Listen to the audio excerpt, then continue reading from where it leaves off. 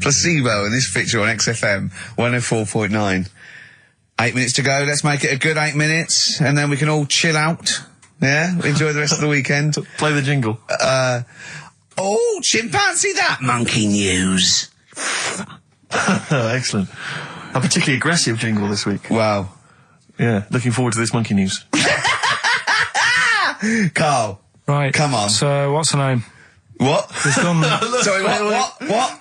Brilliant. We've done a lot of monkeys who got involved in crime and stuff. Yeah. Right. We had the one on the train station, nicking a bag. Yeah. We had the one who went into a bank. One. Who cares? Went into a bank and walked out with the money and stuff. Yes. Right. Didn't happen either.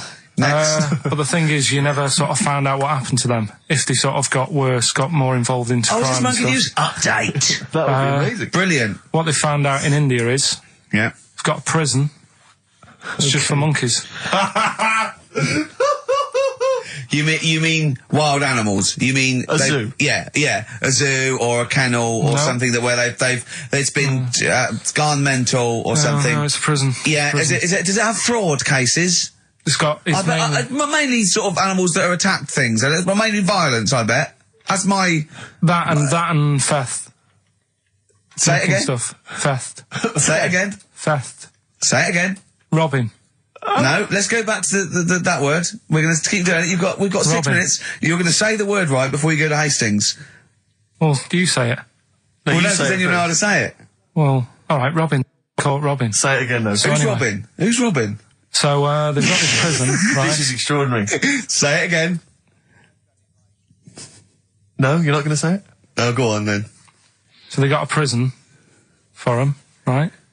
And there's 11 of them in there, 11 monkeys. Right. That are in there for life. Because that's... I think there's one just got out on parole, right? No time off for there's 11. I'll give you the bit of paper because I thought this was... Weird. You thought it was a bit weird. Now, Carl, what are they in there for then? Because, I mean, they're in there for life, so I'm assuming it's murder, is it? Premeditated murder? They're not crime bosses, are they? They're not... Are they prostitution and gambling? Are you sure they're not just the pawns and the head sort of like orangutans up a tree going, remember, you don't know me. You're on your own. If I go down, you're all coming with me. You take some of your gorillas down there and sort him out. Oh, the great banana robbery. I wondered if they'd get them. Right, go on then. Okay, let me see. Now, I don't know what source this is, as ever. Is it the back of a fag packet found in a toilet? Well, no, I mean, someone's clearly... If this is nonsense, then someone's clearly gone to a lot of effort, because it does open with the headline, "Parole unlikely for inmates of monkey prison." Yeah! Officials say 11 inmates at India's only monkey jail. Officials? Now, what kind of people work at a monkey jail? Where do you work? It says officials say 11 inmates at India's only monkey jail are unlikely to ever be released.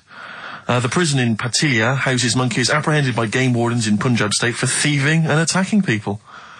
The Daily Telegraph reports how the monkeys at the prison in Montebello snarl and glare at visitors from their heavily barred cages. 2 monkeys were released a year ago after exhibiting good behaviour for 18 months in the jail. They have remained out of trouble.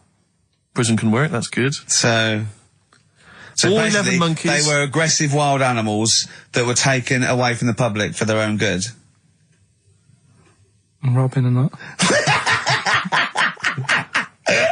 Wildlife officials believe part of the problem has been caused by thieves training monkeys to help them. Lorry drivers training monkeys as guards for vehicles, and itinerant entertainers using ill-treated monkeys as part of their act. It's the monkey that takes the rap. It's a shame, that, isn't it? That is awful. They didn't know what they were doing, did they? Oh, so there you go. What do you think of that, though, Carl? If you could visit them, like Lord Longford or something, what would you say to them? You go there and you get a visit a week or something. You know. So can you get us a video? Alright. Do they get conjugal rights? Do you reckon? You wouldn't be interested in that, though, would you? They get what? Would you be happy to give them their conjugal rights? Yeah, would you? Fair enough. Alright. Off to Hastings. Off you go. Oh, chimpanzee that monkey news. Right, this one's about a It's been emailed into me. Right. I haven't really had time to check it out this week. No, you're joking. Been busy. Ooh, I hope it's not stupid. Goes back to 1908, and the person's saying it's a good story and that, and they're surprised they haven't picked up on it yet, right? The Olympics, right? In 1908 in London. Apparently it was meant to happen in Italy, but it was cancelled. Don't know why, right? And it happened in London. Anyway, 400 metres. Right, it was meant to... there was a fella who was going to do the run, right, and the favourite to win it was this Bulgarian guy, right, who was like a newcomer. Okay, these are a few things it cannot be. One, he injures himself so a monkey steps in and wins. Two, he does a drugs test, it turns out that he is a monkey. So if it's either of those, right, I'm going to go mad. So anyway, so the fella, right, this favourite, everyone's putting the money on him, thinking, yeah, he's going to do it. Is he hairy? Is this bloke hairy? So anyway, so the race happens. Yeah. And everybody's lined up, ready to run. And, everyone's saying, yeah, he's going to win, he's going to win. And suddenly, a bit of murmuring going on, people going, oh, what's going on here? Right. He's eating a banana. And there's a fella in the lane next to him. Yeah. Right, he's going up, who's that? He doesn't look familiar. Oh, Christ, Karl. Right, doesn't look familiar. Who's he? Weird. What's going on? What's going on? What's going on? Yeah, what is it? What is it? Or who is it? I mean, not what is it? So they go in... So they say, well, he might not be that any good. Do you know what I mean? He might not be good. He might. It's just a bit short, and he's only 3'6", and he's hunched over on his knuckles. So I didn't realise it was fancy dress. Yeah, so I don't think he's going to be any good. No. So the race starts. Oh, he's put his finger up his arse. That's weird for runners to do that before a race. It's weird, isn't it? Yeah. Race starts. Yeah. The fella that no one recognises wins it. People go, what's gone on here? Yeah, sure. Do you know what I mean? We had our money on the favourite. What's gone on? Who is this guy? Yeah. Anyway, he stood up there, right? He's looking well happy. Yeah. He's lifting the trophy and everything. Right. Long arms. That trophy's higher than... So anyway... He's only 3 foot, but the trophy's 9 foot in the air with those long arms. I'm suspicious. Go on. They had the picture in the paper the next day. Sure. And everyone's going, yeah, he was fast and everything, but... quite hairy for a run. Oh, I'll tell you what. Quite hairy for a run. Because normally they shave themselves, don't they, to make them faster. And how did he manage it? It's really hairy and that. So anyway, he wins the stuff. He walks away with a cup. The people who are in charge of the running, or like the Olympic Committee, look further into it. Turns out it was a chimp. Right, keep talking. No, don't keep talking. Shut up. This is monkey news. If you can't handle the news... It's news from 1909 and I haven't heard about a chimp winning the Olympics. Right, be quiet. What happened there then? 400 metres, right? Now the thing is... talk shit. The only thing was, Ricky. it took so long for the Olympic Committee, right, to find out that it was a monkey. It was going manic. It went into loads of races. It was picking up loads of, like... Oh, shut up! Right? He became a celebrity. It was doing endorsements on TV. Don't talk shit. It said he managed to win the same race 4 years later in Athens because... How did he get to Athens? But it's a joke. They're winding you up, Karl. Weird. It's not weird. Right. I do not believe it. Well, that's okay. There's only 3 of them to go then. Right, because we're probably all leaving in 4 weeks' time, and that's the end, I've got to get onto a sort of mainstream radio station, because I don't think there's any other sort of tin pot place like this, is there? No. So I'm going to clear up my act a little bit. I've got an album from the Capitol Radio Library, and it's the best punk album in the world ever. So if Captain listening, I'm just going to show that I can do a mainstream. I'm going to play a classic song and I'm going to announce it right and everything. So if you get a job on a decent station, you'll take me with you, will you? We're a pair. Brilliant. So, okay, here we go, right. If anyone's listening, just to show that I can do mainstream radio, okay? Well, that's all. Okay. Well, you're getting nervous. Okay. Come on. Shall I get a monkey and do it? It's alright. Okay. Well, that's about all there is time for today. You've been listening to Ricky Gervais with me, Stephen Merchant. Across the way, K-Man Pilkers. We're going all the way back now, a classic song from the late 1970s, and this is Devo with Mongoloid. Monkeys, Pleasant Valley Sunday, brilliant. XFM 104.9, Karl Pilkington. This show is monkey heavy, isn't it? It is monkey heavy. Karl, if you were president, would you sort of make it compulsory to maybe have a little monkey? Everyone has a little monkey of their own. Little chimps out and old age pensioners. It's not a bad little, it's funny, because there was, a story the other day, when I was looking for monkey news. Right? There's a story about a couple who couldn't have any kids, right? There's something wrong with them, but they really wanted a kid. And they got some dodgy email address where they could buy a baby online, right? It was someone who would have a kid, and you could buy it for $3,000 or something, right? Yeah. So anyway, they got one, they got picked, and they're like, brilliant, there's the money. Got the baby and everything, they were loving it. You know, playing with it and stuff. As it got older... Feeding it. It got airier. Oh, shut the oh, Carl. Turned out they'd been sold a chimp. You maniac. You stupid mank twat. How Don't on earth? talk shit. That is as if... They what? didn't know it. Oh, don't talk. Are you mental? You I love the fact stupid. that didn't make it into Monkey News. I know, yeah. Well, it's a bit sad though. We don't like to bring the feature down. Yeah. But and anyway. how long was this into...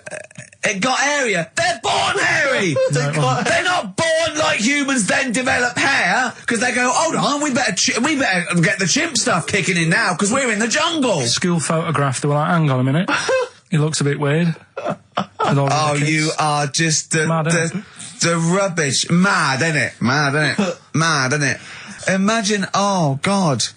But Just anyway. imagine if he was in charge. We did put him in charge of the country. Terrifying. Wouldn't that be amazing? Let him run the country. Just for a week. Or the mayor. What would you do if you were the president or the Lord Mayor of London or the Prime Minister Carl. I wouldn't do it like he's going to be offered it. David Bowie, Soho, on XFM 104.9. Nearly there, but, you know, we're working our way up to the grand finale.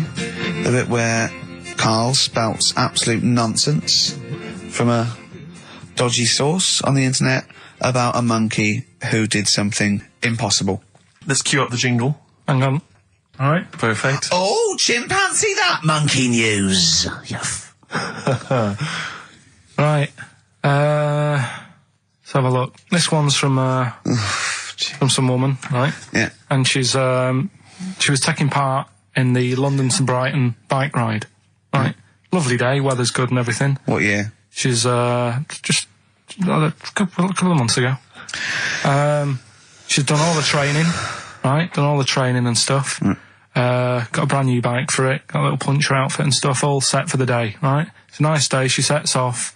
They all start pedalling and that on the way to Brighton, right? So she knows the route and that. Got a little headphones on, cycling along. Suddenly... Right, okay, I'll stop you now. If a cyclist overtakes her and is going really fast and it's sort of hunched over, but it's got like lots of cycling gear on and a helmet and goggles, and they can't tell what it is, but they just know it's like a little hairy fella who hasn't bothered shaving his legs, which is weird, isn't it? Because cyclists usually shave their legs, and this bloke had really hairy legs. But and it won. They gave it the medal. It won 3 years running. They gave it the key to the city. It had its own game show, and then someone said, "Hold on, though, this fella's all hunched over, and he's only 3'5", and his arms are longer than his body. It's a chimp. If it goes anywhere near that, we're never doing it again." More monkey news next week. She's cycling So along. anyway, she's cycling along, right? And this tricycle... I couldn't predict that. There's always one element you can never anticipate. Yeah. Got a kiddie's tricycle with a little kid on it. Little hairy kid with a helmet. Okay, just go on then. The tricycle comes... Whizzing past, yeah. thing. Strong legs, isn't they, chimps? So she's thinking that's... But didn't get a chance to see the thing. Oh, yeah, couldn't quite see the cyclist. Oh, God! You bald mank git. Go on. Yeah, research scientist Karl Pilkington. So anyway, she gets to the end line, right? And they got talking, it was a nice day, nice race and all that. So did you see a little thing on a tricycle? Thing? Well, a person, surely, just a human. Did you see that? No. Did you see that bloke on the tricycle? So anyway, turns out... Tricycle. Yeah! Well, what did she say thing? Well, no, wasn't no suspicious. I mean, what did she say? Did you see that fellow on a tricycle? Anyway, so it turns out... Go on. It was a chimp. You're joking! Right. Well, Christ almighty, there you go. Unbelievable, and it was a chimp all along. So anyway, right, so the woman's like... We're never doing this again. checking out the news, right? There's nothing on it. She checks out XFM Monkey News. Right, okay, I'll stop you there again. Right. If it turns out she does on the news, right, and the circus goes, we're looking for our chimp, it used to ride this tricycle, and it escaped with police chasing it. No. So she listened to XFM, see if I'd picked up on the story. Yeah, sure. I didn't have it and stuff. So she got in touch with the organisers of the London to Brighton bike ride, said, look, saw a little hairy fella. Why did she care? Because she wanted to know. She thought it was a bit odd. Well, Turns out it was a chimp. They weren't happy about it. Of course not. Because now the owner of the chimp wants to enter it into the Tour de France. No! Oh, God! I'm gonna die! Oh, God! In 2005. Now, a couple of questions. I trust you'll be able to answer these. One, Oh, God! Steve, help me out. how did it get hold of the tricycle? I don't know. Okay. Okay, no, that's fine. That's not an important point. Look, that's important. How What's the did matter it- with you, Steve? He doesn't know that. How did it know to...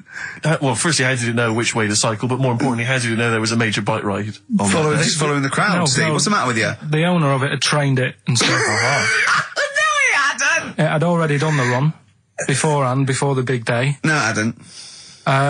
Like I say, it wants to do the Tour de France in 2005. No, it doesn't. But there's something about animal rights. If they don't let it enter, they can kick up a bit of a fuss. No!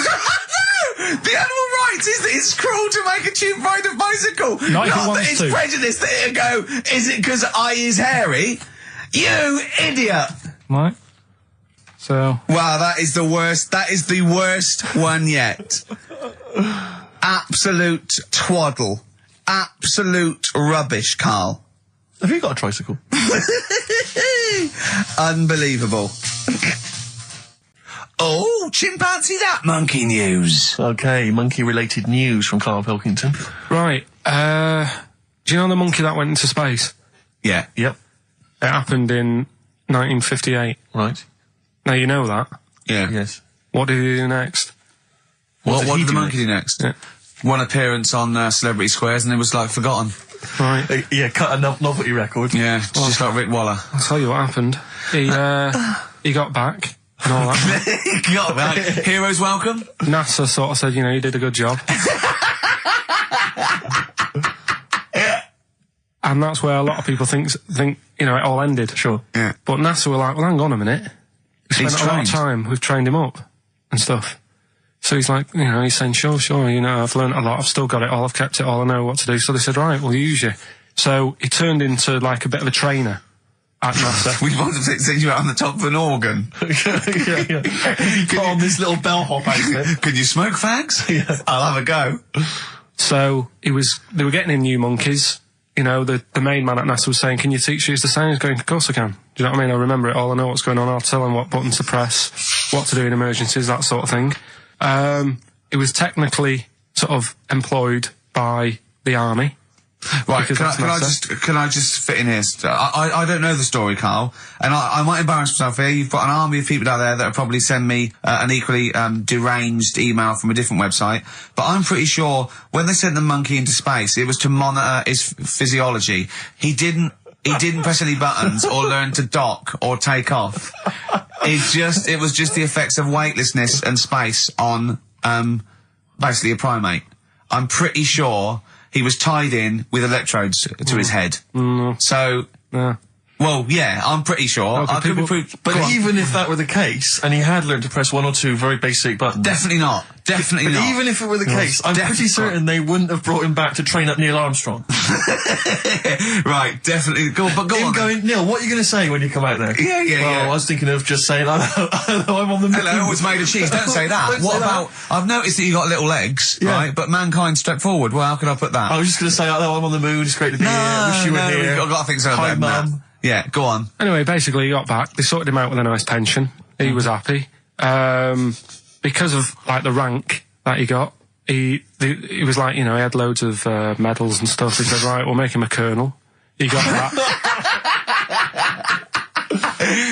Like I say, he got a pension. That was the end. He died in 1969. He was buried with his wife. He passed away. His wife. I'm sure it just goes on to a different website about something completely different. And Yeah, it's you're just talking like- about Buzz Aldrin. Yeah. His page is missing. Oh dear. So, Well, Karl, if someone could call in Did they train Leica the dog to sort of like, you know, dock and He never made re-entry? it back, did he, Leica? They didn't bother. They didn't even bother. They didn't bother to bring him They back. just sent him up there, and they didn't have technology to bring him back. And they just went, yeah, that's that. That's brilliant. Well, I can do that. Yeah. Amazing. Really? Yeah. What do you think of that, Carl? Rubbish, isn't it? Sort of brought it down a bit. But But the little monkey made a colonel. Hero. Big hero. What was he in? What craft was he in? Sputnik. just hang on a minute. He was in Jupiter AM. Yeah. Let me see that piece of paper. Let me Yeah, put this I on. can guarantee there's nothing there about his training other than let's hope he's not sick on the control panel when we shoot him up at 400 Gs. Oh dear. I love the fact that you think that this monkey was a high... Do you know what I mean? Do you, when you think of these things that are less in the monkey's face, do you think of the Planet of the Apes? Like they're sort of talking sort of chimps and gorillas and they're in tunics on horseback with snub-nosed rifles. What do you think of? Just a little monkey getting on with it. He knows his job, he knows what he's got to do, he gets on with it. Look, he's pressed the button. Watch him press the button. This takes me back. Do you remember 1965, I think it was? We're going to use him to train other DJs. That's it then. Goodbye. Thanks. Cheers. Cheers. Got to hide your love away. According to the Beatles on XFM 104.9. I'm Ricky Gervais with me, Steve Merchant. Right, Carl, come on. where monkey were we? news. Everyone's composed. The jingle, please. Oh, chimpanzee that monkey news. Excellent. Okay. Right, where were we? We would just start again. There's some people making a documentary. For what? Okay. Making a documentary in the jungle and that. Right. Stumble across a little gang. Okay, come on. All right. A little gang of monkeys. Yeah. Oh, come on.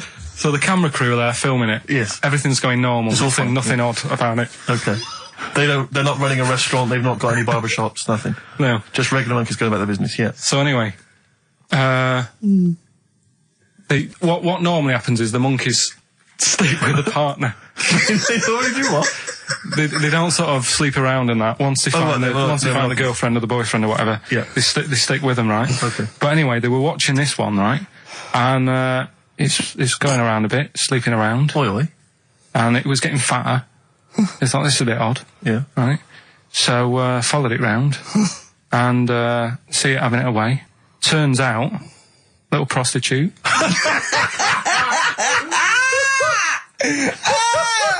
Oh, God! It's a little monkey prostitute. And it was getting fatter because it was charging them bananas. What a load of old rubbish. Charging them bananas! What was it, a boy or... It was a... Woman. Little woman monkey. That's the most extraordinary monkey news I've ever heard. Oh! That is genius! Has this documentary been televised? I don't think it's been on yet. No. And that's all the information you've got? Yeah. And is that's one banana for everything? Now, half a banana is for... Just oral. A poor job. Right. If you want full-blown monkey sex, it is 2.5 bananas. Sure. So, Let's just play a song. let's just play... All right, well, this is our penultimate show, so we're back next week. We're going to make it a barnstormer, I'm sure, lads. I want 100% behind it, 110% next week. All right, none of this giggling, none of this infantile giggling, like Okay. two schoolboys. Right. All right, we're going to come back, we're going to have some quality monkey news next week. We're going to have all kinds of treats, I would have thought. Okay. Some great prizes. All right, are we okay? Yeah, We all best show. behind that? Let's make next week the best show ever. Good luck. If you miss it, then you miss out. We're ending with a track from a couple of years back. I think it was 92, 93. Dinosaur Jr. Start Chopping. Play that. Start playing. Forget Start Chopping. Start playing. All right. All right? See you next week. Yeah. Anyway, it's what everyone's been waiting for. For the It's what last Carl time. exists for the last time. It's monkey news. Play the jingle. Oh, chimpanzee that monkey news. Right, are you familiar with 100th monkey? Keep The what? talking. 100th monkey? 100th. Yeah, like as in like, one more than 99.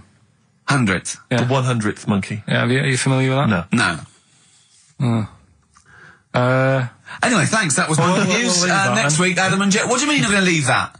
Well, I thought it was a popular phrase or something. What, 100th monkey? Yeah. What do you mean a popular phrase? What, why?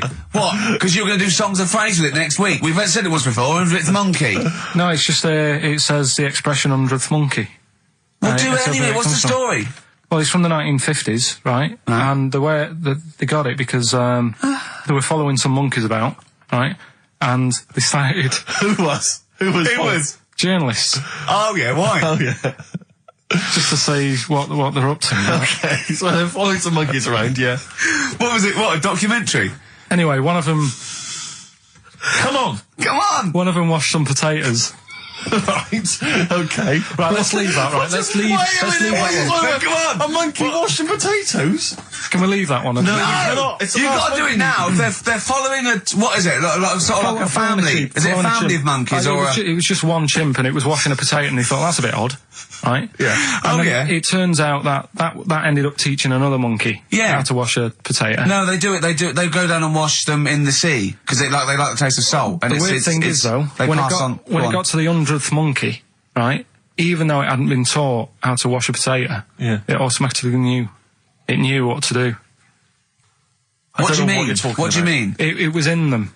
It was in them that they knew that when they get a potato, they had to wash it. That isn't the monkey news. I'm just saying that's where the expression comes from. But you haven't even heard of that. So well, there's a couple of things there that it could be another upshot, and you know, an instinct is part of your genetics as anything else. Washing a potato. But you can't pass on acquired characteristics. So that's nonsense. If you mean that.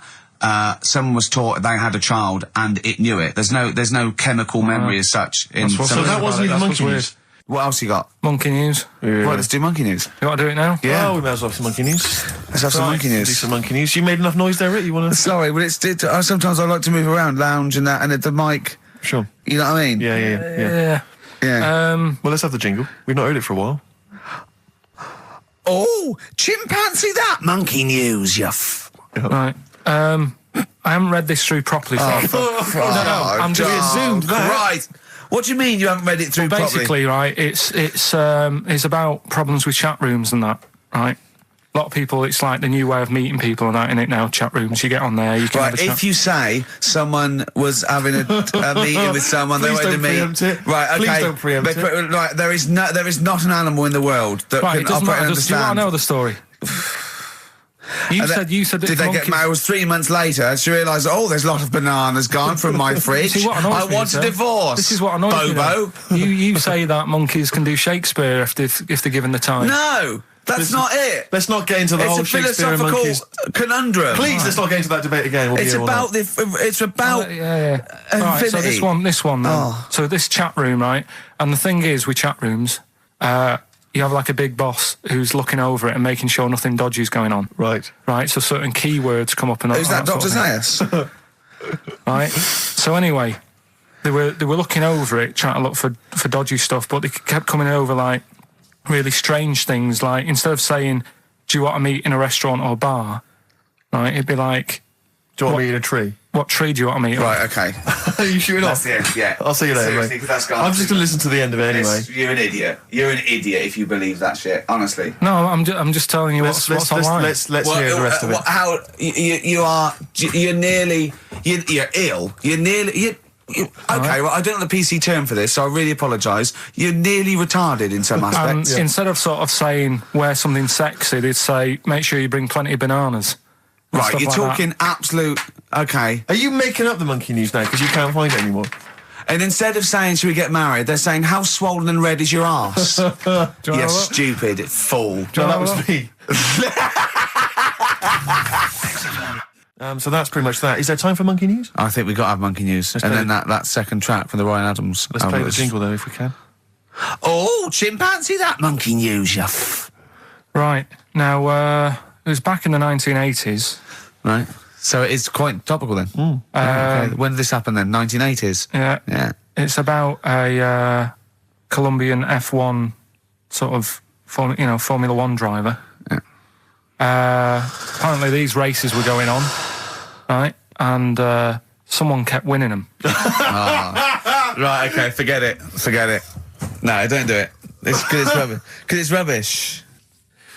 Right, so someone kept winning the races. So this human that kept winning the race. So this human being that kept winning the races, Karl, what was his name?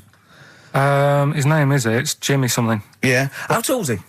Just out of interest. No, how tall let's is he? hear the story. Let's hear the story. Was he about 4 foot You 8? might find out if I tell you the story. Right? Go on. So anyway, he kept winning and everyone was like, oh, he's brilliant, this guy, who is he, and all that. Yeah. But his gimmick, right? Was never showing his body or face? That's right. Never You're took his joking. helmet off. You're an idiot. Never took his helmet off, right? You know the short trousers he used to wear? His trousers were about a foot long, but his shirts, the sleeves were really long. Anyway, right, so because he wouldn't take his helmet off... You're an idiot. He was taking part in, the F3, which is like the lower ranks of Formula 1 and that. Just get to it. Everyone thought it was like a famous driver who was taking part in that. Get to being a monkey. Anyway, what happened was, there was a crash one day. Yeah. And the car tipped over, everyone's like, oh... He ran up a tree? So... They were suspecting when he ran away with the ambulance people up a tree and started eating a banana? So the marshals ran over and the ambulance people were there and they were about to take his helmet off and the marshal was like, don't take his helmet off. And give away the secret that he's a monkey. Give away the secret and that. Yeah, chimp. Yeah. Took his helmet off. Jimmy Chimpus. Little monkey under there. No, definitely not. Okay, let's play Ryan Adams. Did he survive? Let me just a couple of questions. Did he survive? Yeah, he did, yeah. He was allowed to keep all the awards that he won. Sure. But he wasn't allowed to take part in any other races. Yeah, didn't happen. This is Ryan Adams. We'll see you next week. This is a song called The Shadowlands, also from that Life is Hell album. It's good stuff. Idiot. Okay. Play the jingle. Oh, what is it? Chimpanzee that. Oh, yeah. Chimpanzee that. Monkey news. Right, well, the last one of the year. It's not that good, but this is all that's been going on all week. Yeah. Little monkey. What happened is, it's this plane, right? Aeroflot, I think it is, Russian airline. Having a good flight. Everything's going normal and that. This is going to be libelous. The pilot... Sorry, I mustn't interrupt my side. How tall was the pilot on this flight? Okay, listen, we've had a few complaints. People saying, don't interrupt monkey news. Okay. Don't interrupt monkey I news. won't then. It's like the weather girl complaining whilst Trevor McDonald's doing... Okay, all right. Go on then. All right, so, the flight's going well. Food's been served and all the rest of it. Anyway, someone gets upset about not having many nuts. Right, they've not got enough nuts. They hand the nuts out and that. One of the sort of passengers is going mental. Because What's he saying? He's just What going language mad. is he talking? Is he Russian or English? So anyway, there's a bit of a fight going on. Fight starts happening. People are going, what's up with that little fella? Right? The little hairy bloke. So they sort of drag him. What's wrong with Bob Hoskins? And why is he screaming? Why isn't he talking in his usual Cockney accent? Why is Bob Hoskins screaming and grabbing at nuts? So, you've ruined it. Come on. Forget it. Have I ruined? Right, Rick, turn his microphone off so we can't interrupt you. Right. So anyway, there's a fight going on. Nuts are going everywhere, right? So, anyway, they manage to tie him down. They get him on the floor, tie his legs up and that, right? His little legs. Get him to... Come See you on. later. Have a good Christmas. No! Carl, how dare you? Finish the story. All that happened is they got back. It turned out that he shouldn't have been on the plane anyway. Why? His passport wasn't valid. Right. And you can't cause problems on planes and that. So he got put in a cell for a bit. Turned out it was a little monkey. Right. Quick question, how did he complain about the shortage of nuts? Yeah. He just was going mental. Right, he didn't actually call over a stewardess, he just... Well, how did he get on the plane in the first place? What ticket did he have? Have a good Christmas and that. But you know it's rubbish. You must know that's rubbish. You must know that's rubbish. All the best. You must know that's rubbish. Where is he going? Oh, my car is on. Tim Burgess. Brilliant. XFM 104.9. Right. Well, we're running out of time here. Yeah. We had Karl in a little film, but I think we've really got time for monkey news, you know? Yeah. What are you thinking, Karl? Yeah, if you want to do that. Yeah, let's do monkey news. All right. Play the jingle. Oh, chimpanzee that monkey news.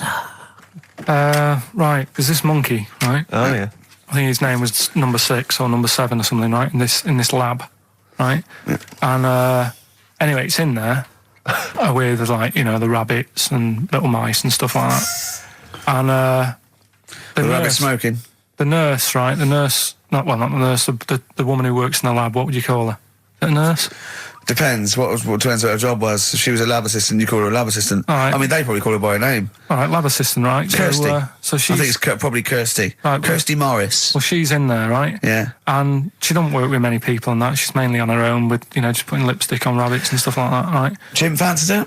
So, Jim fancies her. He's putting on lipstick. Jim fancies her because she's got hairy legs. He gets pally, right, with this woman. Yeah. Because, it gets to a point when she sees him every day. It's the way he sort of tries to string out like it's a narrative love story. Did the chimp put its hand out and grabbed her, and then you thinking that he made a move on her? So right, come on, he's allowed out. He's allowed out. It's not a story, is it? He's allowed out the cage and what have you every day. So he's wandering about, and as time goes on, he's watching what she's doing more and more. Yeah. Right. So he notices like the code on the door.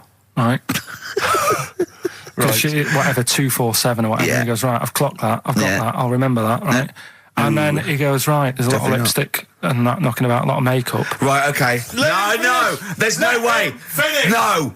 Because, Steve, you know what's going to happen. I know what's going to happen. So he's there. It's ridiculous. And he's going, well, if it's there, you know what I mean? So while she's messing about with the rabbit, he gets there, he's in front of the mirror, putting a little bit of lippy on. Right? You are! No! It's gone too far. No, it's gone too far, Steve. Right, your mic's off, Rick. He's finishing the story. So, turn mine off as well. It's gone too far. Turn him off. Just let him finish. Right, so the thing is, right, it's this monkey wandering about.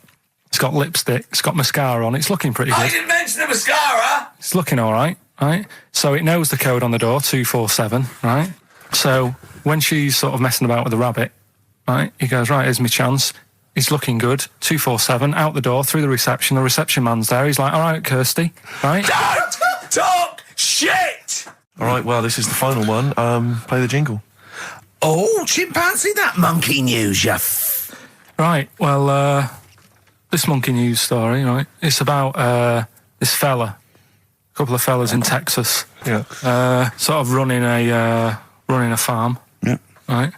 Just because they definitely fellas. Well, how tall are they? Can we just let them okay, they are human beings. These two are human beings. Time's against us. They're running this farm and that. And anyway, so they're outside getting the cattle. And he turns round, right? It's just that cow's... Couple of monkeys walking about. So he goes, what's going on, right? So anyway, so it's in Texas. They don't know what to do with the monkeys. There isn't a zoo. It's fairly barren there, isn't it? You know what I mean? Not much going about. So the other fella who runs the farm with him said, look, we need a bit of an hand. Right, so said let's teach them some stuff, and the monkeys were happy with that because they were lost anyway, right? So they had a do. They were bumming around. They were looking for work. They'd hired a motorhome. They'd gone out of their way. Maybe it's like the Hulk. They're like Bruce Banner wandering around, going, "I need some work." You won't get angry, will you? So anyway, right? So they taught these monkeys how to ride a horse, right? So they've both got. Sorry, you're sure Charlton Heston's not going to pop up? You're sure you weren't watching a video last night and thought it was a documentary? They've both got a horse each, right? They've been given like a little lasso and all that business. Don't talk shit, Carl. So anyway, it's going well, and it carried on for about 2 years. This, right? It's like rounding up the cattle every night and all that. Yeah. So the two fellas are chatting, going, "It's worked out well, hasn't it?" Right, if there's a hostile takeover and they sort of like buy up 51% of the shares or something. So they said, for this to continue, the monkeys are getting old a bit now. We need a little woman monkey in here to sort of get some kids going for like the future farm people. Forward planning, yeah. So they get a little woman monkey. They decided to only hire monkeys from now. Why not? It's working. Why mess with something when it's not broke, right? So they get the little woman monkey in. They have kids and all that business, right? But the problem was, right, when they first got the woman monkey in, it was like, well, which one's going to have the woman? Right? So they started sort of fighting a bit and what have you. But because they'd seen the owners of the farm with like guns and stuff. Don't tell me the baby monkeys didn't want to go into the family business, went off to be a lawyer. They had a bit of a shoot-off. Shut up! They got two monkeys, right? And because they'd seen the owners with guns and what have you. No, that sounds... So they had a bit of a shoot-off. Yeah. That's how they sorted it out. And who won? I think it was George. The one called George. Right. So I think they had 17 kids. The farm's still running. So that's like the last little monkey news there. Good little happy ending to that one. If you were to rub your nipple against his lips while I held him down. Right, come off it now. Come on. No, I'm not doing it. Bruce Springsteen, Thunder Road, last track on XFM's with you, Steve. You can check this all out on the webcam. Oh no. I've got my fingers. Get his arm out of the way. Get the arm out of the way. This happened on Scum. Oh, chimpanzee that monkey news. Right then. So there's this monkey, right? Right. In Canada. It's in a zoo in Toronto, I think it is. His name's Pascal, right? And what happened was all the people in the zoo sort of said, you know, what can we do? Sort of spice the day up a bit, right? Yeah. So they left. Embellishing. No way this is a news story. Let him read the news. Let him read the news. Okay. So they left. Any dates? Just let him read the news. All right? You wouldn't interrupt Moira Stewart. It was about 2 weeks ago. No, because she always says today, so you know it's news. She doesn't say, right, there was a monkey, right? Right, in Canada, Come on, right? mate, just finish it. It'll be all night. A couple of weeks ago in this zoo in Canada. Right. Jesus. They got a camcorder. Right. And they said, let's leave it for the monkey to have a play with, right? So anyway, they passed it around, Won a BAFTA. and a couple of chimps and that were rubbish at it. They were like filming the floor and all that, and the fingers were always in shot and stuff like that, right? But anyway, there was this one chimp called Pascal, right? Who Annoys me that he calls them monkeys, though. They're not monkeys, they're apes. he was a dab hand at it, right? He was like filming stuff, really good shots, you know, sort of nice mood and that. He used the lighting properly and all the rest of it. No, he didn't. This is the news. What are you talking about? This is the news. Oh, Steve, anyway. it's so annoying. You know it annoys me so much. Things like that. He was a dab hand. He was doing really good shots. It really annoys me. Let's hear the news. Anyway, right, so he started, at night, like when the zookeepers went home, he started filming, like, other monkeys on the go, like whilst they were at it, right? And he was filming them and what have you. The Ron Jeremy of I the love zoo. it. You know it's going to end up on the web. So anyway, the zookeepers came in the next day and it's like, let's see what shots he's got. Anyway, he's got all this, like, you know, all these monkeys at it and what have you. So, this is honestly, you don't know what this is doing to me, Steve. Can I stop him now? So they thought, like, actually, there's a few monkeys who aren't at it enough. Do you know what I mean? They have problems, what have you. So let's give them the videos. That is so untrue. This is so untrue. It's so untrue that it was filmed by a monkey. So it's so happened untrue. then, right? Rick, I don't know who to believe. Oh, God, you're talking so much shit again. You must know that's not true. There's no way. There's a load of tapes out. Look at me. Look at me. Don't keep talking. Look at me. Yeah. You must know that's not true. Can we just hear the end of this It's all news? here. You had a go at me last week because I didn't have the full story. I've got the full story. You're still not happy. There is no way that by chance, what should we do? Let's give him a camcorder. That could happen. Right. He then films him at it. That might happen. It might happen, but I don't think he'd keep the camera still. Two, they go, I don't know. Yeah, this is good stuff. This is good shit. This porn's good shit. Anyway, look at that. He's got a lovely shot. Yeah. So this is ridiculous. Let me just recap, because I lost my way there. So the monkey has filmed the monkey porn, and now they're showing it to the other monkeys. Is he directing? Can you hear him saying stuff? Can you hear him go... It's just like, you know, Chimp Pimp 1, 2 and 3 and all the rest of it, right? But anyway, so they've got all these other tapes, because what happened was, they said he's quite good at this. Oh, and the animals, God! And the animals are happy having him around because he's not a human, he's just one of the gang, do you know what I mean? So they started putting him in with other things like, you know, ostriches. Right. And talking shit. There was and you know they have a problem with pandas in Japan. So they've sent him out there, filming a bit of. Where are you going? Honestly, you really annoy me. There's no way this is happening. Can we just hear the end? Why can't he just find a real story about a monkey? Let's hear the end. The end is really that he's going to China. He's filming the pandas and what. No, he's not. They wouldn't send a monkey director. They would not send a monkey director. Oh, chimpanzee that monkey news. So monkey news, if you've only just started listening to the show. Oh, you poor fool. Monkey news is where Karl reports for us all the latest monkey activity. A headline or a word or someone he overheard in a pub and then totally embellishes it and makes it ridiculous and impossible. He believes it, though. He believes every word he's saying. Let me say that before when you hear this, whatever it is, I haven't heard it, twaddle, remember, Karl totally believes it. Go on. Right, so anyway, right, I think it's in LA this happened, right? I think. Why does he think? So these people are in a restaurant having a lovely meal.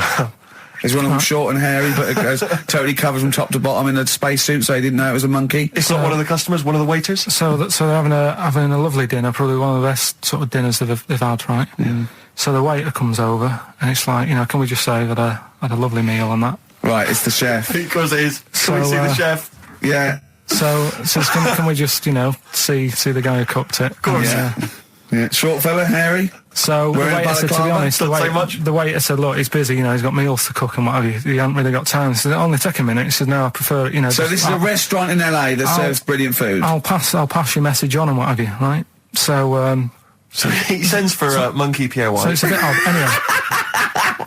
So they go out. Right? They go out to the car and they notice the kitchen door's open. Yeah, right? yeah, of course they do, because they're going to discover something that I don't know. So they're going to just out of interest, where did this chef train before we see him or reveal, what he might look like or like to eat? So anyway, so they pop their head in and think, we'll just nip in and go, love fruit salad or whatever. Yeah. So they stick their head in. We better see the human chef. You never guess what? Go on. Monkey stood on a chair, right, cooking veg. Right, so anyway, they're like, what's going on here? What do you mean? What do you mean he's cooking veg? What is he doing with it? Well, he's stood on a chair by the cooker and he's chopping stuff. Oh, he's chopping as well now. He's just relishing it. Yeah. It's got a little, he's got the bosses in there. They're like a bit shocked. So he's a bit panicking because he's got this monkey working for him.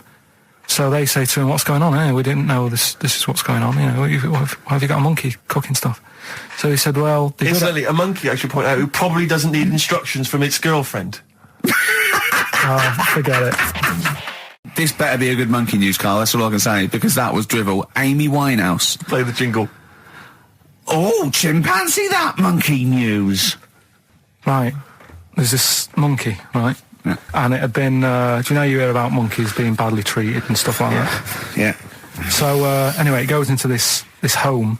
It's 14, this monkey. It's called Matty, right? Goes into this home where it's looked after.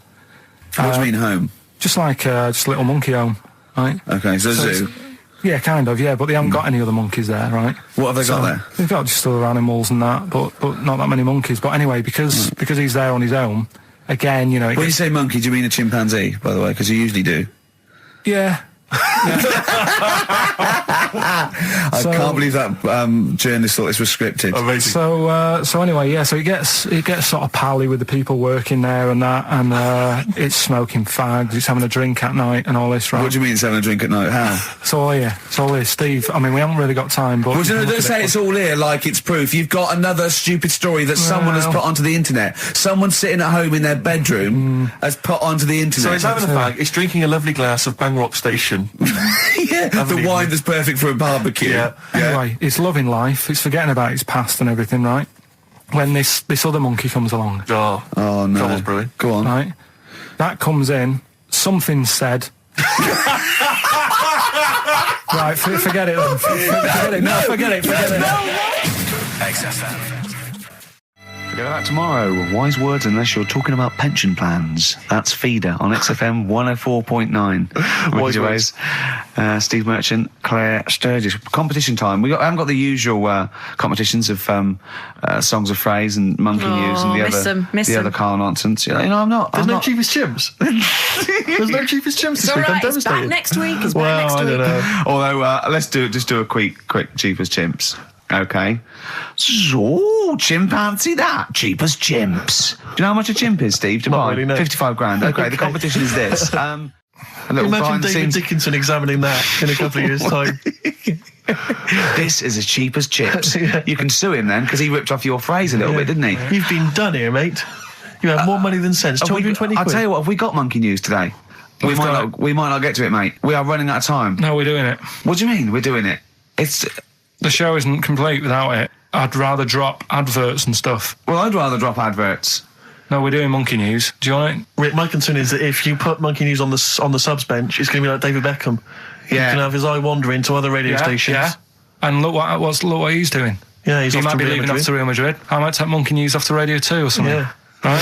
So don't believe in monkey news. I imagine if they're listening now, they're probably going to call you and go, Karl, were you serious about bringing monkey news to Radio 2? Because the check's open. Well, do you want a bit now, or what? What no, I wanted you to tell Steve about your holiday. Well, that's you too, with or without you, but we've got to cut it a little bit short because we're actually running out of time. It's so jam-packed, this show. We've got monkey news on the bench. Karl just remembered, we've got Cheeky Freak of the Week to fit in. I don't know what to do. Oh, dear. Okay, so monkey news, please. All right then. Let's hear the jingle. Oh, chimpanzee that monkey news. Right. Now, before and again. Go on. Oh, chimpanzee that monkey news. Brilliant. Right? Right, before I went away, I told you about Alfred. He was the monkey where there was a robbery going on in a bank. Yes. And then he nicked the robber's loot and backed out with a gun. Yeah, He sort of stole, he robbed the robber, didn't he? Yeah. Did he take his gun as well? He took the weapons. He took all the weapons. There was like a couple of robbers. He managed, because they were so amazed that a monkey was coming in. It was like... Don't talk shite twice. Right? Anyway, got a follow-up to that. Okay, now what was that monkey's name? Alfred. That was Alfred. So anyway, because a lot of people wanted to know, well, you know, what did he do? Did he go off and have a holiday? Did he... No. Right, so the follow-up is, what happened is, the monkey had the guns, had the cash, which was $250,000. Sure. Right? It went back to the zoo. Right? All right, Karl, you're talking... Ricky, I get angry with you when you won't let him finish his monkey news. Right. Can we just get out of the official Imagine thing? if people were interrupting Trevor McDonald. It wouldn't happen. I want to make sure I don't get anything wrong. No, of course not. Check the internet. So the monkey goes back to the zoo, right, where all the zookeepers come out and go, get him. He's got the guns. Yeah. He hands out a couple of guns to his mates. What? Right. His monkey mates? His monkey mates, so they've all got a couple of guns each. Oh, Karl, Steve, I can't, mate. I cannot Just stand it. let me- Honestly, I want to scream. Please, I really get annoyed with you. They tried to do him a deal. They said, how about if... I'm going. Tell him that. I'm not going. No, I can't. Step out for a moment. Okay, we'll just do it. Look, don't listen, step out and I'll paraphrase what I hear for you when you come back in. Step out. Now, please, I need to hear the end of this. This is monkey news. This is important stuff. Right. Ricky now has left the room. He cannot bear to hear, which is surprising to me. Right, so anyway, they've got the money, and they say to the zookeepers, how about we give you some cash? Yes. And they go... Oh, sorry, hang on. Sorry, the zookeeper said that to the monkeys? yeah. Right. No, the monkeys who have got the £250,000 Right. say to the zookeepers, we'll sort you some money out if you let us go. Sorry, Right? the monkeys say to the zookeepers, we'll give you some money. Yeah. You don't see any problem with that? Right, listen. Okay. It's nearly finished. Right, I'm listening out there. This is ridiculous. What do you mean the monkeys say? What do you mean the monkeys say to the zookeeper? They were probably holding the money out, like, kind of going, look, we'll do your deal. Right, okay, come on. And what happened is, I think they were happy with that. I think they left, and that was that. They wanted to get out of the zoo because they didn't like it in there. There's the thing. Right, I don't... Just have a look. Right, Karl, think. Right, how did they get out in the first place, this one? Just let Steve have a... So why did he go... So he went and robbed... He thought... he knew there was going to be a robbery that day, did he? He might have been getting some money before they went to escape, and then that happened and they had more money. They might have been withdrawing some stuff out. What do you mean? No. If he was planning on leaving the zoo, he's going to get his savings. What are you talking about? What have you read there, Steve? I've got a feeling this is a review of one of the Planet of the Apes films. I think it's Escape from the Planet of the Apes. I'm not certain. It could be Beneath the Planet of the Apes. Right, Karl, think. Please think, right? So this monkey, right, he leaves the zoo, right? He leaves the zoo, which he can do, presumably what? They leave him the keys or what? They're chatting to him, they might as well. He goes to a bank. What's he thinking of doing? Sees a robbery, probably by chance. He probably wasn't tipped off, was he? Or has he got one of those police scanners? Probably got one of those police scanners. Well, I think he was going to the bank to get a mortgage to build I think he wanted an extension, didn't he, on his cage? Think of that. And so I love the fact that he hands out the guns and they do a deal. It's honestly, You've got the best mind working on radio today. It's incredible. The only person who makes less sense is Terry Wogan. He goes up and down, doesn't he? I can't understand his sentences because I don't know. No, it's like freeform poetry. Yes, I don't know whether it's the end of a sentence, in the middle, is a new one. Yeah. But let's have the jingle again, a record, and then we'll probably have to wrap up the show, I imagine. That was chimpanzee that monkey news. Karl Pilkington. Well, you know what it's time for, don't you? Chimpanzee that monkey news. It always gets me, that jingle. It's a joy. Once more, please. Well, Karl, do you reckon you could sort out... Do other people have real jingles with their name on it and don't have to say who's in the room, what's happening, and do their own jingles? Well, Christian's got one for it. For Monkey News, that he does. Why is Christian doing Monkey News? I don't understand this. Because he did it ages ago. So you ripped it off of Christian? I haven't ripped it off. I said to him, there's enough Monkey News to go around. Right? But hold on, though. I don't want cast-offs. I thought this was your idea. Well, let's not do it. But what's new? Wait. What's new? What? There's Monkey News out there. I mean, if he wants to have a meeting in the week and say, well, this is the news I've got, the way I see it is, he can do it in the week. He's doing like the news at 10 type Monkey News. We're on a Saturday. We're like the, Jeremy Paxman Monkey News night. We look at stuff more in depth. Well, you very much get behind the Monkey News, it's true. Yeah. You sort of interpret it. You give it your own spin. You're the man behind the monkey behind the news. I mean, I know that. Yeah. But ours isn't called Monkey News anyway. It's sort of generic term like the news. Ours is called Chimpanzee That, isn't it? Yeah, but he's seen a bit of Monkey News in it. Right. So are we doing it or not? Well, I've got no reason to stop doing Monkey News. He probably played Radiohead as well. Well, should we not do that? I said that David Attenborough did Monkey News before all of us. Do you know what I mean? But I personally don't listen to Christian because I don't get up that early. So, I'm missing out on a lot of Monkey News. I'm not saying I don't listen to it because I don't get up that early. I'm not saying it's a bad show. My point is this. There's a lot of people I imagine who don't listen to Monkey News in the week. Perhaps they miss it or they're busy. It's nice to have a little kind of omnibus Monkey News at the weekend with Karl Pilkington. So that's what this is. So we're doing it then. Let's play the jingle. Chimpanzee That Monkey News night. Excellent. Good. So we'll sort of get some monkey experts on maybe next week to dissect it. Right. You ready? Yeah. Right. There's this monkey. Right? Oh, yeah. It's called Jack. Yeah. Right. I got pally with this bloke who worked in a railway station. How? Pen pals? I don't know. I didn't say all that. Internet, I'm just telling you. I'm shortening Chat rooms on the internet. So, anyway, he's helping him out all the time. It's this fella's job, right, to sort of make sure it's safe for the trains to come in, that sort of thing, right? But he's always working on his own, so he's got his mate Jack in with him, right, this little monkey. Yeah. And, they're having a good time. They share lunch together and stuff like that. Anyway, it gets to a point when the fella whose job it is, right, starts getting old, and Jack, the monkey, starts getting more involved. Presumably this is a chimpanzee as opposed to a monkey, you mean? When you say monkey, it's generic term, you mean chimps usually, don't you? Yeah. Go on then. So, he's clocking the fella doing his job and he's thinking, I can do this, right, the monkey. I love it. Yeah. He's helping out, he's pulling down the levers and stuff, so the train's sort of coming on the right lines. Sure, yeah. He's clocking it, he sticks his head out of the little window, see the trains coming and that. I hope British Rail are listening. Yeah. Right? In the end... Oh, yeah. The fella whose job it is, he lost a leg for some reason, couldn't work anymore. Lovely. Gave Jack the job. Yes. Right. Okay. The railway company are happy with that. I'm sure they interviewed a number of people, but he was the best monkey for the job. And that's good, isn't it? Well, it's not true. Right, once again. Well, it's not true. Don't hand Steve a piece of paper that someone put on the internet who is probably a bigger mentalist than you. That's not proof. It's not true. At no point did a railway company give a chimpanzee the job of signalman. It was ages ago. What?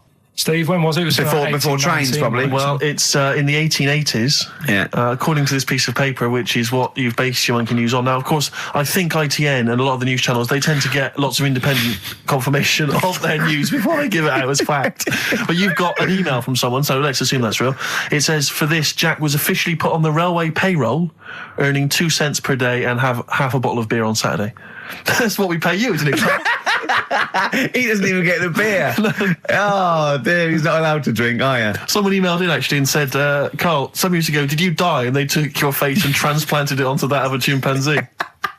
It would make a lot of sense. I've never seen you. He always has t-shirts right done up and long sleeve. I bet he's hairy under there. Yeah. I bet you are hairy because you have to shave right up to your eyes. You're one of them, aren't you?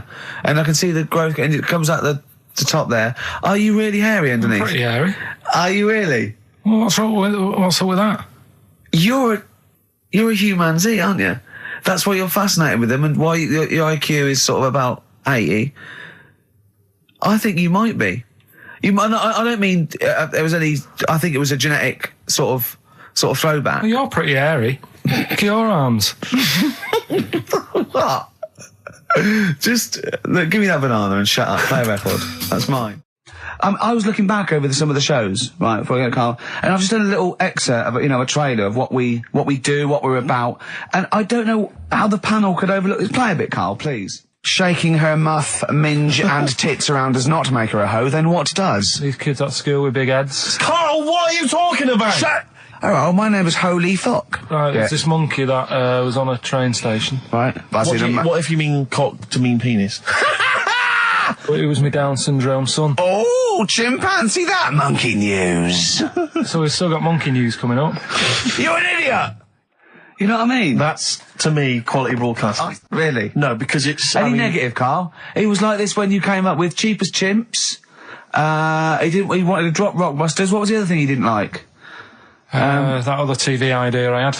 Yeah, what, putting a baby in a room, set it on fire and see if it can make his way out? Setting the room on fire. Let's not get silly. No, but he didn't like that, did he? I mean, I don't want to blow my own trumpet, but it does seem to me that my criticism of those things is probably justified. I mean, Cheap as Chimps. Yeah. Where is it now?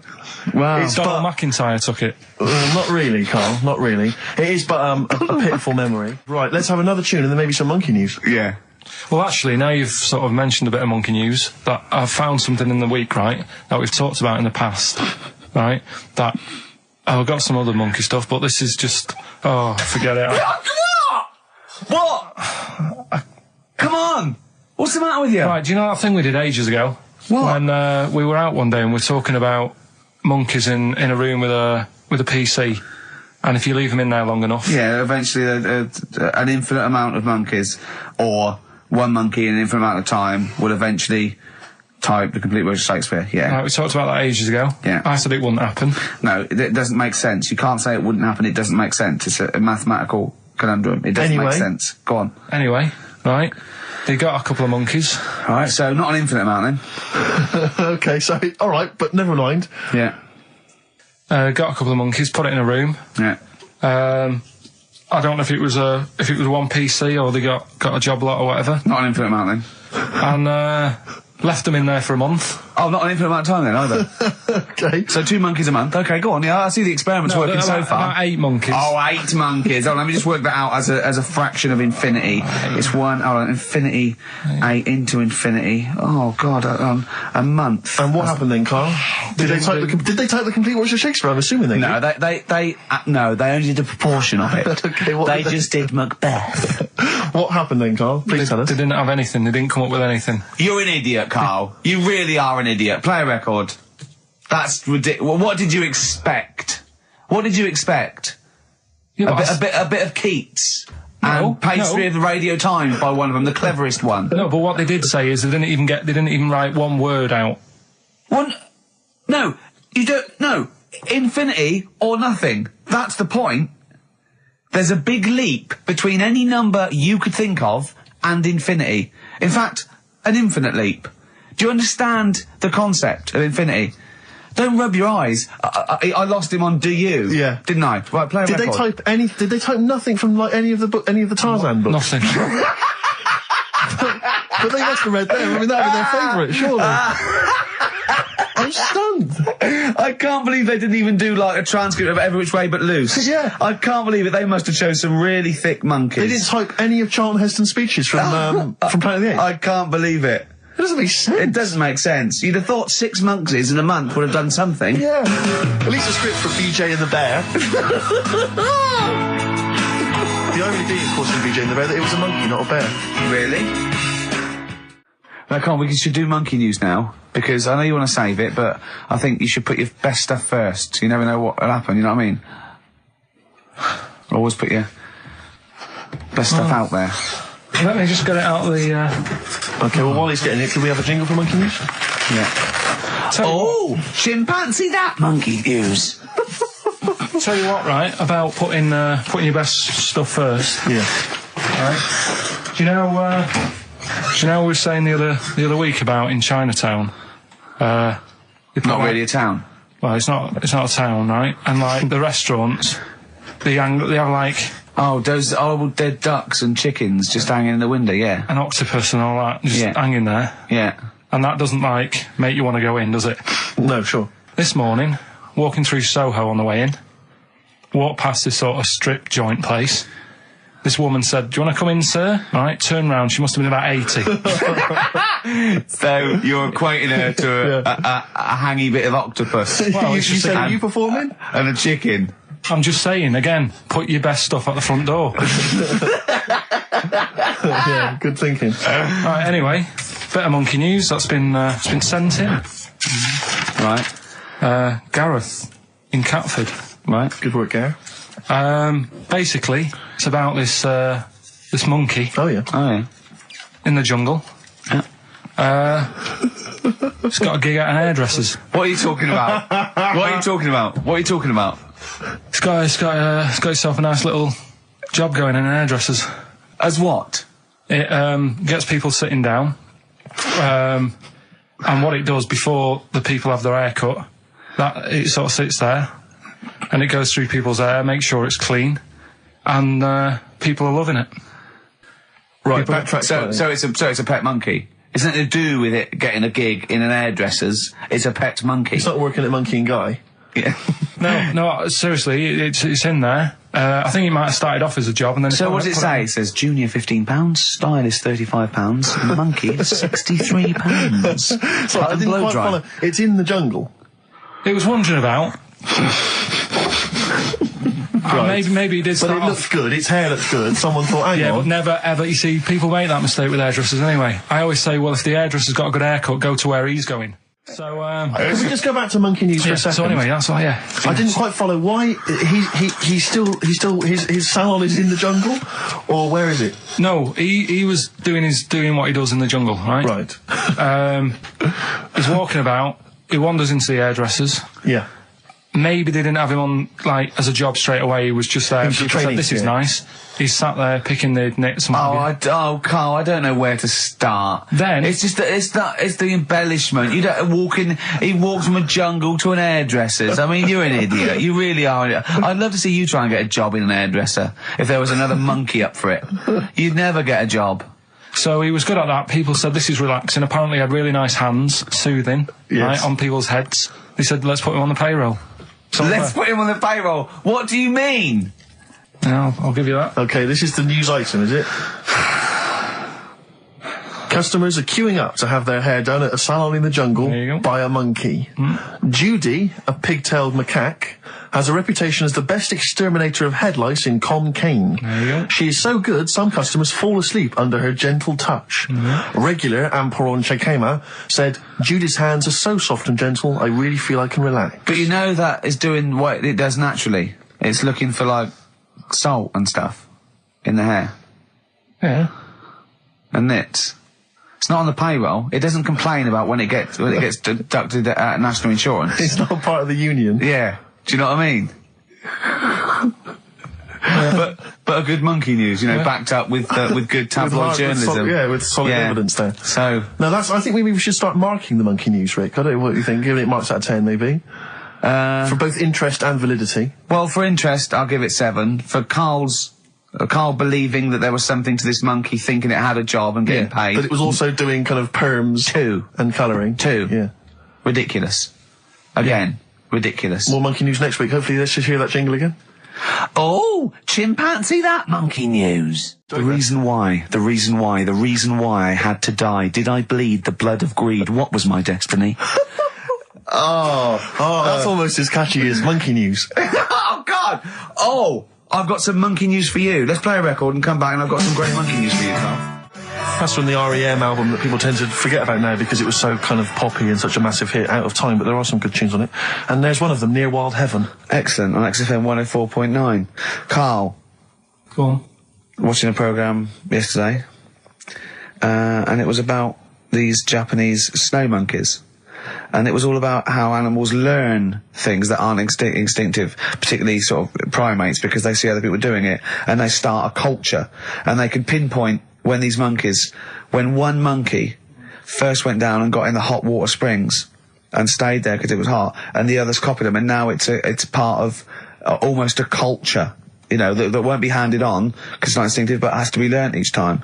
And you know, and they groom as normal like other monkeys, right? But they're really intelligent, and obviously the reason they groom other people, other monkeys, is because they eat the mites. But also the monkeys have learned they like being groomed. Okay, so they showed this one monkey. It went to a deer, okay, and it was grooming this deer to get its mite off it, right? But then it didn't eat it. It held it in its hand. It went over to a monkey, put the mite on itself to show the monkey it had a mite, and got a free grooming.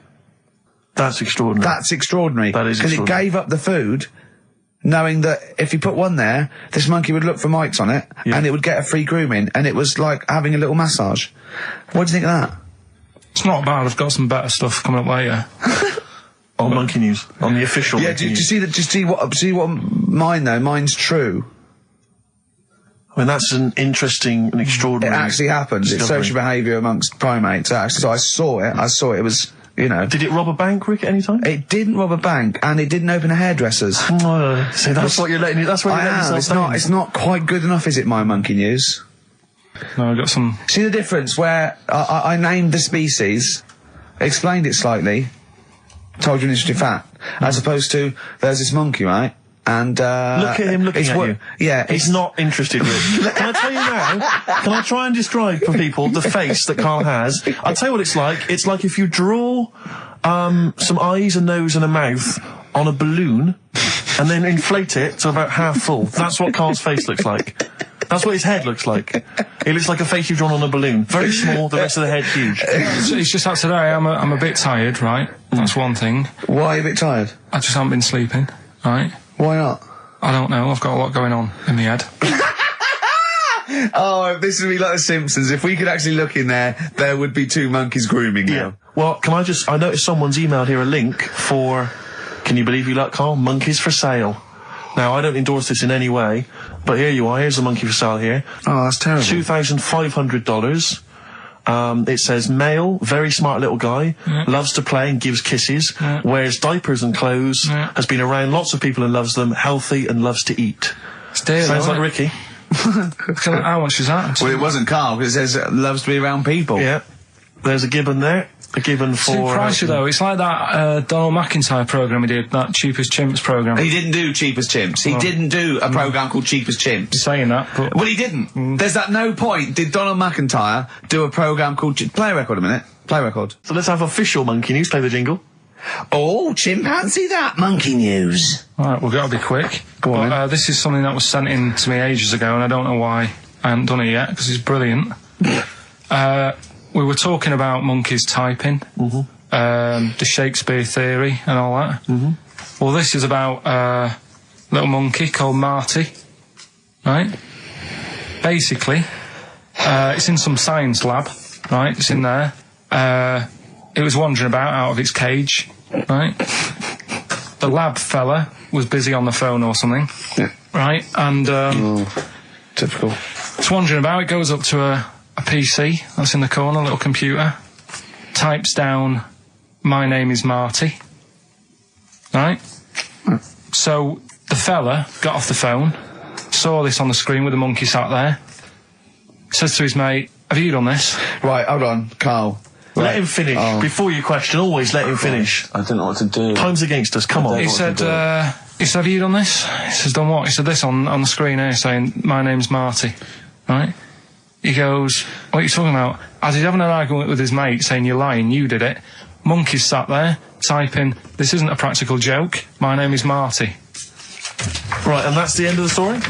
I'm not coming in next week.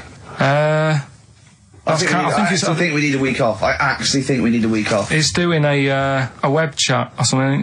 You can go online and have a chat with it. The monkey's doing a web chat. I don't know. Has he got his own website yet? His favourite Buffy the Vampire Slayer? Have a look at that. Right. Do you believe that, Carl? It's all there. No, but do you believe it? Do you believe that monkey could type that and then say this is not a practical joke when he's still arguing? Weird, isn't it? Oh. What do you reckon, Steve? Yeah, well, it's obviously a wind-up. It's a joke. It's not even... You haven't even got some of the facts wrong. It's just a wind-up. Have you noticed the date? Is it April the 1st? It is April the 1st. You are joking. That it was sent. You're an idiot, Carl. It was sent on April the 1st, Carl. So you're saying the monkey knows it's April the 1st, but you don't doing believe... a wind-up, yes. Yeah, I think the monkey has thought, I'll do it on April the 1st so that people think that it's a wind-up, but in actual fact, I am a monkey that can type and read. It's a shame you never went into investigative journalism. You could have brought down, the Watergate scandal. Poor Carl. Well, I was thinking of a song that sums us three up. Yeah? What are we? What do you think? How would you sum us up? Tricky. Well, young, gifted and black. True enough. Apart from a couple of them. Yeah, we're not gifted. No. And we're not very young. No, I'm certainly not. Shall we take a week off? Yeah. Should we maybe just knock it on the head altogether? We'll take a week off and see what happens. Okay.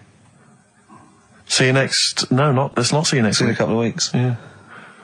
Cheers then, Carl. Alright? Is there some monkey news? Goes without saying. Of course. Does it really? That monkey news is safe, isn't it? It's not like, You're always going home with monkey news. You know it's there. Yeah. It's like songs of praise on a Sunday. Well, it's that time. It's getting exciting. We've got Rockbusters results, but before that, a little bit of monkey news with... chimpanzee that monkey news. Karl Pilkington. Brilliant. Let's do it. I haven't read that for a couple of weeks. Go on then. Alright, so, it's like this little monkey. Oh, yeah. Who lives in Morocco. Right, I'll just warn you now, you're on thin ice from last time, okay? So, make sure, is this real? It's been Don't say emailed that in. you would think about it. As you're saying it, think to yourself, is that true? Do monkeys do that? Do they think like that? So, go on then. So anyway, yeah, so there's this magician in Morocco, right? He's got a little monkey working with him, right? The way it used to work, magician used to do his thing on stage, do a little bit of magic, people loved it. Then the monkey came out, had a little cap, walked around the crowd and stuff, got the money, had a good little team thing going on, right? Yeah. So anyway, the monkey's name was 86. Right. Because back then there was so many monkeys, it was like, oh, what names, do you know what I mean? What names do you use? What do you do? So they just named them, right? So this little monkey... What, he had 86 other monkeys? No. It's just that because a lot of monkeys were sort of working back then, helping magicians out, doing bits and pieces, busking, what have you. Well, Rick, you know how there's so many... Why would there be a confusion with that? If he only had one monkey, where's the confusion? People would go, I'm not going to go and see that. I want to see 86. He's the better monkey. Do you know what I mean? What does it matter? I don't know what you mean. Well, why do they need... Where was the confusion? With people going to the circus and going, what monkey are you going to go see tonight? I don't know. It wasn't a billing, was it, with a monkey? But, Rick, it's just the same with humans. There's so many humans now that we can't give them names anymore. Yeah, they all have to have numbers. Exactly, yeah. There's so many humans, with 5 billion people. We can't give them names. It's impossible. But, with a few monkeys anyway, number working... 22, go on. So, anyway, there he is. 86. 86. With his hat. With his hat, walking around, getting the money. Yeah. Anyway, the magician sort of, thinking about moving on. Because in Morocco, he'd sort of done all the tourist traps. Sure. So he had a word with the monkey, said, how about we... See?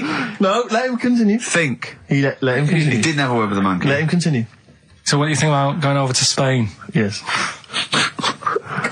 Sure. So, the monkey was in agreement?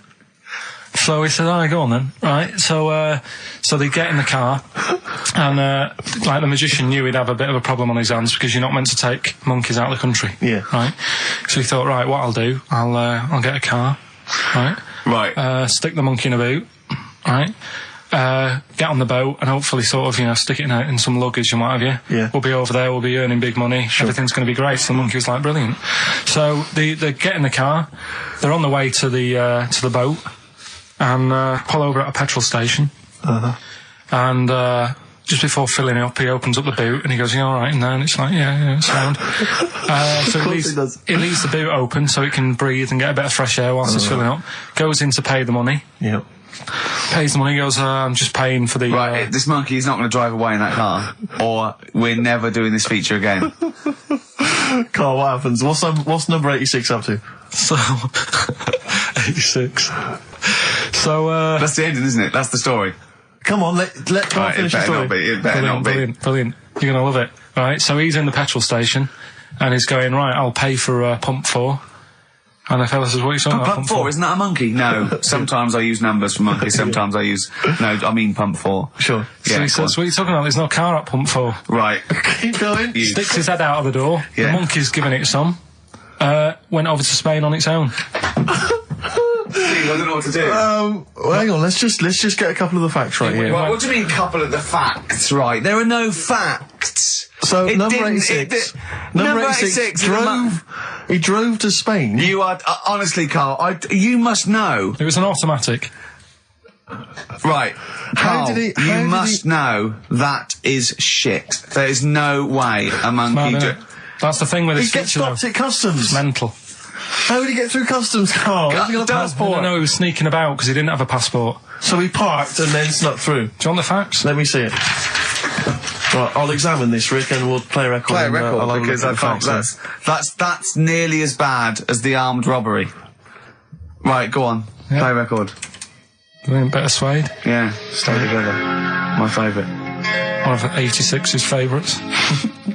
We're stopping monkey news, by the way, until you start getting some credible ones, because that's it's ridiculous. It's not true. No, it seems mad. But no, but it's from the internet again. So anyone can go online, download that story.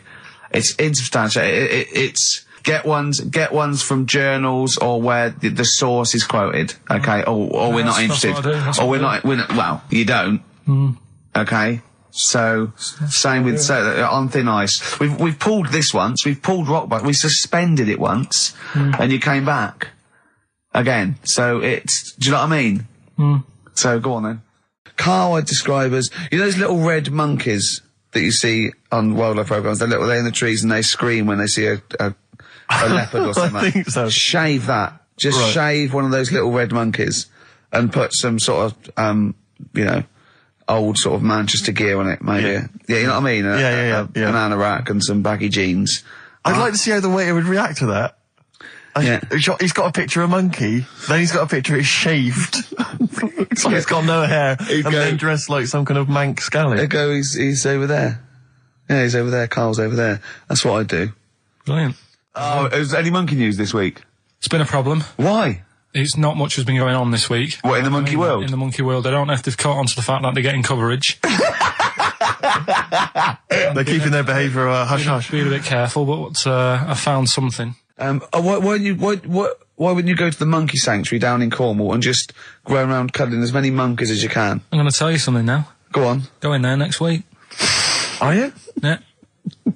Taking my mum and dad away, because like Suzanne's mum and dad. What, you're donating them? Most people put them in a home. What are you going to say? Your monkey sanctuary is cheaper. Taking them down, taking them down to Cornwall. Hold on, I thought you said you'd never go away with parents again. No, but that was Suzanne's mum and dad. Oh, is this to get even or something? So we'll do that, and then we'll can it, then. That was your outing. Your phone and both sets of parents, and it goes, right, you won't be seeing us ever again on holiday. We've taken you away, Be careful that the monkey people don't buy you off your parents. Yeah. And don't make sure they don't leave any of the monkeys' food in a telephone box, because your dad will have that away. Play the jingle. Oh, is it it? Brilliant. Oh, chimpanzee that monkey news extra. Is there monkey news? I'll tell you what, I've been having a bit of a problem this week. Why? It's just been a struggle. Normally, I can come into work on a Monday and there'll be something that's happened over the Saturday, over the Sunday night. Do you know what I mean? Over the weekend, the monkeys have done something.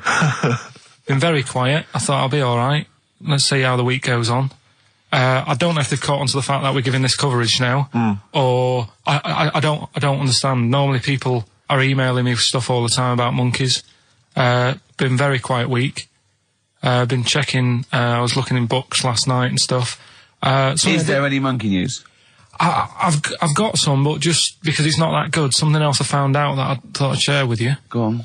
I was looking in the Guinness Book of Records, right, because I thought they'll have something in there about monkeys or something, right? Mm-hmm. And there's a little monkey, I think it lives in Asia, right? There's loads of them live in Asia. Might just be travelling, but yeah. And something I found out, I don't know if they've got it right, and that's why I want to bring it up. Apparently, it's the mammal, right, that's got sort of the pointiest eyes that pop out of their head. Steve.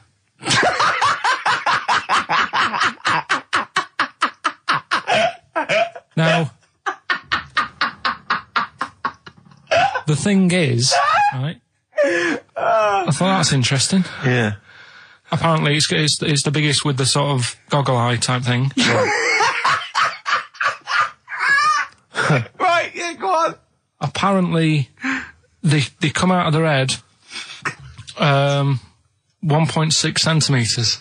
1.6 centimetres? What, you mean they protrude? Yeah, they protrude from the head at 1.6. Okay. What? How long? Have you got a ruler, Rick? 1.6. He's having a go. I'd say I'd be a little bit annoyed if the monkeys beat me. Well, I don't think it has. That's what I'm hoping. Is there anything we can... I mean, what's 1.6? Oh, can you... It's about... Drop your trousers. It's, about 3/4 of an inch. What do you think? I don't know. Have they got it right, or what? Maybe I should come down to Monkey World with you next week. So anyway, so that's not the monkey news, that's just something that cropped up and... Sure. I do know once, when we were playing pool in the office, I think Lucy was your partner. Yeah. It was me and Ash versus you and Lucy. And you were having trouble because his glasses kept slipping down. So Lucy pushed his glasses up his nose, but the glasses touched his eye. Do you remember that? Yeah.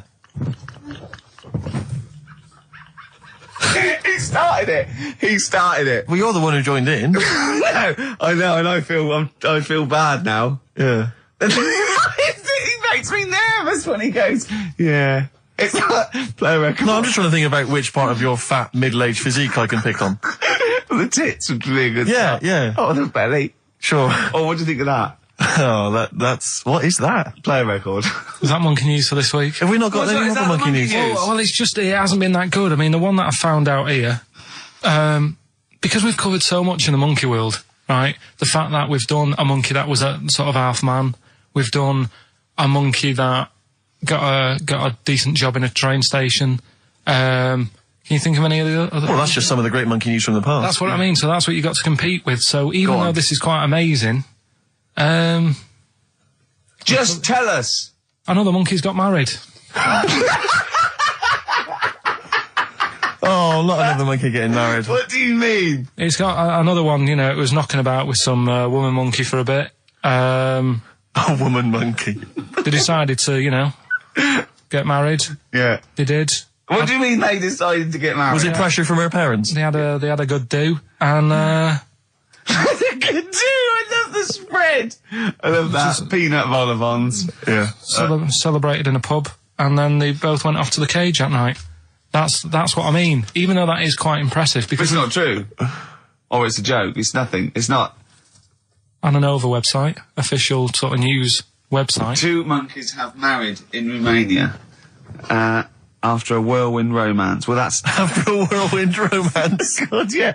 Yeah, a quick one hanging onto the rope. Yeah. Yeah. She was in the tyre. Yeah. He saw it. Yeah. He went, I'll have a go at that. They go, we got to marry her now. Yeah. Her parents came in and said, did you just shut He was in a zoo knocking one off. She went, I can do that for you. Yeah. Yeah. Guess say the monkey bridegroom was scared by the number of people attending the wedding and refused to get out of his cage. So his Oh. bride...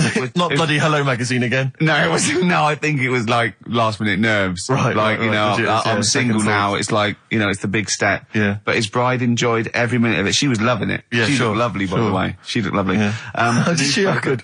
Reports she only appeared to have problems with her veil and dress. Do you see, you know, this is the guesting. I hope they didn't ruin it like Anthea Turner and maybe get sort of sponsorship PG tips or something.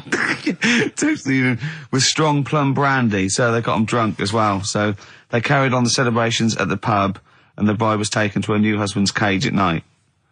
I apologise, play a record. I'll tell you what winds me up. What? Monkeys getting married. I know. And I'm not getting any action. And I got bigger eyes. Where are you going anyway? Where are you heading? Cornwall. Yeah? What's happening down there? Well, there's a monkey world. You're excited about that? We'll go and see that. Probably go twice to that Yeah. whilst I'm down there. How long are you waiting for? The whole week? Yeah. Yeah. So, This is with your parents, isn't it? yeah. Taking them out. Your father, what do you think your father will be up to? What's he going to be nicking on this holiday? Well, he's, Tin. There's a lot of tin in Cornwall. he's, Since they've shut the mines. He's just called Suzanne, said they've got there, said it's a nice little place. Mm-hmm. There'll be no towels when you get there. So what my are you do? fault. What are you to do? Just gonna chill out and sort of like go to the pub and stuff? Yeah, like I say, I mean, all I've got planned is probably probably Tuesday and Thursday at Monkey World. Right, come on now. Oh, chimpanzee that! Monkey news, earlier than usual. I'll have to save this link now. Monkey news. We've done a lot of stuff, right, on monkeys. And most of it has been... Is bollocks. no, has been like happy stories. Oh, is this it's not... Is this gonna be like our tune? Our monkey tune. Simon Bates and welcome to our monkey tune. No, Go on. but do you know what I mean? We've done stuff about a monkey that robbed a bank. Yeah. Why is that happy? He had a great life after that. Right. What, in Marbella? Yeah. Right, we did the one who saved someone's handbag in a railway station. We've had a lovely marriage, couple of marriages. Couple of marriages. Couple of monkey marriages. Yeah, yeah. There was the one who got a job in a railway station. Yeah, the hairdresser. The one who set up a business in Spain. I don't even remember that one. that one either. But, I mean, I'm willing to believe that happened. Go on then, Carl. But anyway, yeah. So today's isn't that happy really. It's about some monkey. I think it was a chimp. Who's an ape? Go on. He tried to. I mean, the story sets off at a sort of a weird thing. Yeah. It's something about he went to Russia to do some business. What are you talking about, Carl? It jumped past that bit though. It didn't start there. What are you... Do you know what I mean? It didn't tell you what he was doing. It just said, "There's this monkey went to Russia, To do some business. I know. do some stuff, I don't know. bit of monkey business." And anyway, didn't work out. So, they were furious. We wanted a surgeon. You send us a monkey. Anyway, ended up being homeless. Oh. No, you're So it was joking. taking a turn for the worst. What, couldn't even get into like a tree hostel or anything like that? That's the problem. And God. ended up homeless. Got in with some tramps. I don't know where to start. Come on. So he's knocking about with some tramps and stuff. Sharing drink and what have you around a little fire. They broke into some home, not sort of squatted. Right, so Into not the flat. homeless anymore. Problem was, he had a roof over his little area head. Yeah. And he goes, "Oh, this is good. This is, we're having a good time. This is sorting me out." Yeah. He had his He mate. said that in Russian though, didn't he? What was he eating? I don't know. It didn't say. But they're in this house. Well, he could only be eating sort of like fruit, nuts, vegetables. I mean, they classically sort of don't eat pork pies and. But they've got drink McDonald's coffee. in Moscow now, so Sure. you probably chow down on that. Yeah. Anyway, there was a bust. What? I knew this was There was a bust in the flat that they were squatting in. All the other tramps sort of knew what was going on, legged it, left little chimps out there, got arrested. And they thought it was a real fella. at first. They were like, get him, you know, he's obviously just a scruffy bloke who hasn't had a shave and stuff. Yeah. Yeah. Hasn't shaved his back for a while. Or his face. Yeah. His head. Got him down the station, and the boss was like, what's going on here? We've got a monkey here. He was like, what? So you arrested a monkey?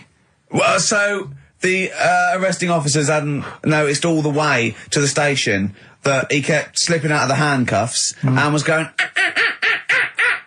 for the entire journey. They didn't notice till they got there. What, did they put a hood over his head maybe and just like, you know? I don't know. I'll give you the story if you want. There's the headline. What is it? What's the headline, Steve? I don't want to see it, but... The headline, this is once again from supposedly reputable news organisation Ananova, homeless monkey arrested in Russia. Did you read on, or did you see the headline and make up that whole story? It's most of it is there. What isn't there? What bit isn't there then? No, I think you know. Steve can have a look over it, check it out and stuff. Point out the embellishment for me, Steve, will you? Well, what it doesn't say is that the police didn't realise it was a monkey. That's what I was guessing. Really? That they got it back and they said, what are you doing? We've got a monkey here. And they go, yeah? Yeah. Oh, God. There's some more monkey problems in the week. Have you seen the Alfords advert with monkeys in? No. There's a new advert out for Alfords selling bikes and stuff. Yeah. It's got some monkeys in it. It's caused an uproar. Why? People are saying it's, you know, dressing them up in tracksuits and that is, taking the mickey out of Manchester. You know, it's not nice for the animals and that. So there's been loads of But complaints they get a about free it. bike or something, do they, I imagine? I think they kept the tracksuits. Yeah. But, Shall I record that's the after thing, this though. cheeky freak of the week? No, I'm just saying we're not doing this to sort of, again, take the mickey out of the animals and stuff. These are true stories and that. I've just an email here, monkey news. Yeah. From a listener. Monkey spotted holidaying in Cornwall. A chimp was spotted holidaying in Cornwall last week after befriending a family of 3. One onlooker said, it was incredible. He dressed and behaved exactly like a human being. He even settled the hotel bill at the end of their stay. The only telltale sign was his lack of table manners and the incoherent babble when he opened his mouth. There we are. So, Well, what do you think of that, Carl? that's the listeners, Carl. That's Joanne. Amusing, articulate, accurate. She remembered exactly who's there and everything, setting in the bill. It's all there. So, I mean, even though people think that you're slightly simian, you know, slightly less than human on the evolutionary ladder, they do listen to you.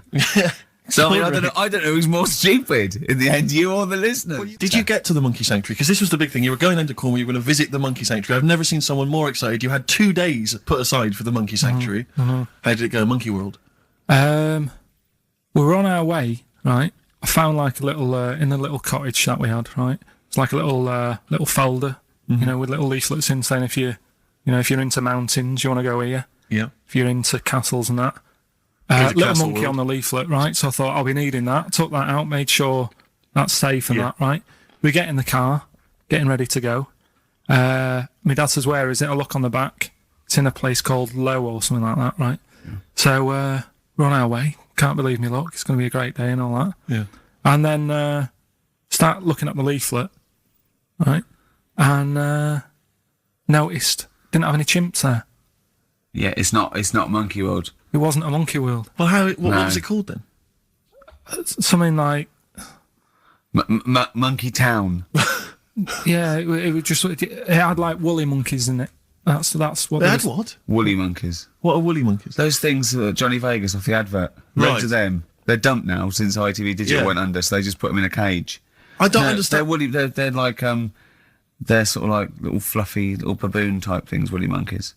I mean, it's not your chimp. It's not your classic chimpanzee. So did the car screech to a halt? It was like Yeah. it was like the mission in Armageddon. I just said abort. We're on the way back. So how far had you got before you bothered to read the leaflet? Probably about 5 miles away from where we were. So what did you do with yourself? You must have been distraught. Well, nearly the end of the show, but we wouldn't let them down, would we? You know what it is now, don't you? Oh, chimpanzee that monkey news. Right. Now, whilst I was in Cornwall, I wasn't online. I didn't have the internet, so it was like, oh, what am I going to do? And I didn't come back till yesterday. I thought there's loads going on that I don't know about in the monkey world and stuff.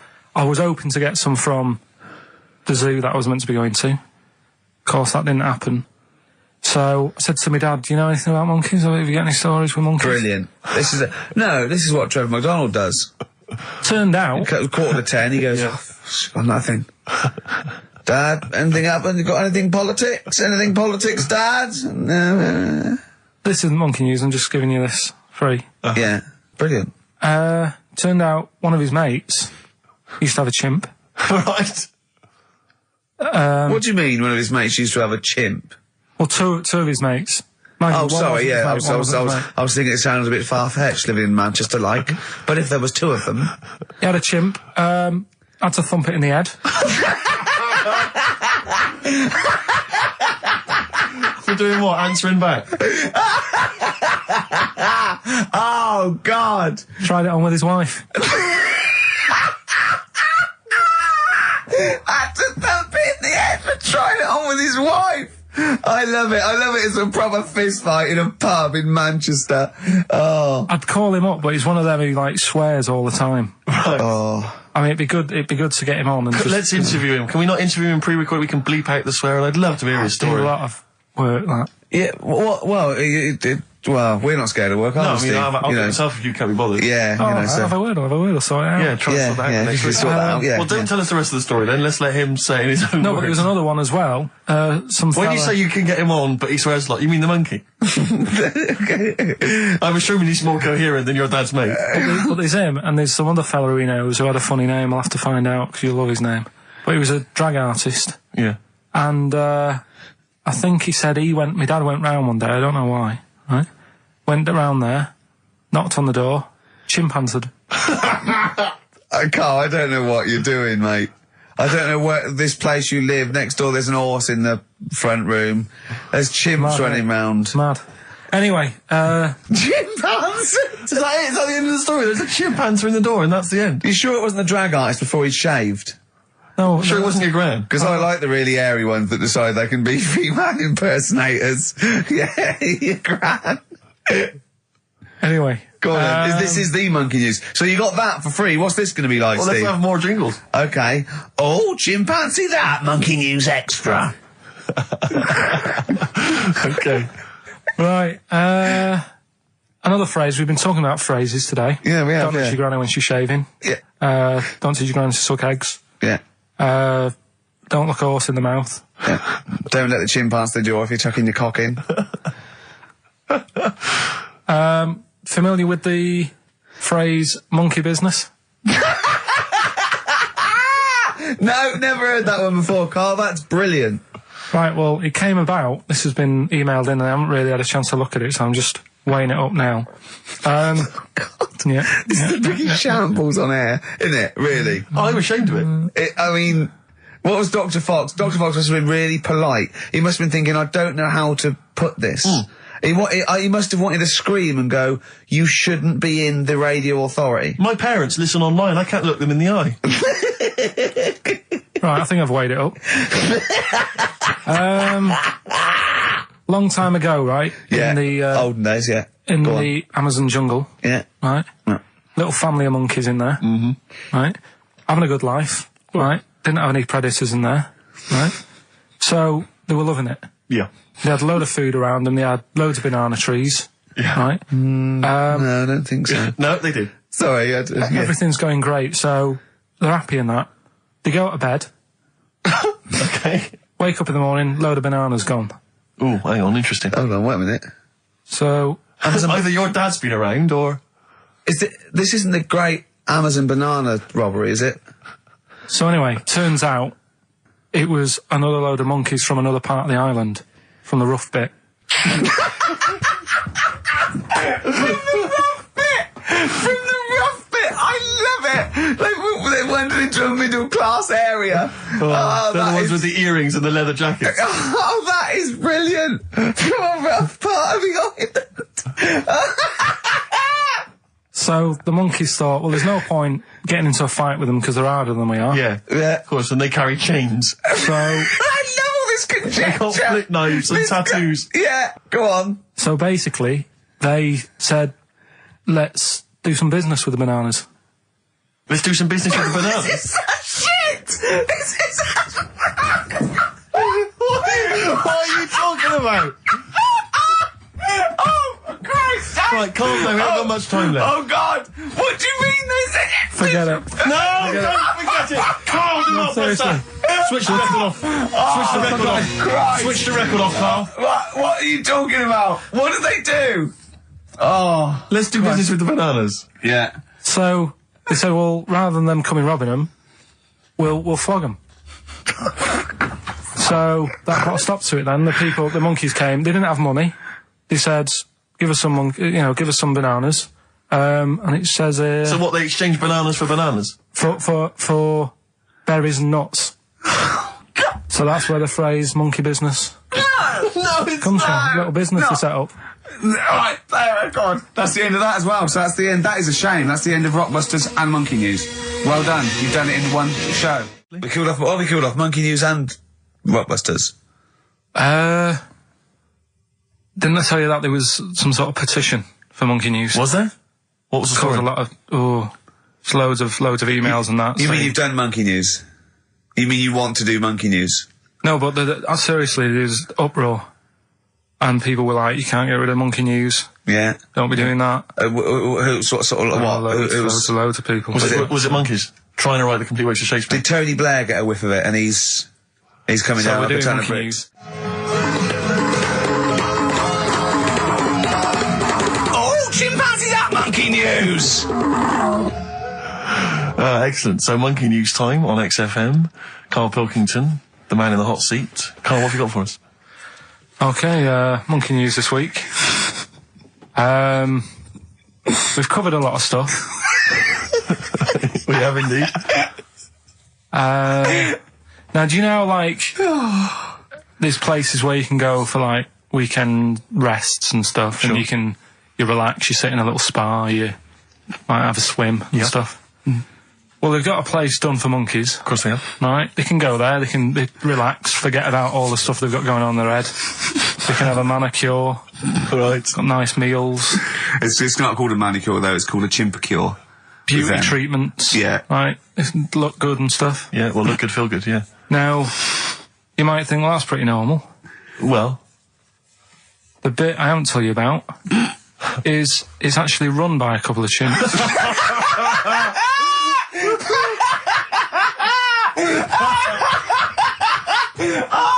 Oh, God! Oh, God! Oh, God, you're a maniac! right. Oh, for Christ! Oh. Let's just... That's like couple of chimps! Let's just... Of course it's not! No, it is, because think about it, right? No, not think about it. What do you mean, yes, it is? Of course it's not run by a couple of chimps. What do they do, get a loan? Right, if a chimp wants Yeah. to have a rest, Yeah. where would you go to? A place that's run by humans that don't know what chimps' needs are? No! My point is this, how did they get it together? How did the two chimps, Mr. and Mrs. Chimp, went for a loan and said, I'll tell you what we need, a spa. I think it started off quite simple, right? Just basic stuff. But they've expanded over time because it's become so popular. It's gone mental down there. Sure. Go! They've all heard about it. Now, the thing is, the problem is this, right? That isn't even the top and bottom of it, right? God, Christ. The problem is, it's been going on and on and on, right? It's been earning a lot of money and stuff. The monkeys are happy. The monkeys that go there are loving it. They're telling friends and stuff. They're all coming to it. Now, the problem is, it's this little monkey, little man monkey and a little woman monkey, right? Yeah. They were sort of girlfriend and boyfriend. Sort of. It's an open relationship. They can play around if they Well, want. the problem is they're not married, right? Now, Trouble brewing. the lad monkey, fella monkey, he's getting quite old. Mm. And the problem is, because it's his name that's down on all the stuff. Carl, All the forms. actually, Let him I don't- finish. I'm getting scared now. Let him finish. It's his name on the business. And the problem is his missus is kind of like, what's going to happen? Sure. What If are you he getting this? passes Where are you away. getting this from? Internet. Carl, I don't know where to start. No. This is the. Can we just hear the end? This is ridiculous. So the problem is, the female monkey is worried that the male monkey she's worried. is What's going to happen with the business? What's going to happen? Of course. Right now, What do you mean, the business? the health There isn't a spa- business. It's a joke. health Rick, spa. you're not listening. His name's on the form. The male monkey's name, it's in his name. Now the problem is, Oh, the woman monkey has got some kids, but because they're not blood relatives, it's not going to be handed down to them. And the What, courts, they're kids from a previous monkey marriage? yeah. Right. So that they're not going to get it. Let me just check this out. Yeah, otherwise you don't want to check the facts, otherwise Yeah. you could look like a twat spouting shit on the radio. Please check the facts for scientific And security. they're just a bit worried because they're saying that the people in Ohio, which is where they've got the little health thing going on. So that makes it more believable that it's Ohio. Mm-hmm. I thought you meant it was Berkshire, in which case it would be rubbish. It looks like the local people are trying to get in there. They've seen the success of it. Sure. And they're They want a trying piece to of go the in and action. take it over and stuff. Yeah. So, Give me the piece of paper. Throw it away. Play a record. That's the worst one I've ever heard. And there's something wrong with you. You're educationally subnormal. Final tune from us. Tim Buckley. Lovely song called Wings. Back next week? Yeah. Yeah. See you, Carl. Just because. Jane's Addiction are back then.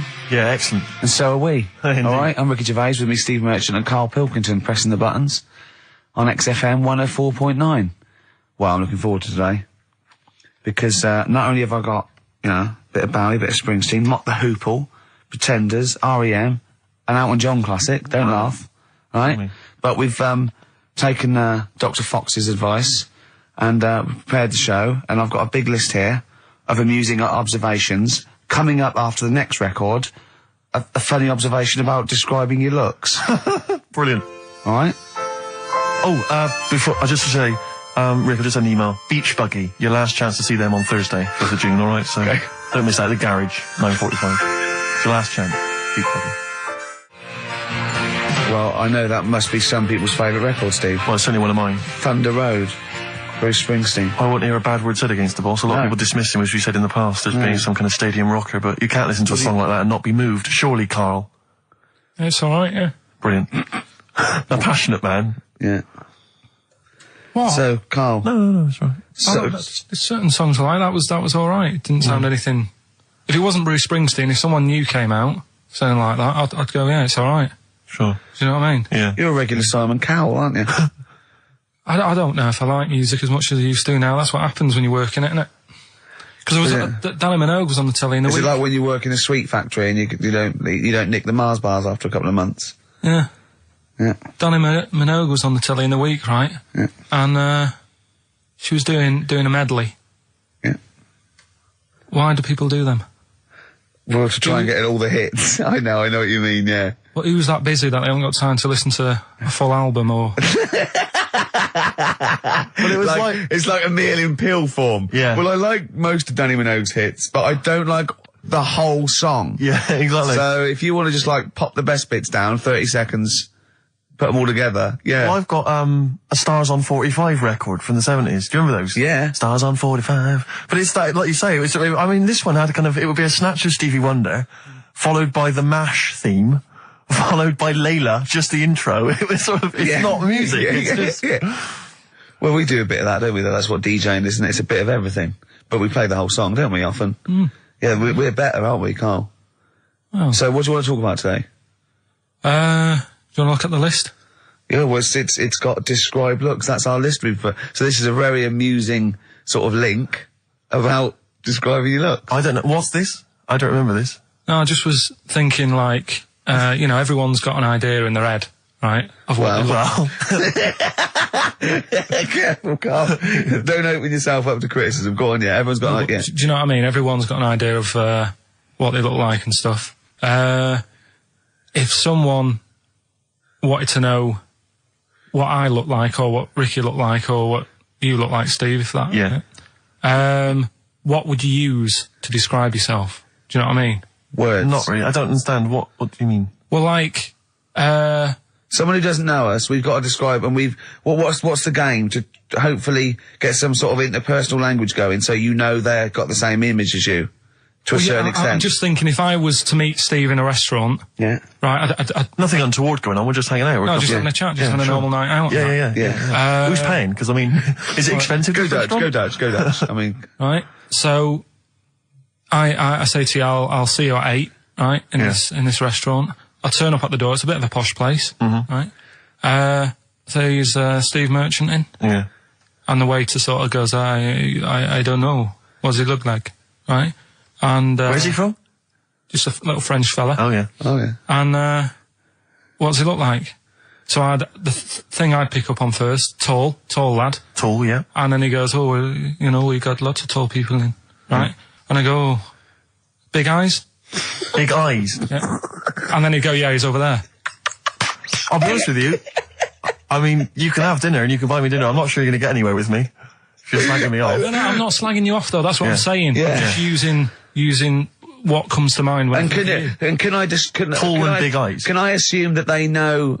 Like, could I say like easiest for me would I'd say looks like Reg Varney from On the Buses. Would they understand that? Can I use sort of like kick references? He's 30 odd this waiter, so he'll.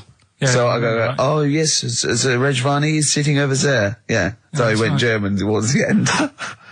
See, I describe you more, Rick, I think, as I would imagine, I'd say, have you ever seen that Johnny Vegas on the telly? Yeah. Imagine he was inflatable and you just let out a little bit of air. All right, well at least that's what nice. Ricky would look like. As opposed to like, pumping harder. Yeah. Okay, well describe, Karl I'd describe as, those little red monkeys that you see on wildlife programs, they're in the trees and they scream when they see a leopard or something. I think so. Shave that. Just shave one of those little red monkeys and put some sort of, old sort of Manchester gear on it, maybe. Yeah, you know what I mean? Yeah. Banana rack and some baggy jeans. I'd like to see how the waiter would react to that. He's got a picture of a monkey, then he's got a picture he's shaved. So he's got no hair, then dressed like some kind of Manx scally. There go, he's over there. Yeah, he's over there, Karl's over there. That's what I do. Brilliant.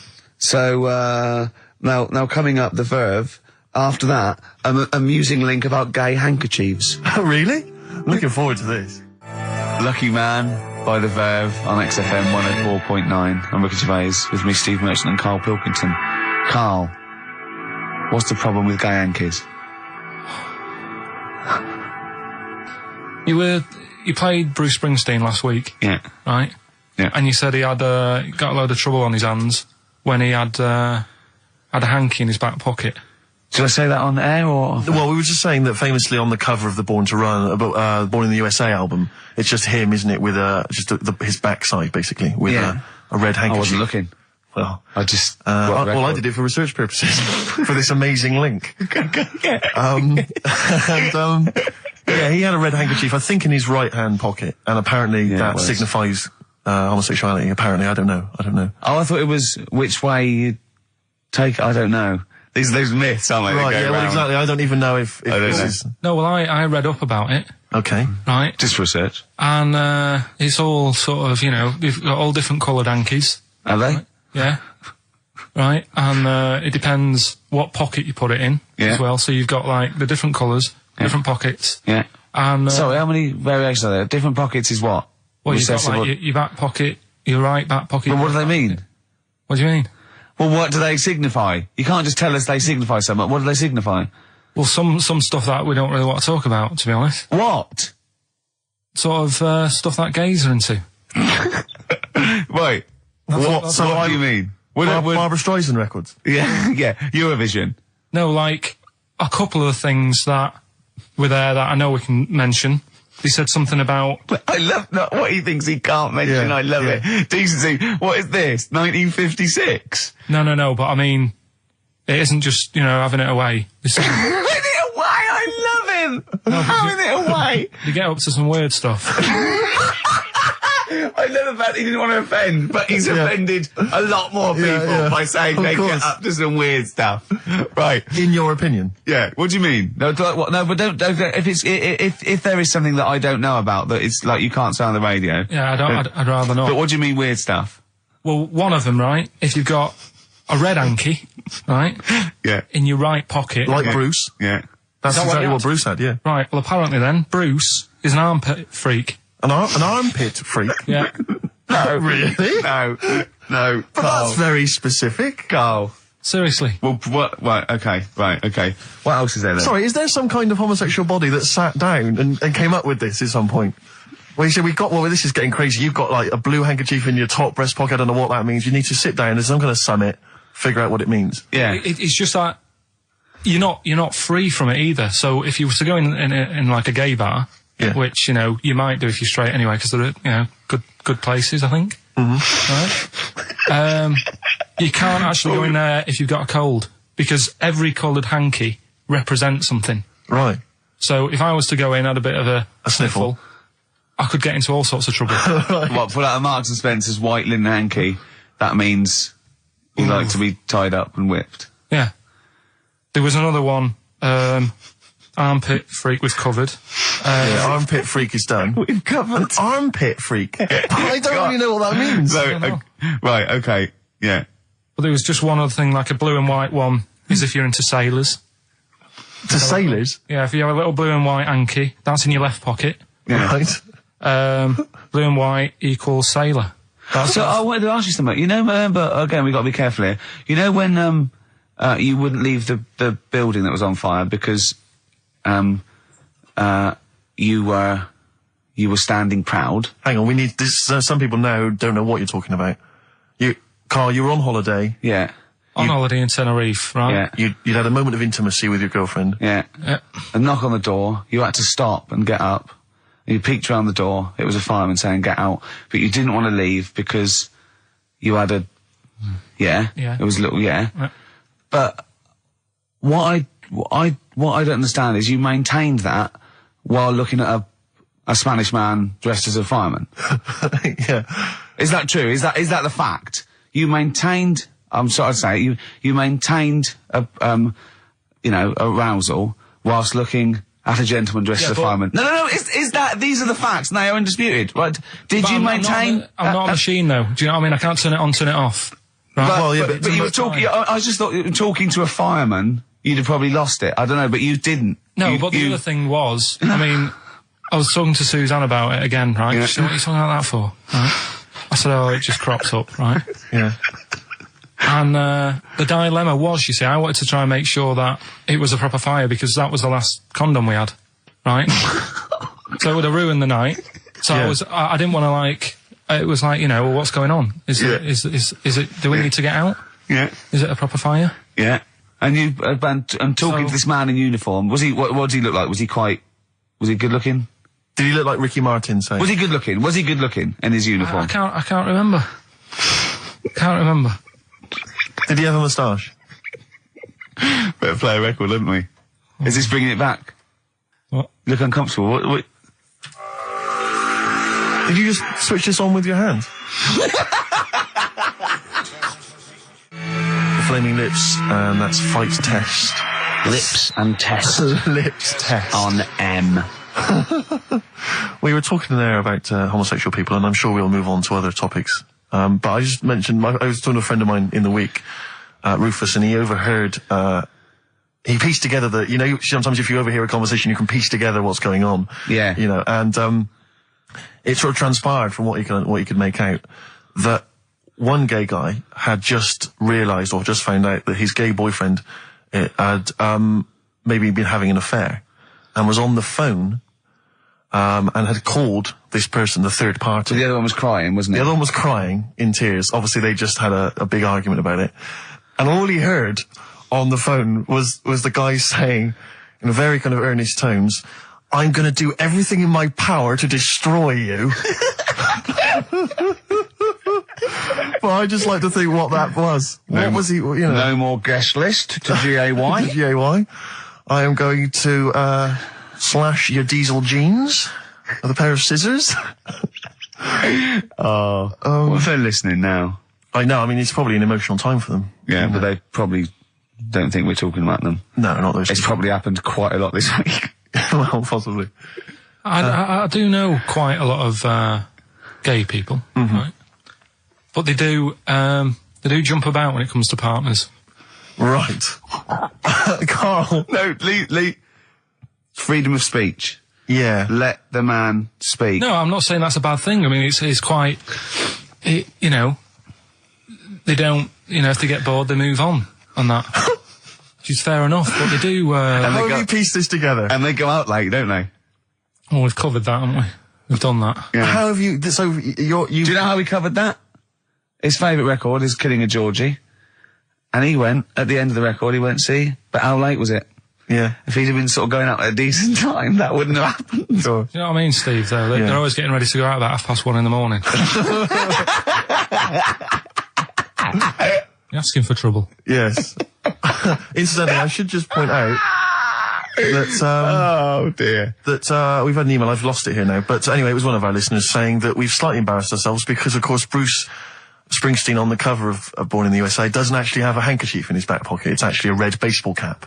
So, so I don't know if that also counts. I don't know if it's any What does kind that of object. mean, though? Yeah, into heads. Into little round heads. Oh. If Bruce Springsteen, and he's obviously not gay, but if he said, all right, Carl, just, you know, little cuddle, would you turn down Bruce Springsteen? Yeah. Well, no. But why? Just like, all right, mate, you hug your mates, don't you? If Bruce said, all right, Carl, I like your show, love your head, little cuddle, a mate's cuddle. No, I just, I'd say what you're doing. You just say, look, We're a couple of old friends. look, Bruce Springsteen, I wrote all those great songs. I like what you're doing. Let's cuddle. Let's have a little, all right, You know, mate. one thing is, right, Steve, right, do you know how he likes to squeeze me head? How Yeah. Ricky likes to squeeze me head? Yeah. He had an old mate over this week. He's got a similar shaped head, apparently, as mine. Yeah. Right? He's hardly gave me a call or anything, because he was busy with this other fella's head. Oh, you feel quite bad about that. This is a better head to squeeze. I'll tell you why. Because he shaves his every day, right? He's got the same sort of hair problem with him. Shaves every day, right? Problem. No, I know. And it's because he's had it shaved all the time. Like, Carl's is sort of comes through a bit long at the side sometimes. It looks a bit unkempt towards the end of the week. I've seen there's a couple of little pimples under there. But I really have to do it just like get there, slap my hands on it, squeeze it. With this one, I can sort of get my finger, do you know what I mean? I get my, really, you know. You're like a gay, the way you jump about from head to head. That's my record. You like a saying. gay. Just saying. Right, still coming up then. What have we got coming up? We got Rockbusters. Oh, is there any monkey news this week? It's been a problem. Why? It's not much has been going on this week. What, in the monkey world? In the monkey world. I don't know if they've caught on to the fact that they're getting coverage. They're keeping their behaviour hush-hush. Be a bit careful, but I found something. Have you got Rockbusters? It's your last chance, don't forget. Is it good, these? Got Rockbusters, got some good prizes. Steve will look at them in a bit. Yeah. Cheeky Freak of the Week. Have you got a cheeky figure of the week? Got that. Got Yeah. that. So what deformity is it this week that you're ridiculing? Well, keep listening. I didn't really appreciate the Stones when I was younger. I was always a Beatles fan, but now I can't really listen to the Beatles. I just No. it's like I've used them up. It's about 5 tracks I like. Yeah, the but Beatles. the Stones just get better and better. And that one's brilliant. And the video's so good as Oh, well. amazing. From 1981. That was Waiting on a Friend. From the Rolling Stones. Right. What we got? We got more fun coming up, I imagine. Yeah, cheeky freak of the week. An amusing story about inflatable testicles. We've already given you half an hour talking about gay people. Who knows what else will be coming up? Yeah, it's big market. Out of Time by Blur on XFM 104.9. All right, Carl. No. What are you thinking? Stinking. That stuff. You're an enigma, aren't you? I would just say hello to, we've got an American listener apparently, Karen. Anyway, what else have you got? I thought that might fill up 4 seconds. We're not struggling, are we? No, I no, mean, no, no. we Well, do. then, just consult the list of, Hold on, of Dr. let me have a look. Fox-esque amusing Wife, topics. Wet Ones, Screwball, Shop Train, Cheeky Freak, Ronan. What's What that? was Ronan? Ronan. I just was telling you the other day about, you know, that song that he does. Loving every day as if it's your last one. Right. Yeah. I'm just thinking he's saying that as if like, oh, I'll have a good day. But I reckon if you knew it was your last day, I don't think you'd be in the mood to do anything. Yeah. But what- That's true. But, well, yeah, I but think the point is that it's living every day like it's your last. So, God, imagine if it was every day like the last. Right, let's go mental. And the good thing is, we've got tomorrow. So he's got the best of both worlds. That's what Ronan's saying. He's saying cram it in, because it might be the last. I think it's more like, it's the not knowing, isn't it? Live every day. I'd actually be happy if I never knew when I was going to die, Yeah. and I was definitely going to die in my sleep, What a brilliant life you'd have. Do you know what I mean? What, so you don't get an illness, but one night you go to bed and... I know that if you knew you were going to die in your sleep and never knew when you were going to die, it wouldn't matter if it was tomorrow or 30 years' time. It wouldn't matter, would it? Yeah. I've lost you, haven't I? I've lost you somewhere. I can't, I thought that was pretty easy, all that. I said die in your sleep and not know when you died. There was no high concept there. No sleight of hand linguistically. Where did I lose you? I think you lost him on sleight of hand linguistically. Just then.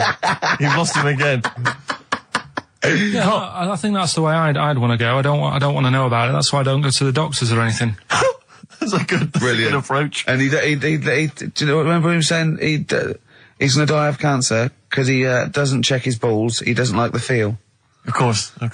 What do they feel like, your balls? Like a wet chamois leather. With 2 marbles, 2 kumquats in a wet chamois leather. No, but I just... Why are they wet? Sweaty? No, they're not. I'm just saying smooth. Are they smooth? Yeah, because a chamois leather's smoother when it's... Do you shave them? No, I don't. In case a fireman pops round, you want to look your best. It looks like your head.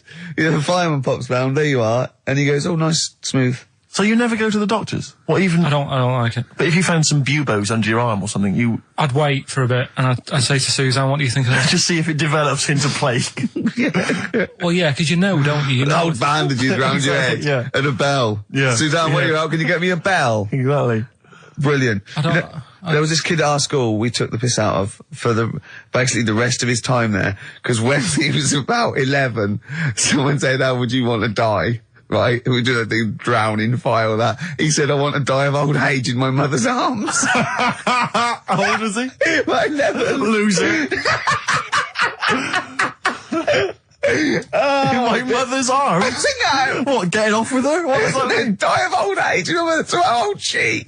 Brilliant. I want to die of old age with my nan and my mum. Yeah, all in the same bed. Oh dear. So if it was the last day, if you had one day to live, okay, what would you do with your day? Now let's assume that you're not in a state of ill health. There's not much you can do, though. It's just the end of the world. And What do you mean there's not much you can do? I mean, that's what we're asking you. It's the last day of your life. It depends, doesn't it? If we're all in the same boat, if someone says, oh, unlucky, without bitterness, like, oh, we accidentally exposed you to some radiation poison, you got a day, or if it was like, there's a meteor coming this way, we're all in the same boat, I think it would be different. It depends whether it's you It would make no and the difference rest to of me. the world. No? I'd do the same thing. I'd steal a car and go joyriding. But like go mental. I'd be smashing stuff. I'd be knocking people over for a laugh. I'd be going crazy. It'd be like Grand Theft Auto. Right, It would be extraordinary. Brilliant. Driving through parks. That's what I did the getaway. Yeah. I tried to play it seriously. Within about 10 minutes, I was just going around areas I knew, trying to knock people over. Yeah. Yeah, I don't think I'd want to do that much. Seriously. You can watch telly, because you might not know how the thing ends. Sure. Yeah, be a waste of time. You could watch 24, couldn't you? If you had a day. Yeah. On DVD. Do that then, do that. Do that, yeah? Well, but I mean, let's be honest. Let's say you can take all the money out of your bank account. You can fly anywhere in the world. You can do whatever you want. Well, not a long flight. You could. Well, no, but you've got your girlfriend. Australia, you wouldn't make it, would you? No. Why wouldn't you go to the monkey sanctuary down in Cornwall and just go around cuddling as many monkeys as you can? I'm going to tell you something now. Go on. Go in there next week. Are you? Yeah. Taking my mum and dad away, because like Suzanne's mum and dad are there. What, you're donating them? Most people put them in a home. What are you going to say? How your monkey sanctuary is cheaper? Taking them down, taking them down to Cornwall. Hold on, I thought you said you'd never go away with parents again. No, but that was Suzanne's mum and dad. Oh, is this to get even or something? So we'll do that, and then we'll can it, then. That was your outing. You're phoning both sets of parents over and goes, right, you won't be seeing us ever again on holiday. We've taken you away, Be careful that the monkey people don't buy you off your parents. Yeah. And don't make sure they don't leave any of the monkeys' food in a telephone box, because Dad'll have that away. Yeah. No. I was talking to him about that the other day. About the nicking in phone boxes. And he should we just explain that to They live in a small village in Wales, and it's like one sort of utility store, and when it's shut, they leave you shopping in the telephone box across the road. And Carl's dad found out about this and goes and helps himself. Yeah, to other people shopping. That's terrible. Yeah, go on. And was talking to him about that, saying, you know, have you picked up many surprises in the phone box? And he said, no. We were talking about other stuff he used to do. One of them used to be going in this supermarket, right, in Manchester. Yeah. Needs a new pair of shoes. Yeah. Go in, take a new pair off the shelf, pop them on, leave his old ones there. Really? And walk out again. Yeah, brilliant. And then you're going after him, buy his old ones back like an idiot. Yeah. Yeah. You'd go in the next day. They look nice. Yeah. My dad's got a pair just like that. I've always wanted some. Can I have those? Incidentally, we don't advocate the stealing of shoes from shops. Or the joyriding and killing people. Unless you've got one day left. Okay. Or phone boxes. John, fighting. M, Gervais, Merchant, Pilkington. Rockbusters. Oh, brilliant. Is there a jingle for Rockbusters? I don't think there's ever been one, is there? No. Can you come up with one quickly? Oh, Rockbusters. Brilliant. All right. Well, the prizes this week, there's not many. I have to say, Carl's not sourced many, but what he's got are actually good quality. Well, I'm trying to instill in him that it's, you know, quality, not quantity. Absolutely. As opposed to, like, 15 copies of, you know, Fools and Horses Christmas Special with a giveaway 3-wheeler Yeah. car and Primal Scream's greatest hits on 11 CDs. Yeah. Not Primal Scream, in Spiral Carpets. Oh, that was it, yeah. Spiral Carpets. Anyway, yeah, we've got this new Kiss FM hip-hop classics compilation, which has got some really good stuff on there. New stuff from the likes of, you know, Outkast and the Wu-Tang, but some old classics from Public Enemy, and of course LL Cool J's Mama Said Knock You Out. It's worth having alone for that track. Yeah. I think this is 4 CDs? No, 2 CDs. The Best Air Guitar Album in the World, Volumes 1 and 2, and a special box set. Yeah. You've got all sorts on there. Is May? Brian Adams is on there, Robert Adams, Palmer. May, but also Palmer. excellent stuff. Beastie Boys, Clash, we got the Kinks, so that's good. Abigail's Party, the DVD thing with Alison Steadman. I know you're quite a fan of that, aren't you, Rick? Yeah, it's good. It's good. She's, from many years ago, if you've not seen it, it's good. This Later with Jules Holland DVD, it's got live performances from PJ Harvey, the Cardigans, Rollins. But he is playing Boogie Woogie over their tracks. I would hope so. Okay, good. And also, is this the new albums from The Thrills? Yeah, it Is is. it the album? Yeah. Yeah, so that's a little, Wow. Is that exclusive? It's not even out yet, is it? I know, not even out. Not even out. Wow, that's the sort of things that Carl can come up with if pushed. It's all about the game, though. It's all about the game. The prizes are just for fun. It's all about the playing the game. Let's see what Carl's come up with this week. This is his last chance. If I ever hear anything like New Odour again, that's the end. Okay. They did get it though, didn't they? So they're working out. They will do it. Just let's have the jingle again. All right. Oh, Rockbusters. Right, if you haven't heard it before, cryptic clues that make up a band and some initials to help you on your way as well. Right? So, Well, you'd never get it without, but go on. first one, that fella likes sucking on iron. Right? That fella likes sucking on iron. Yeah, the initial M. Right? Okay. That fella likes sucking on iron. Right, that's the first one. Second one, the Jamaican fella spots a boat. Oh, God. Say that again. The Jamaican fella spots a boat. Spots a boat. Yeah. Right. The Jamaican fella spots a boat. Yeah, that's right, yeah. All right. Initial D. D. D. D, okay. D. All right. And the last one, do you want a game of tug of war? Well, it's up to you. You own it. Right? Interesting. I've just got number 2. Right? Do you want... Oh, God. Right, the go third on. one, do you want a game of tug of war? Well, it's up to you. You own it. And what's the initial? E. All of them again, quickly. Right, so the first one, that fella likes sucking on iron. That's M. Second one, Jamaican fella spots a boat. Right? That's D. And the last one, do you want a game of tug of war? Well, it's up to you. It's, you know, you own it. Right? That's, He embellishes it like it's a whole story by the end. that's E. Ricky.gervais@xfm.co.uk. Please don't phone Email only. in. Email him. We cannot be bothered to answer the phone. Ricky.gervais@xfm.co.uk. Brilliant. White striped? Excellent. Forthcoming single from the White Stripes, I Just Don't Know What to Do With Myself. Worth checking out the webcam. Ricky's made Carl some kind of... I don't know, how would you describe that? I don't know, it's like a new thing. It's sort of like a scarf, sort of bandana. I just invented it. I don't know what it's called. Talk us through it, if you would. Well, all it is, it's a length of toilet paper, but you can use silk, wool, everything, and you just put it around his neck, and then round the back, and up over the ears, and tied to a little bow jauntily on the side. If you could actually stand up, just in case they got a webcam shot of it, you can see that there. What would you call that? I don't know. It's sort of like a bandana, but I don't know.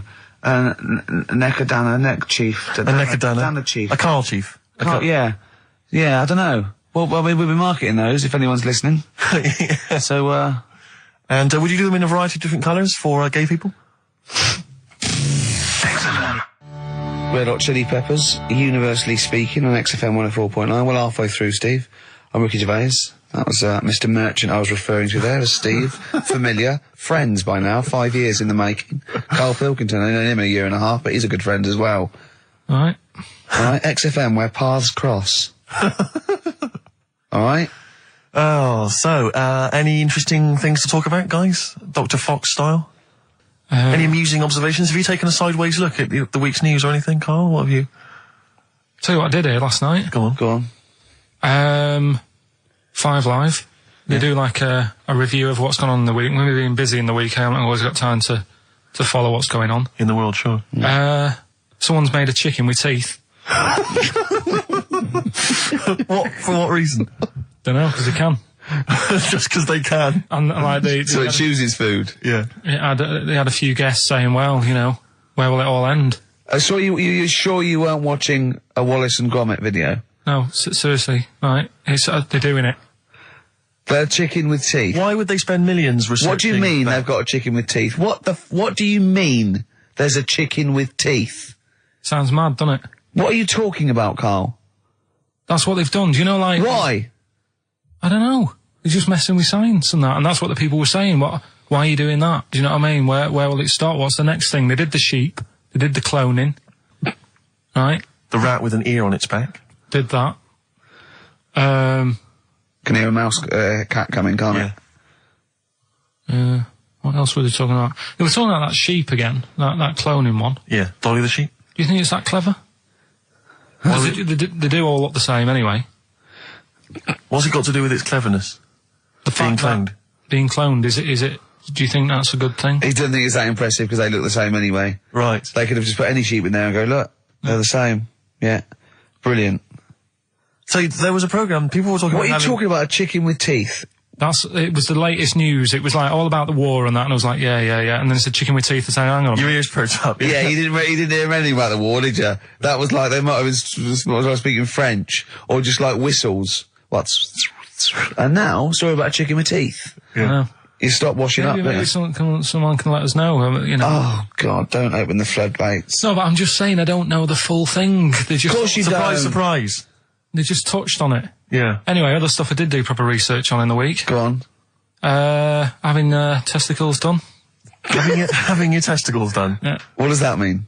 Same magazine that was doing the hanky coverage, letting you know what all that's about. It was like a great magazine. How can we get him as a pundit on these news shows like Newsnight? Do you know what I mean? Sky News. On there, wouldn't he? Just on there, just ask him what they think. Wouldn't that be amazing? Is there a producer out there that would take a chance on Pilkington? It's Pilkington, Raggy Omar, Ian Hislop, and a panel of people, and they just ask people. Yeah. So you can have your testicles made bigger. Why would you want to do that? Well, that's what I was asking. What's the point? Well, the actual testicles, or do they just inflate your ball bag? Because you could do that, couldn't you? You could have some air injected so it was like a big...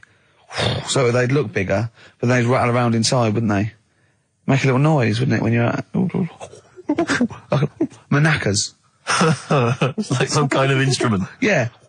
That was sort of like one of those African instruments, just like a big sheep's bladder with all... There's Pedro on the manacas. Yeah. They just, yeah. Yeah, just stripped to the waist. Yeah. Just, with us hanging out. Why, and then when you're sort of like, the neighbours would think, what's he doing? He's been playing those manacas all night. And really, you would, you know. Why the mouse with the ear on its back going, keep it down. Yeah, this is really loud to me. Eh? Why would someone have that done then? You brought it up. Yeah, well, presumably so that they could draw a little funny face on them. Yeah. Obviously. And you could let them down after the holiday, like you do a Lilo. Exactly. Just let them, on holiday you're floating round, you know, like you're just in the sea with your big instrumental manacas, right? Just floating. You're having a whale of a time, like people playing it as they go past. Exactly. All right, Karl. All right, Become yeah. a bit of a sort of local celebrity. Yeah, there's Karl with his floating manakas, like a big jellyfish, right? Yeah. And then the end of the holiday, or Saturday, If you've got a little pair of tight speedos, it'll be like Jordan walking around. and then you just like Just let them down when you come let back. the knackers down for the plane. Yeah. Because apparently they do get bigger, don't they, as you get older? When you're an old fella. No, I think they get lower. I think that's it. That testicles and breasts get lower. Is that purely gravity? I think so. Yeah, probably stretching a bit, innit? So is Wear the and tear. Is the old fellas who are walking about saying, "Oh, sick of these"? No, they don't tread on them. Well, that's You know, why old people have always got to have a little sit down. You know, Yeah, for 100 yeah. metres. Yeah, yeah. Stick them in the socks. Exactly. Yeah. Or they can have I suppose you can have like a little ball lift. You can have a facelift, can't you? Have a little nip and tuck. Put on, or probably a facelift would help, wouldn't it? Because if you pull your face up, That's going to bring the skin up. Bring up a little bit, yeah. Don't go too far. You'll have a little knob as a tie. But you can, you can tighten stuff up. Speak for yourself. Steve with his kipper tie. That's a lovely tie you've got there, Steve. And you look so young. Yeah. What's that little sack underneath it? That little brooch. Well, wait. Playing with your little manakas all night, Karl. So, a chicken with teeth, and you can have your balls done. Imagine Kirsty Ward, whatever her name is, on Newsnight, saying that. And now, 2 features of the week. The war in Iraq, let's forget that.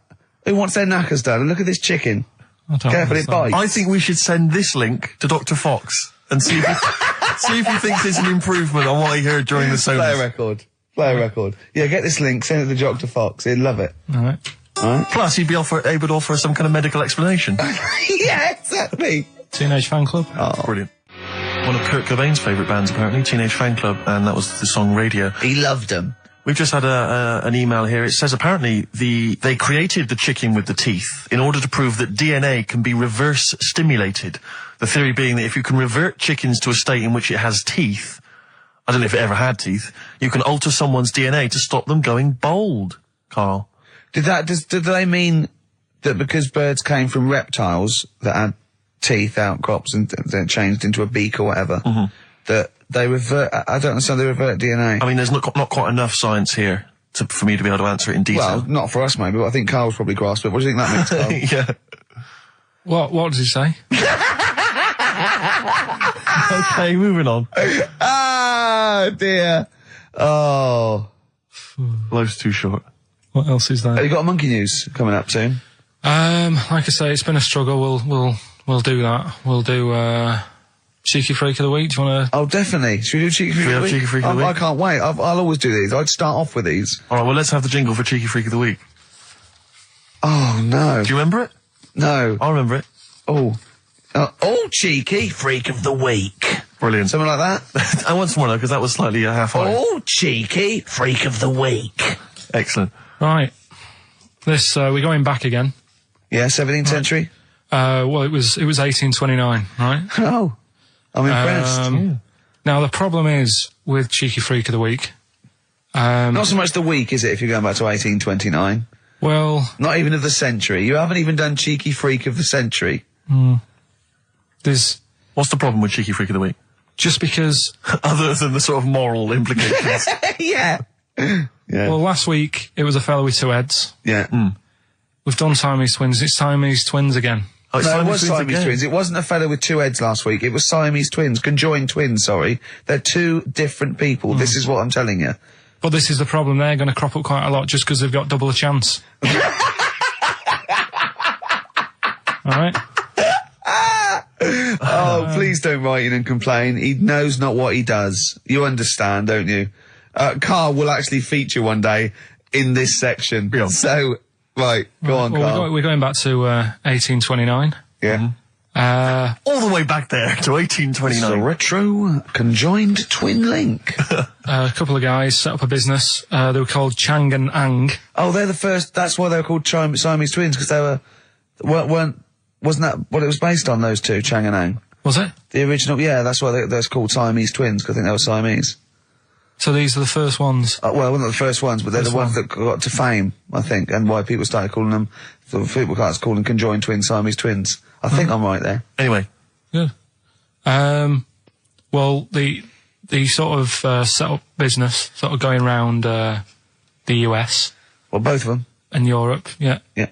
And what they used to do, people were amazed by it anyway. Yeah. People wanted to know how they get through life doing certain things that you think about. When you think about Sammy Swings, you think about, you know, how do you get through a day like that? Yeah.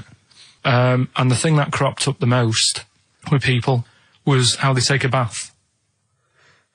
So they used to go on tour around the US and Europe and sit in a bath, have a wash and that. And did they ever wash each other by mistake? They go, oh, that ends there.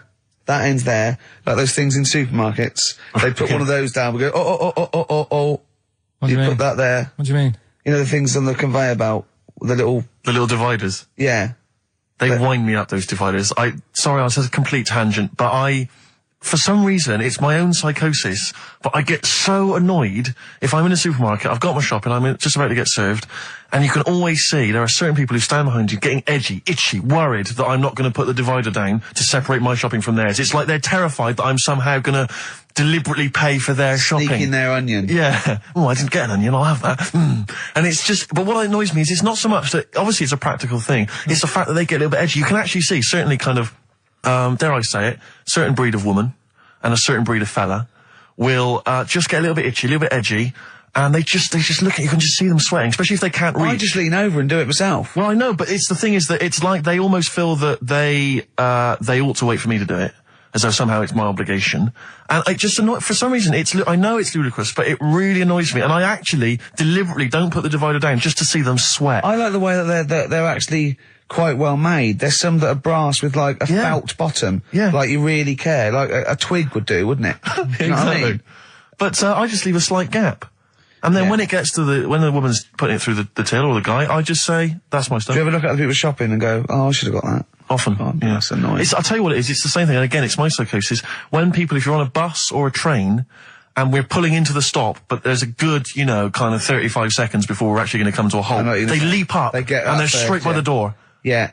But it's this fear that they're going to miss out. Oh my God, what if I fell over now and broke my ankle? I'd never get out. To be fair, I've never had that commuter's worry. I've never commuted, but every second counts, doesn't it? Because you miss a train, it can make a difference of half an hour.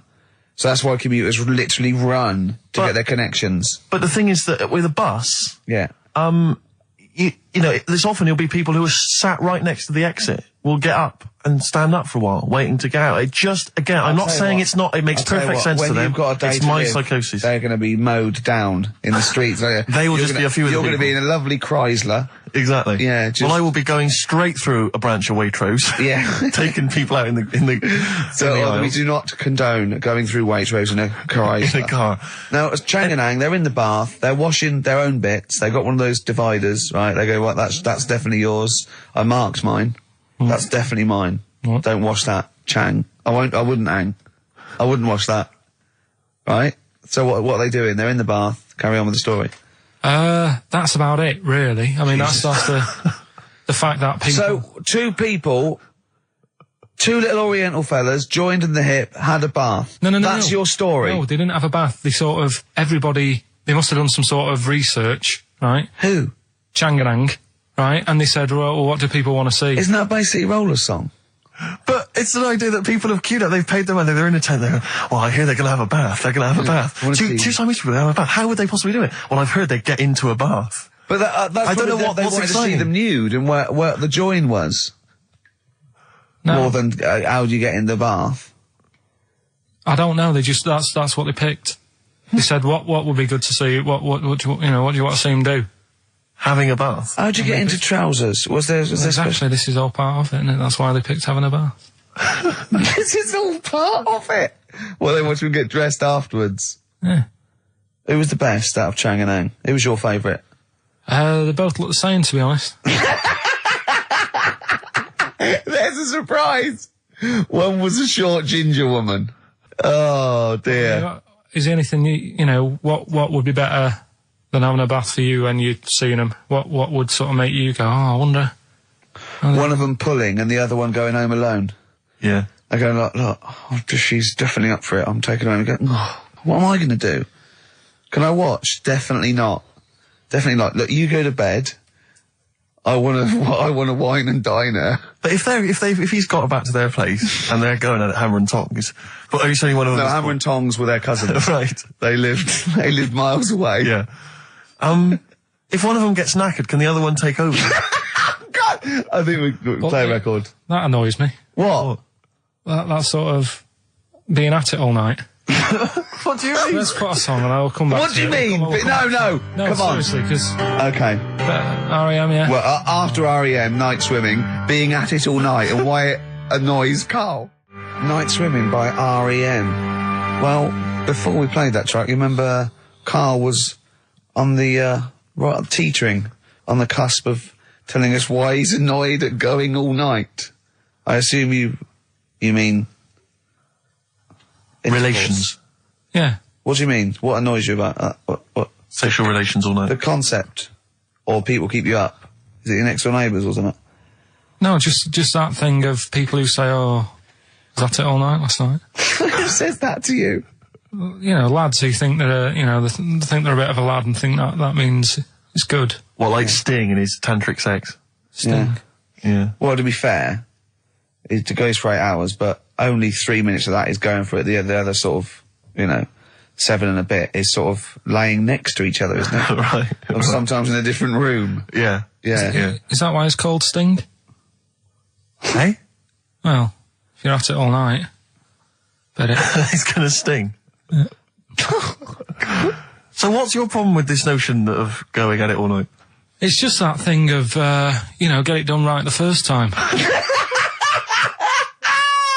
Do you know what I mean? Get it done. Yeah, get in, get out like the SAS. Once you've done it, you've done. You know what I mean? Yeah, no fanning around. No messing about.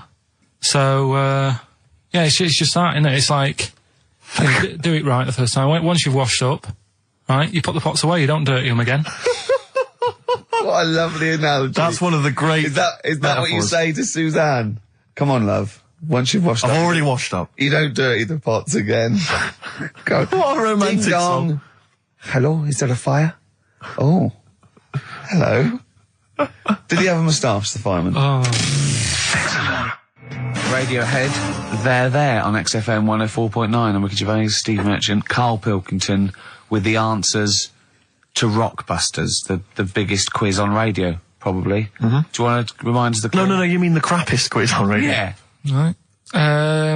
First one was, that fella likes sucking on iron. Yeah. Right. The initial was M. Yeah. What was the band? It was Metal Liquor. Alright. What's Metal Liquor? Wait, I've never heard of a band, Metal Liquor. Metallica. No, you said Metal Liquor, I don't understand. Yeah, Metal Liquor. Metallica. What? No, say it again and try and make Metallica sound like Metal Liquor. Metallica. Metallica. Metallica. Is he having a fit? Say it again. Make Metallica sound like Metal Liquor. Metallica. Metallica. Okay, next one. Right. Yeah. Second one, the Jamaican fella spots a boat. That was easy. That was D. That was Debage. You got that? Make it sound like the band.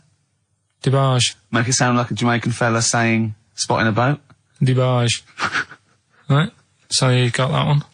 Okay. And the last one. Do you want a game of tug of war? Well, it's up to you. You own it. Yeah. Right. That was E. That was your rope. Right. Europe. Europe? Right. Who did the final countdown? Yeah. So that's the... No, what? We've let that go? That's the 3 answers for this week. Who's the winner, Steve? Well, again, I mean, there are lots and lots of people who got it right, Rick. So I don't know if it's just us that think this is rubbish. Right. But, who's the winner? Well, I'm always a fan of people with just something, a name, I don't know, that maybe tickles me. Yeah. And sadly, I did want to give it to, I wanted to give it to Daniel Jowett. Because for some reason, Danny Jowett. We're going to start. But sadly, I just realised he got it wrong, so I'm going to give it to a different Dan. So not only did you ridicule his name, he's not even getting the prizes. But better luck next time, Danny Jowett. Instead, I'm giving it to Dan Mason.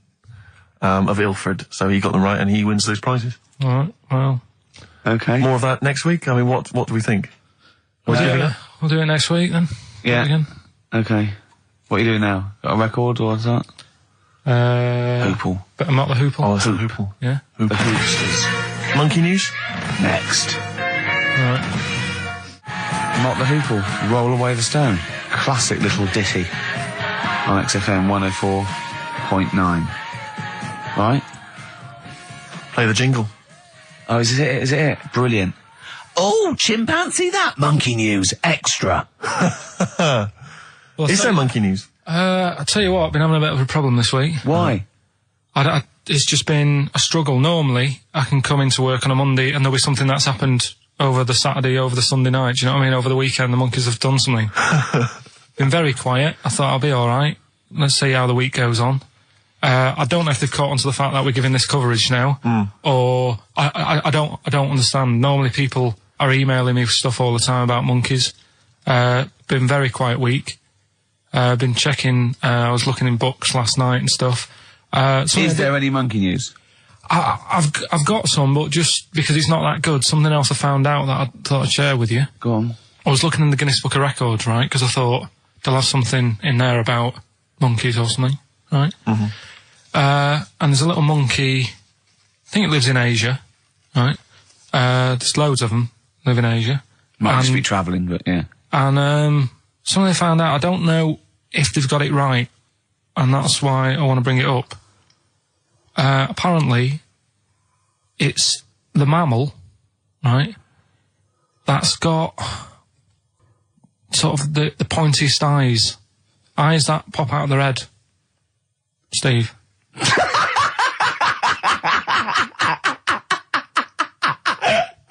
Now,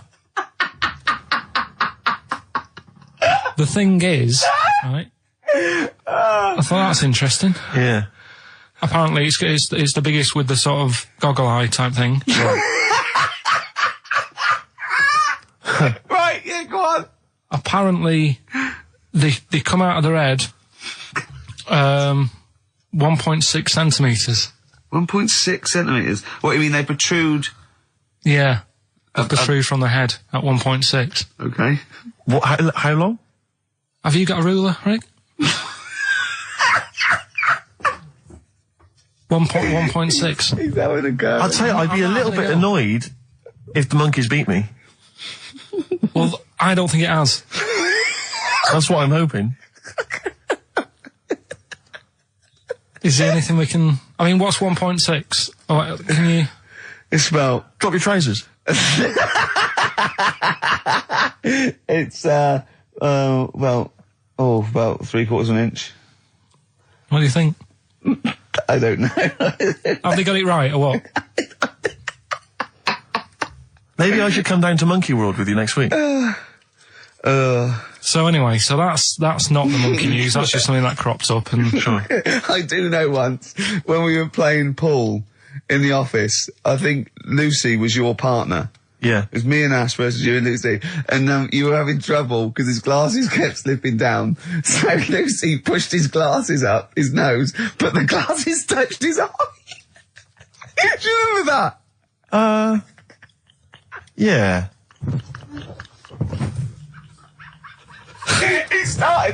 He started it. Well, you're the one who joined in. No, I know, and I feel bad now. Yeah. He makes me nervous when he goes, yeah. It's like, play a record. No, I'm just trying to think about which part of your fat, middle-aged physique I can pick on. The tits would be a good Yeah, start. yeah. Oh, the belly. Sure. Oh, what do you think of that? Oh, that's... What is that? Play a record. Is that monkey news for this week? Have we not got any other monkey news? Well, it's just, it hasn't been that good. I mean, the one that I found out here, because we've covered so much in the monkey world, right? The fact that we've done a monkey that was a sort of half man, we've done a monkey that got a decent job in a train station. Can you think of any of the other? Well, that's just some of the great monkey news from the past. That's what I mean. So that's what you got to compete with. So even though this is quite amazing, Just tell us. another monkey's got married. Oh, not another monkey getting married. What do you mean? It's got another one. You know, it was knocking about with some woman monkey for a bit, A woman monkey. They decided to, get married. Yeah. They did. What do you mean they decided to get married? Was it pressure from her parents? They had a good do, and Good do. I love the spread. I love that. Peanut vol-au-vents. Yeah. celebrated in a pub, and then they both went off to the cage that night. That's what I mean. Even though that is quite impressive, But because it's not true. Or it's a joke. It's nothing. It's not. on an Nova website, official sort of news website. 2 monkeys have married in Romania after a whirlwind romance. Well, that's... After a whirlwind romance. God, yeah. Yeah, a quick one hanging onto the rope. Yeah. She was in the tyre. Yeah. He saw it. Yeah. He went, have a go at that. They go, we got to marry her now. Yeah. Her parents came in and said, did you just shag my He was in daughter a zoo tyre?" knocking one off. She went, I can do that for you. Yeah. Yeah. Guests say the monkey bridegroom was scared by the number of people attending the wedding and refused to get out of his cage. So his bride... Not bloody Hello Magazine again. No, it wasn't. No, I think it was like last minute nerves. Right, Like, right, you know, right. I'm Yeah, single second now. thoughts. It's like, it's the big step. Yeah. But his bride enjoyed every minute of it. She was loving it. Yeah, she sure, looked lovely, by sure. the way. She looked lovely. Yeah. Did she? I could. Reports she only appeared to have problems with her veil and dress. Do you see, this is... The guests I hope they didn't ruin it like Anthea Turner and maybe get sort of sponsorship PG tips or something. Totally, with strong plum brandy, so they got them drunk as well. So they carried on the celebrations at the pub, and the bride was taken to her new husband's cage at night. I apologise, play a record. I'll tell you what winds me up. What? Monkeys getting married. I know. Well, I'm not getting any action, and I got bigger eyes. Little by little. Oasis on XFM 104.9. Well, that's the show. Ricky Gervais, Steve Merchant, and Karl Pilkington. Karl, do you think it was a good show today? It was alright, wasn't it, with some... What do you think Some good moments, the loyal listener has gotten from today's show? What do you think that we've added to the world? Well, I think they know what they've got, right? But if someone's just tuned in, I can tell them they've missed out on some good stuff. They've missed out on Chang and Ang. Yeah. They're the two who are the one who invented the ones who invented, the Siamese twin thing. Yeah, that's it. They invented it. Yeah. You've got you've had like How We'd Spend Our Last Day. Yeah. Right? Running people over. Chicken with Teeth. Oh, he says it like, there's no other show that could give you all this. Yeah, go on. Gay Yankees. We've done that. Yeah, No one will be having a problem there tonight. yeah. Another monkey marriage. Another Another it one. sounds like the end of the news. Yeah. You know what I mean? The headlines on Sky News, and headlines and another monkey marriage in Romania. If you've thought about having your testicles bigger, Yeah, we've sort of covered that. yeah. And the monkey that had big eyes. Yeah. If it's listening, its position might not be safe in the Guinness Book of Records. If, And of course, Karl stays hard by looking at firemen. Indeed, we've also learnt that. well, that's not true. Well, you did. Yeah. All we know is that you saw a fireman and it didn't seem to affect your erection. We avoided saying erection In fact, for 2 hours. if anything, it prolonged it, from what we can We've tell. avoided saying erection for 2 hours, and then he just Healthy young man. yeah. So, Yeah, no, sure, I'm sure he was. I'm sure he was, but Firemen keep Karl hard. right. Get asked me to Heat for dinner, listening. you Amy Mann to end with. See you next week. come find. On XFM 104.9, I'm Ricky Gervais, with me, Steve Merchant and Karl Pilkington, and a few new characters, Oh, Steve. I can't believe As you that. said, I know you love Moyles and his sort of wacky stuff, and Chris Moore, one of the Edmonds, greats, one of the and greats. Edmonds, and just all Oh, no, well, I'm going to go along the same sort of vein. I've come up with a couple of. Can I show you one? I'm excited. Okay, well, it always starts with a sort of doorbell.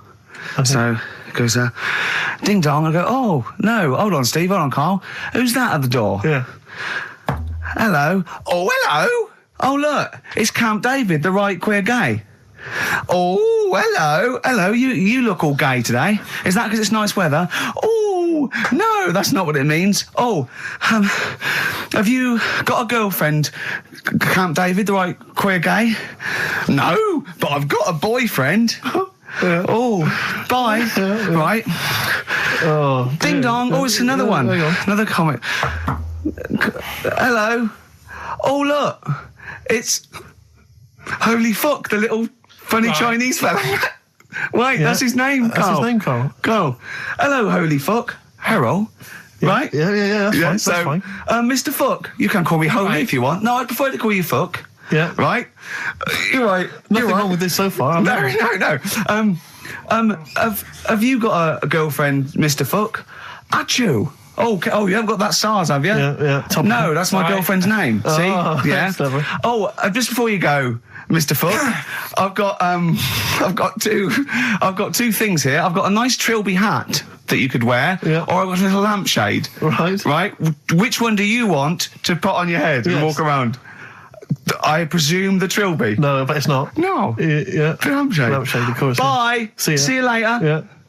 I thought they were genius. Can I be honest? I'll be honest. I thought they were brilliant. I thought they were. You didn't steal them off Chris Moyles, No. They're original. They're original. Sometimes characters. Chris Moyles has done stuff as good as that. I know. Yeah, I know. But no, these are all mine. So there you go. We'll be hearing more from Camp David, the right queer gay, and Holy Fuck, the funny little Chinaman. What? All right, Carl. Yeah. Is that your sort of humour? It might not be your sort of humour. You just should have run it past me before you did it. Yeah. What one are you worried about in particular? The not Camp David. Well, say his name. No. Say his name. Which one? I don't know which one you mean. The Chinese fella. Well, I forget who that was. What was his name? I can't remember. Well, if you can't remember, it can't be that good, so we'll leave it. We won't do it again. Right? I'll tell you what I've got, Steve. Oh, what? I'll tell you what I'm thinking. Go on. Right. Do you know, like, TV programmes sort of get rested in the winter? Ding dong. Oh, no. Hang on, who's this? Oh, go on. Hello again. Not now, Mr. Fuck. We're talking. Bye. Is that Holy Fuck again? Yeah. Okay, God. Look at God's face. Right. Okay, that's it now. I'm not answering the door anymore. Right. Okay, go on. Right. Yeah. Ding dong, ding dong, ding dong, ding dong. He's trying to get in. Don't be impolite, Rick. Come on, Rick. He wants to come in. No, it's too late. It's too late. He's gone away now. Go on. Right. Anyway, what I'm thinking is, Rockbusters coming back for a bit. What? What are you talking about? He likes my idea. He likes my characters. He doesn't like that idea. If I what? Carl, no, what? I was going to say if I came up with with what? With that Chinese fella. What was his name? For a sketch. But do you not think that Columbo looks like he smells? Would you imagine he smells a bit? He's a brilliant detective. Well, he's got that dog and he smokes cigars, so I imagine he smells. I reckon he stinks. I reckon he doesn't clean his clothes enough. Oh, I think he has. I think he gets up and washes, but I think he puts on a he's too absent-minded. I think he's too busy thinking on solving crimes and stuff. What do you think? Do you think his wife makes him clean his pants now and again? I think they're quite a bohemian couple. I'm not sure she's really interested in that. I think she's got her own mind. Maybe she's a painter or something. No, maybe she's losing it a bit and he's a bit embarrassed by it. Yeah, that could be the truth. And she's probably incontinent, so while she's ironing his trousers, she just all over them, and he goes, oh God, she's shatting my pants again, I gotta wear them out. Yeah. Yeah, so that's what... Oh, ding dong! Who's that? Who's this? Oh, hello! Oh, look, it's David Gray, the bent piano player. Oh! All right. I thought it was going to be Columbo. That would be a joy. Ding dong. Oh, my wife loves you. No. Harold, I don't believe it. Look who's turned up, Carl. Let me see what we've got here. Is Dickie Anderson called in yet? Sadly, nothing from Dickers. I think I might make him one of my hilarious sort of comedy characters. What do you think he would sound like? What would he sound like? I sort of probably like that, I think. Ding dong. Hello. Hey, it's Dickie Anderson. I can't believe it. Your show's rubbish.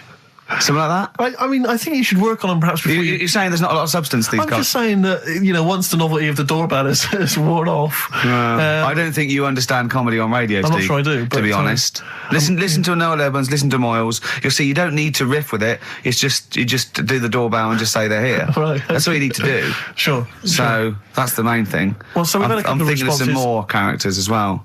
We'll keep working on those. Yeah. Marcus has emailed. He says no to Rockbusters. He hasn't heard it, but it sounds rubbish. Believe me, you couldn't be more right. Well, does The Office sound good as a title? All right. This is someone else. Don't bring back Rockbusters. Please, can we have more Holy Fook? You're not pronouncing it right, I Steve. know. I was just a bit edgy there. Holy fuck, the little Chinese fella. Holy fuck, the little funny Chinese fella. Ding dong. Oh, who's that? Oh, it's a posh bloke who doesn't care about poor people. Hello, posh bloke, what are you doing? I'm in my Rolls Royce and I don't like the homeless. Oh, posh bloke, don't be a... You want to do that? Satire. That is satire. Yeah.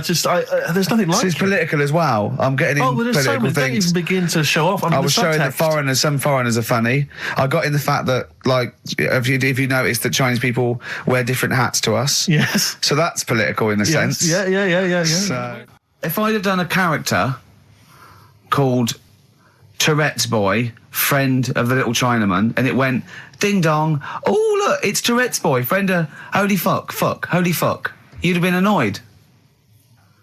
Do you know what I mean? Oh, who's your mate, Tourette's Boy? Holy fuck. You'd have been annoyed, wouldn't you? Is that a character from Lenny Henry's show? I can't remember. I can't remember whether it's Chris Moores or Lenny Henry. Yeah, one of them. Well, I'll bung a song on. And wow, yeah. I love the fact that he was taking the piss out of your voice. I'll bung a song on. Hey, it's Tripe and Cowheels tonight. Now as griddling as gravy. To be honest, Carl, let's be honest. If Ricky Gervais can get voiceover work, Do you know what I there's mean? got to be a place for me. Where do you think the place for him is? Well, look, right, you were talking about your face on the poster. It's not all bad, because I read something last night that can help you out. Right? And it's amazing. So we're talking about that. Play a record, Carl. So a little surprise for you there. That's Coldplay here. They're live through there. Thanks. Can you hear me? Yeah, brilliant. Do you want to say a few words? Do you want to Yeah, no, I'll have a quick word with Chris, lead singer Chris. Chris, good to have you here. Hello. And how's it going with Gwyneth Paltrow? Brilliant. Yes, she's a lovely lady. Yeah, no, I thought so. Yeah, I saw her in Shakespeare in Love. She's good in that, isn't Yes, she? if you would pass that on to her, just say I well, enjoyed that. It's going all right. You going to get married or? Yeah, what's so I marry either her or that Julia Roberts woman. Yeah, either one is good.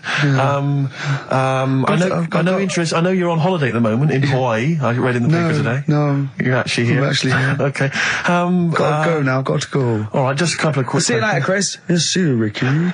So that's the sort of guests. That's the caliber It's of got- guests. We're just trying to up Just things. like Jonathan Ross. We've got guests like Jonathan Ross. That's Coldplay, just popped in. Just pop So- in. So if you're the Sony people listening, you might Brilliant. want to And we've still got Carl to take off my sock for 20 quid. Okay? We're trying to, be interactive. yeah. I've seen how other DJs do it. They have phones. They go, and, how are you celebrating tonight? Oh, we're just going out, Foxy. Have a good time. Here we go. This is, you know what I mean? Yeah. We've got to be, I've guessed we had Chris Martin in from Coldplay, which is going to be a lot. Well, Chris is still here. Hello. Chris, how did you come up with the ideas for your songs? Just make them up in my head with the guitar. And how old are you now?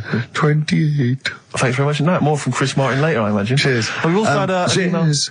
Thanks, Chris. And Suzanne was sat on the floor in front of me, and she was like, "Oh, rub my neck, it's hurting." So I thought, oh, and I hate doing that. It really it bores me. Well, right? she's your girlfriend, for goodness sake. I know. Dale Winton's different. You're getting paid for that. Go on. So I thought the only way to shift her, I'll let one go, right? So I did that. It's such a loving relationship. I love that. That's great. So Like she's- doing the washing up badly. Yeah. She won't ask me again. What have you done? I've smashed the cups up and I've written in excrement across the wall. Well, that's no good, isn't it? Well, I won't do it again Give me then. the marigolds, I'll do it. I've nailed the cat to the fridge. What's up with that? Yeah.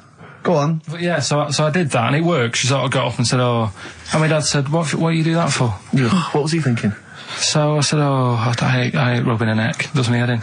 So he says, "You know, I've never trumped in front of your mother for 40 years." Sorry, where was this? Chigley? Why is this family talking like this?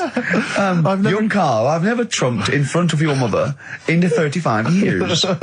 Why you, what, I don't know what, No, it's just that he said, you know, we've done a lot of things in the family that I'm hold not on, proud what of. and did he say that for? What, he's never trumped in front of your mother? He just offered that information up. Well, he just was surprised that I did it. He said, "Where have you got that from?" Yeah. Whoa, you lower intestines, I'd have thought. What do you mean? You have to imagine there's a class of farting. Oh, we haven't told our kids about farting. He doesn't do it. We haven't told him about it. We don't do it in front of them. You have to learn it, do you? No, but there's a place. That's what I was always told. Go on. There's a place for that. Cornwall. Basically, it's about this monkey. Oh, yeah. Oh, yeah. in the jungle. Yeah. He's got a gig at an hairdresser's. What are you talking about? What are you talking about? What are you talking about? He's got himself a nice little job going in an hairdresser's. As what? It gets people sitting down, and what it does before the people have their hair cut, that it sort of sits there, and it goes through people's hair, makes sure it's clean, and people are loving it. Right, People- backtrack. So it's a pet monkey. It's nothing to do with it getting a gig in an hairdresser's. It's a pet monkey. It's not working at Monkey and Guy. Yeah. No, seriously, it's in there. I think it might have started off as a job, and then. So what does it say? It says junior £15, stylist £35, monkey £63. So I didn't quite follow. Yeah, but before that, I've never had that much luck with hairdressers. Before that was another place, and it was run by sort of these sort of wannabe gangster type people. Oh yeah. But they'd you'd go in What for do you a mean by haircut. wannabe gangsters? Well, sort of just petty crime stuff. You'd go in for a haircut and then you'd walk out with a video recorder. Do you know what I mean? You It's, don't have to take it. No, but they'd sort of spend ages flogging you that whilst cutting your hair. It was their thing. It's like, right, sit down, you alright? Yeah. Oh, So for the weekend, what are you thinking of? Maybe a Sony. Yeah. So that's when I stopped going there, because it was like, just what a haircut. I don't want to be hassled. by Which stuff. one said that you had the hair of a Chinaman? It's the fella who works in a railway station haircut. Well, you should saloon. know. I mean, he's been around a bit, clearly, if he runs a shack next to a railway station.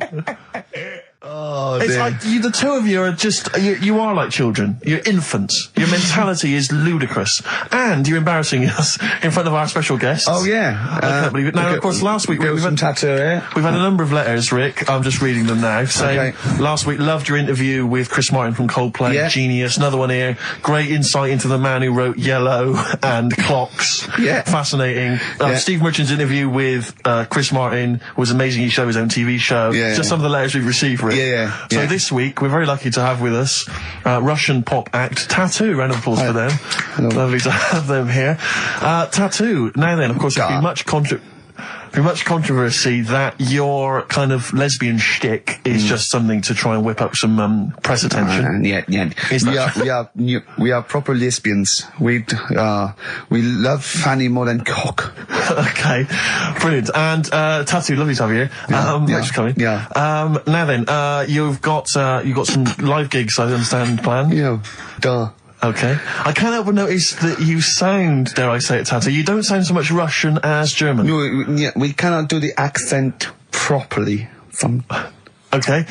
And Tattoo, it's a joy to have you. Thanks for coming down. Yeah. And finally, thank your lesbians would, for instance, either myself or Karl be able to convert you from your lesbian ways? We like the muff so much that the knob is no good for us. All right. Well, thanks very much, Tattoo. Yeah, thanks, Tattoo. Thanks very much. Cheers. Yeah. Extraordinary. So- Next week, share. Brilliant. So if you've got any guests, special guests you love us to interview, then let us know. Ricky.gervais@xfm.co.uk. Look at Carl's face. And we'll try and get there. Oh, dear. Play a metal, Carl. Rockbusters answers next. I was going to say, well, do you want to do that? No, let's do it next. After the Just record. was going to say something. What were you going to say? About gays and that. What? In a bit. What were you going to say? Oh, we'll look forward to that.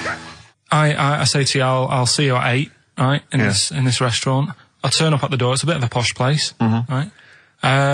So he's Steve Merchant in, Yeah. and the waiter sort of goes, I don't know. What does he look like, right? And Where's he from?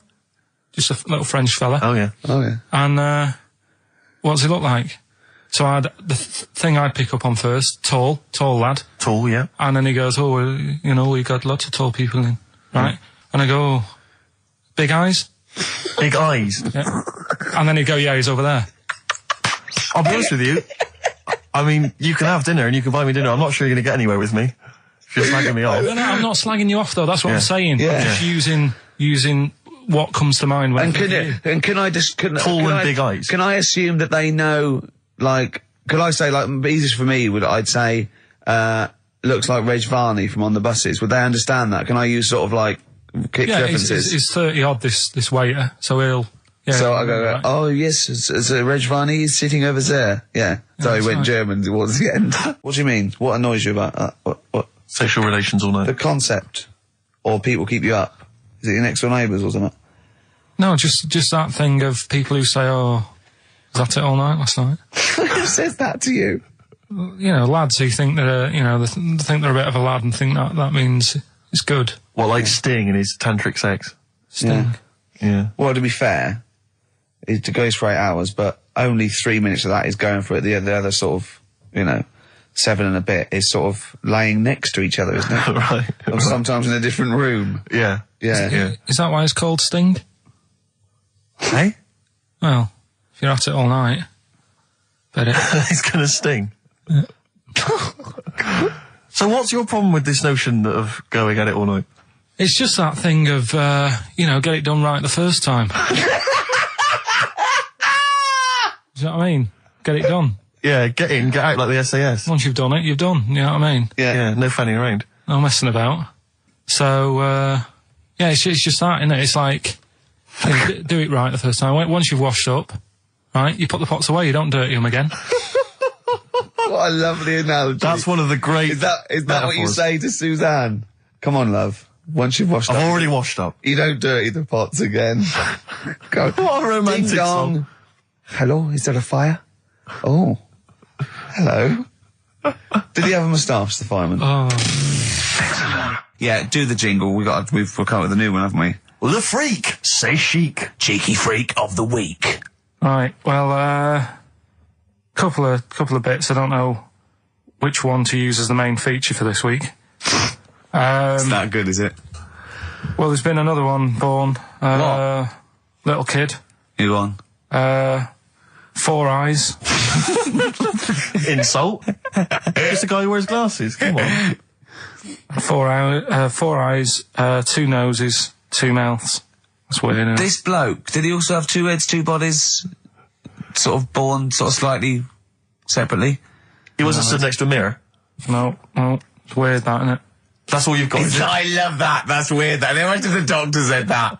Well, Mrs. Parks, kid's got 4 eyes and 2 noses. Weird, isn't it? Any clues? Yeah. Any clues? So that's it. That's all the one. information. Well, I'll tell you what, No, but that again- shouldn't be the main one. Okay, No, I've answered but it. like I say, what's the idea of this feature? What do I say all the time? Don't know. I always say, think about it. Think about what that would be like. Okay. What? Giving birth to him? No. Being, I think it's a girl. Being like her. 2 mouths. 4 eyes. What would that be like?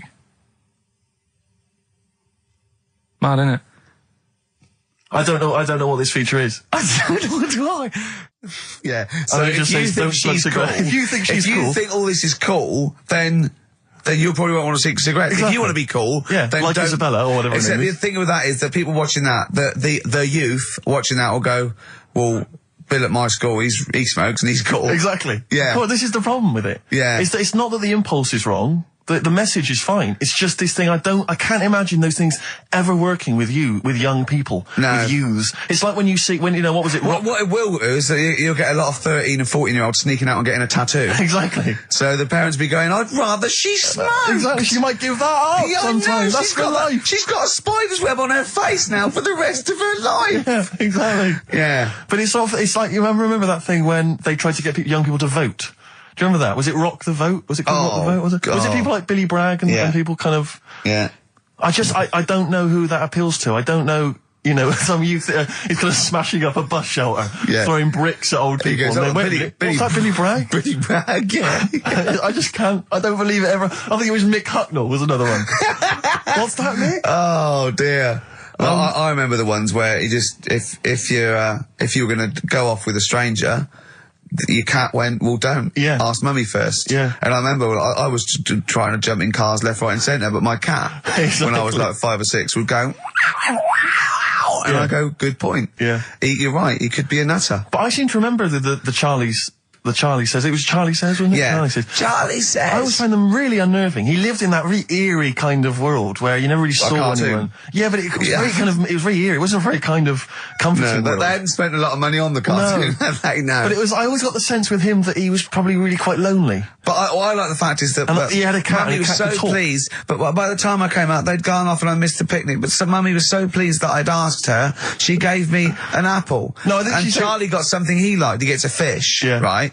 I was thinking an apple. No, I seem to remember it being that. I'll get an apple anyway. Get me some sweets. Yeah, or a tattoo. I always thought there was a con when your parents got you some clothes you needed for Christmas. I'm not falling for that. Exactly. I'd go, look, I'm getting the clothes anyway.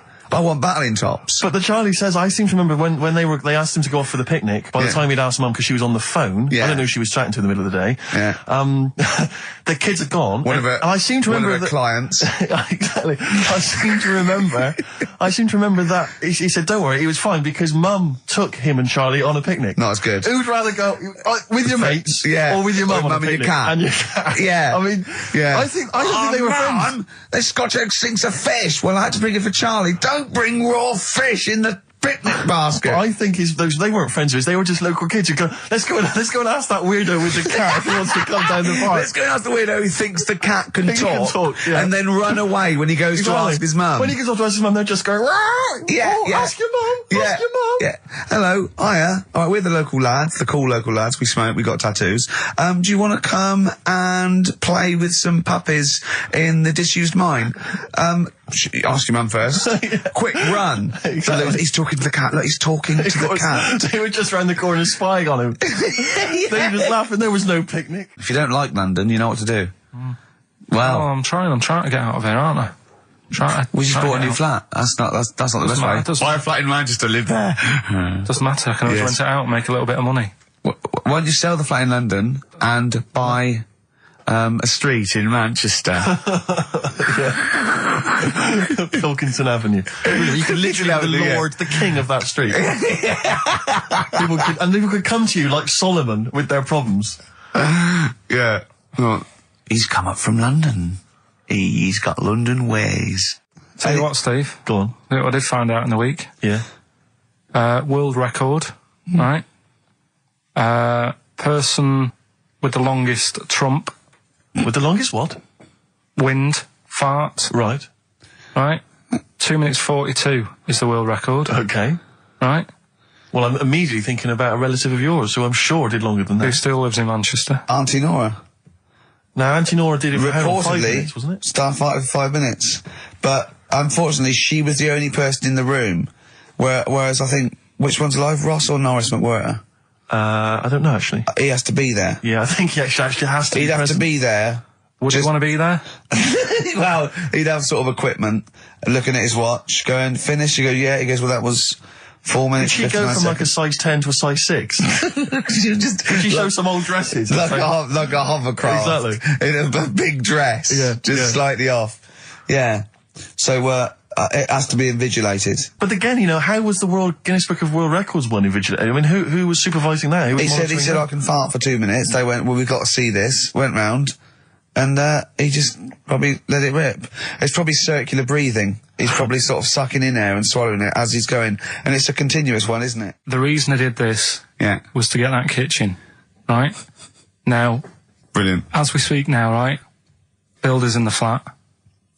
He's been annoying me. Of course he has. Of course he has. What's he been doing?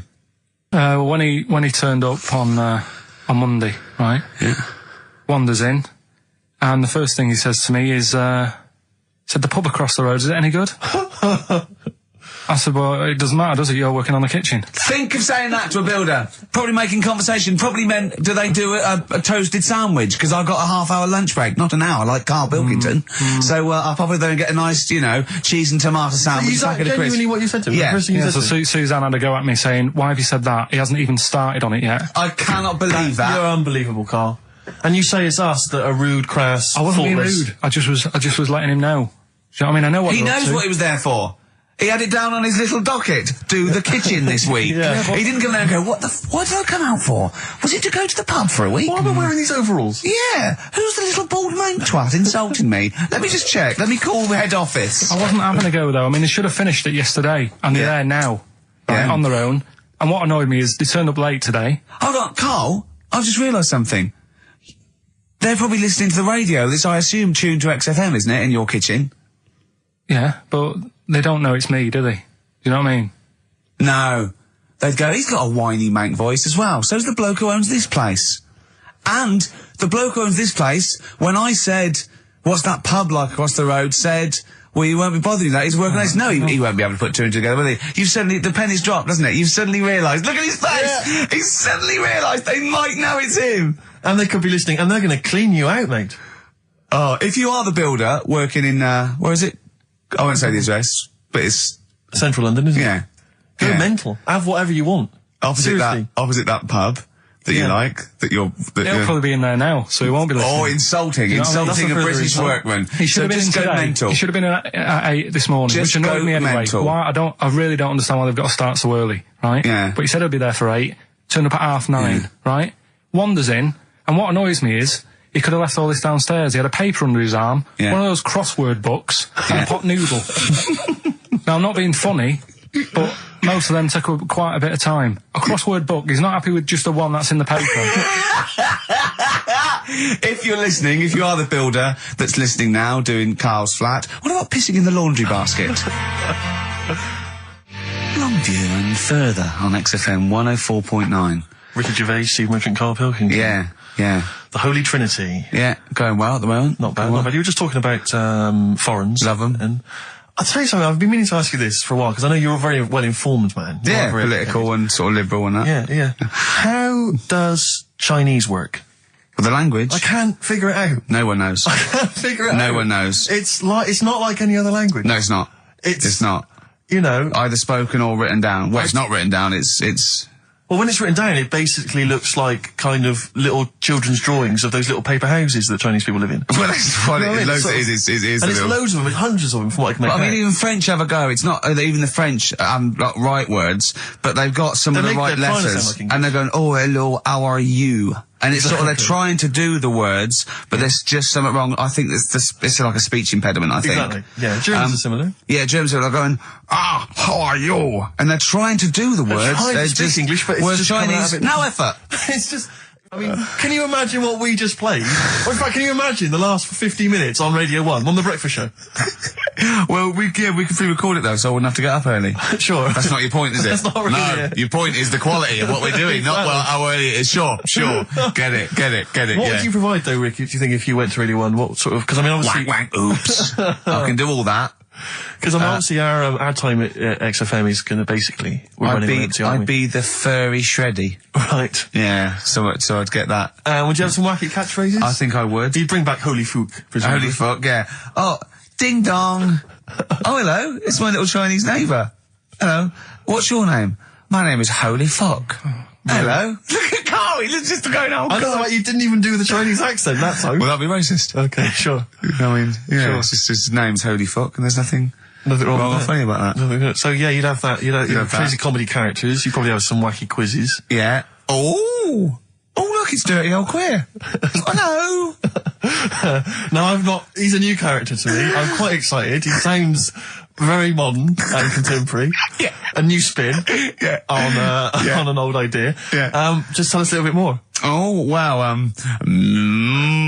He's an actor, isn't he? And right. and he likes to take it up. All right. Well, that's just if anyone from Radio 1 is listening and they've listened to Dominic Mohan in the paper, they thought, yes, you're right, we need some new blood at Radio 1.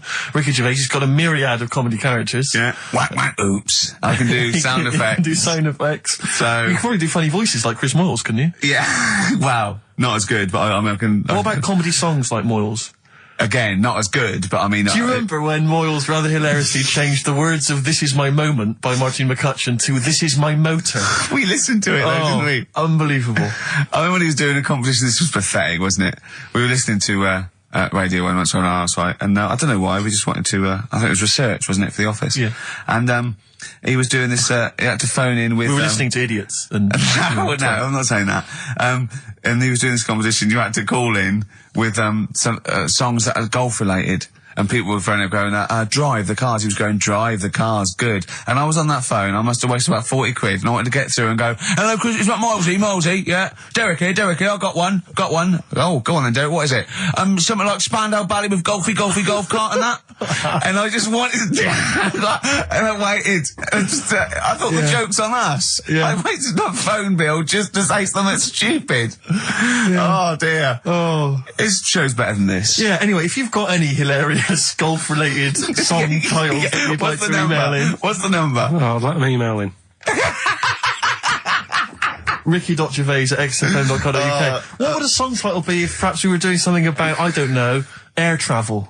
Yeah. If you've got any crazy ideas, email in. We'd love to hear them. Yeah. Brilliant. I've got a thought of another golf one. Okay. You know, Duran Duran? Something down the fairway or something, if they wrote that. Alright? Girls on the putting green? Yeah. Or something? Alright? Yep. Oh, hello. Have you introduced you? My name's Holy Fuck. I'm dirty old queer. I could do all that. Ding dong, whack whack, oops. There was a woman about 4 houses down. Right. Rough. Now, she used to wear leggings. Yeah. Now, they're a bad idea. They are a terrible idea. I agree with you there, Carl. If you're a lady of What the colour? normo Were persuasion... they pink? No, they were sort of black, but with all bits on them. Oh, right. Do you know what I mean? What, Yeah. toast and Just horse bits. droppings? Yeah, go on, yeah. And she used to, she's quite a big woman. Sure. Pauline Quirk, I think Yeah, we well, described her as. Look like a light bulb, which It is those kind of women that are attracted to leggings. Yeah, I know, yeah. They are drawn to them like a moth. To a flame. Yeah. She used to wear them, and that's what I remember when I read this piece. And she used to work on one of those sex line things. Right. Right, she used to do that. But What was she, an engineer? the weird thing with her was, she had big eyelids Right. Go on.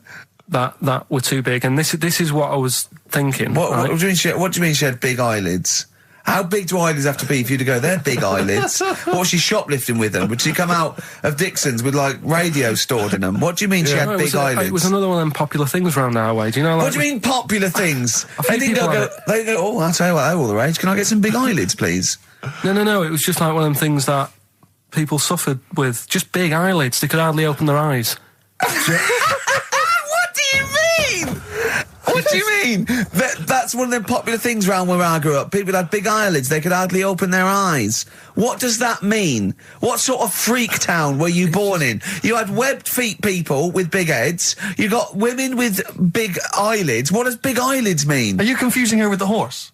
Yeah. Did she have hooves? Look, what? That might be the last one ever, depending on whether Carl decides to come back in October or not. I'm bored of it. I told you I'm bored of it. Why are you bored with it? I get bored quick with stuff. Yeah. I told Suzanne the other night how lucky she was. I haven't got rid of her yet. She's, you know what I mean? Things. Did you put on her soft music though first, didn't you? You didn't just like start getting that right. you opened a bottle of wine. You know you're a very lucky girl. Sorry? Well, I used to get bored with you and that. Yeah. Oh, dude. You're lucky you haven't pissed off. Yeah. Do you want to open the champagne or what? Well, she was annoyed the other Carl, night. what's that on your ear? Don't worry about it. Where'd you get out? Steve reckons in ancient Greece, right, it was better to shag a bloke than a woman.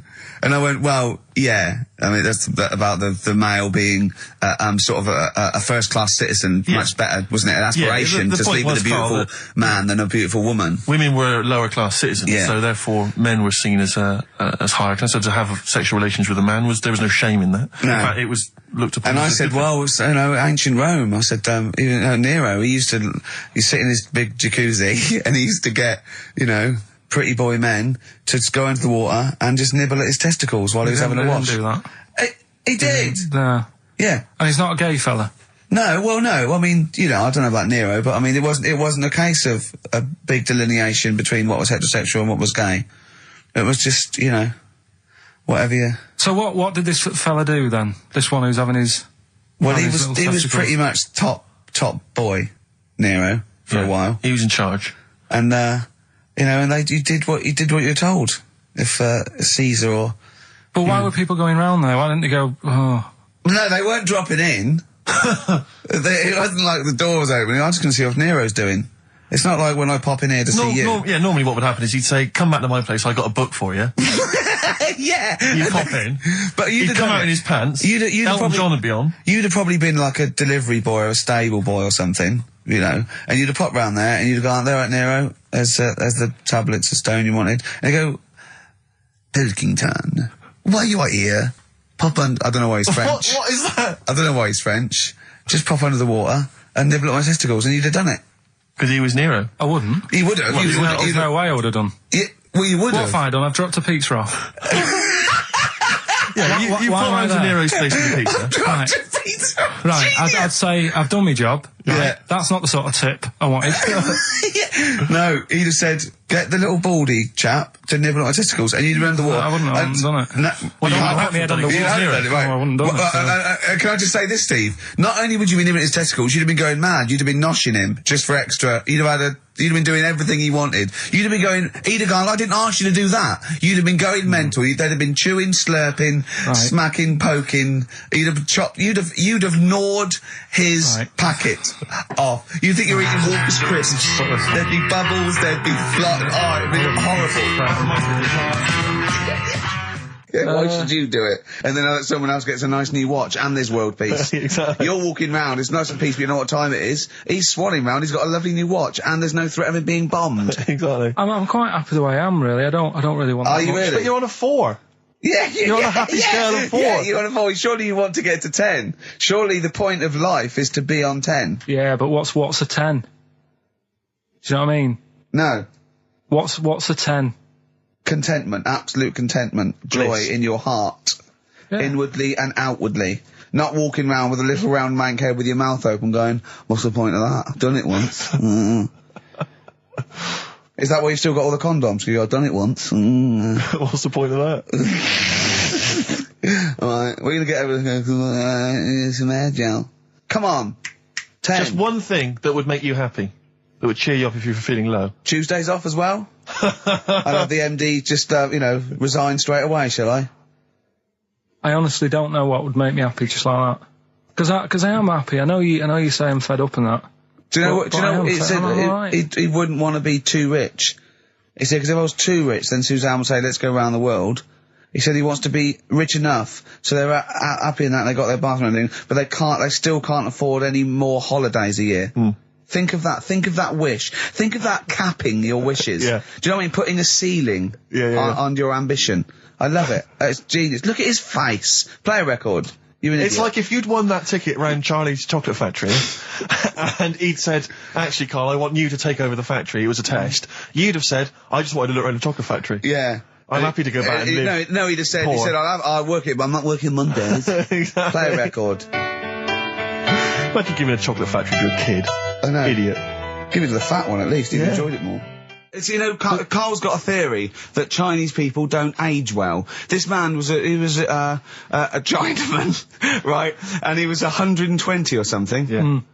Did you see a picture of him? Yeah, He's he was- still he was alive. on- No, he's not. No, he's no, dead. is he not? No, He's died, dead. died at 120, so... He said 120 or something, but makes you wonder. What makes you wonder?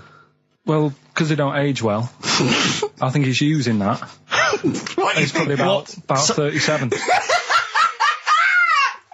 Oh, God! Honestly, we walk down the street, right, and we see an elderly Chinese person, Yeah. right, and Carl would go, oh, I just think he is. Yeah. Like, it's not... I don't understand this notion that Chinese people don't age Yeah. well. I don't know where this has come about.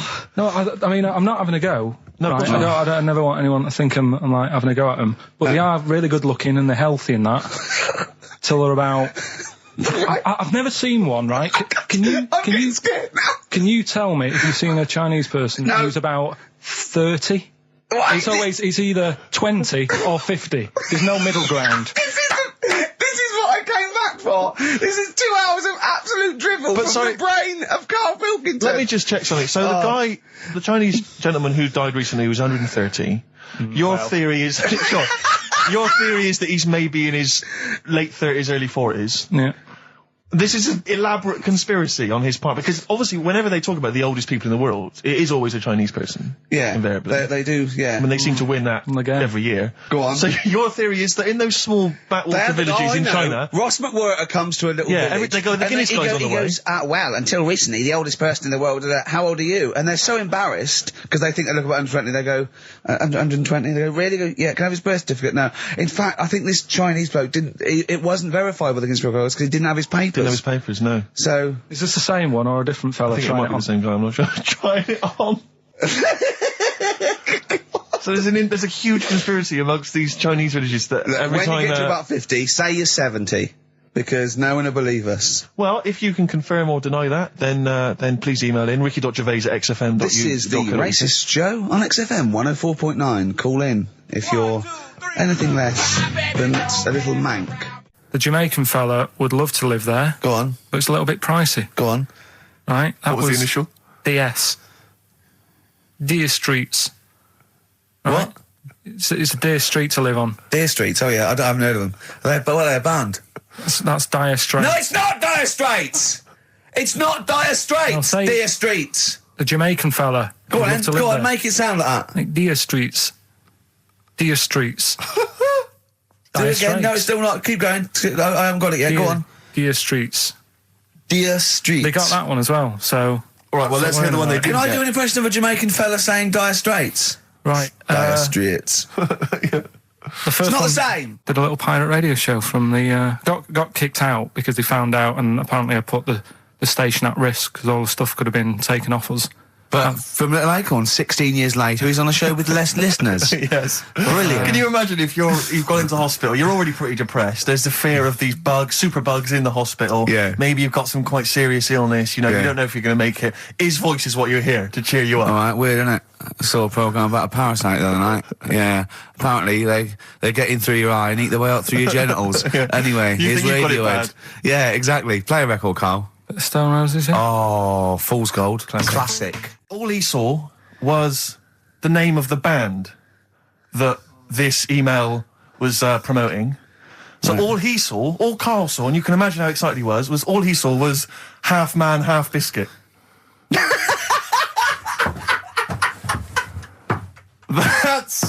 That's all he saw. I've never seen anyone so excited. Oh, God. It was actually just plugging the popular joke novelty band How Half you Man, Half heard of them, Biscuit. then? Imagine how excited he was. That is fantastic. Man, half biscuit. Brilliant. Mr. Garibaldi. Oh, half man, half biscuit. That is genius.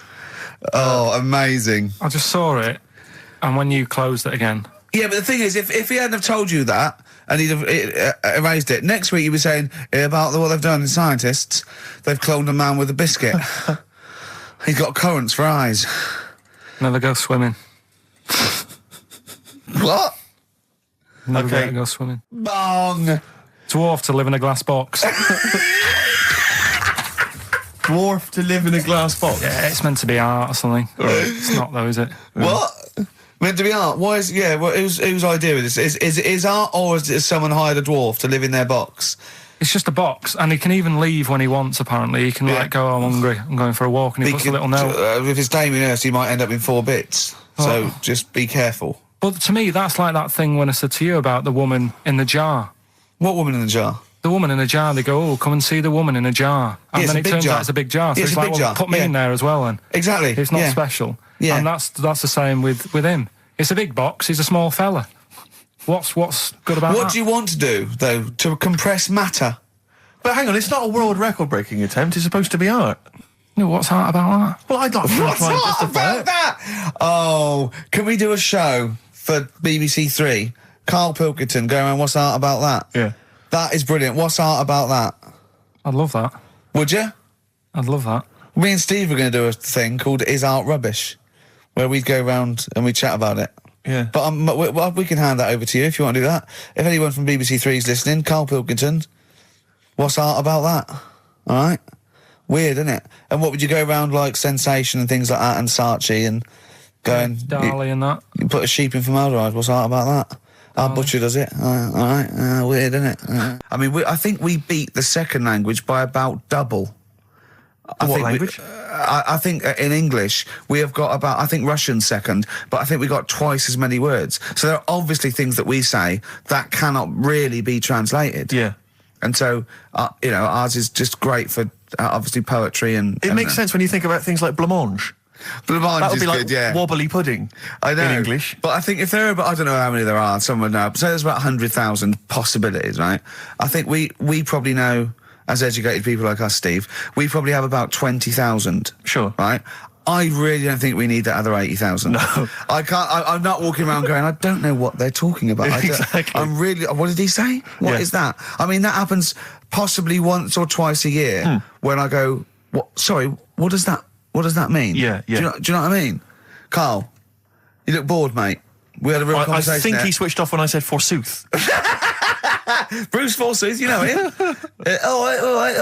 So much better than last week. You know him, don't you, Carl? Put a song on, yeah. Yeah. Yeah, boards. Okay, there was a monkey, right? Ah, no, he's No, freaked wait, out. wait. It was a professor of English. Don't believe a word. Thin Lizzy on XFM 104.9. I'm Ricky Gervais, with me Stephen Merchant, and over there, Cam Fools. Is that your impression of me? Yeah. Yeah. Yeah. The rock one's better. The rock was... Yeah, you shouldn't try and be a DJ. Yeah. Yeah. Growing up with Diano Tuesday night. Carl reckons the gays go out late. Yeah. He played, his favourite song is The Killing of Georgie, right? And he went, yeah, but would it have happened if he'd have been, going out a bit earlier? Yeah, well, no, fair point. Yeah. Is that song time specific then? No, but he reckons he probably got, because he was out late. Oh, right, okay. He said there's one that works here, sometimes he doesn't go out till midnight. Try it if you want. I'm not fussed. Do you know what I mean? Think about it.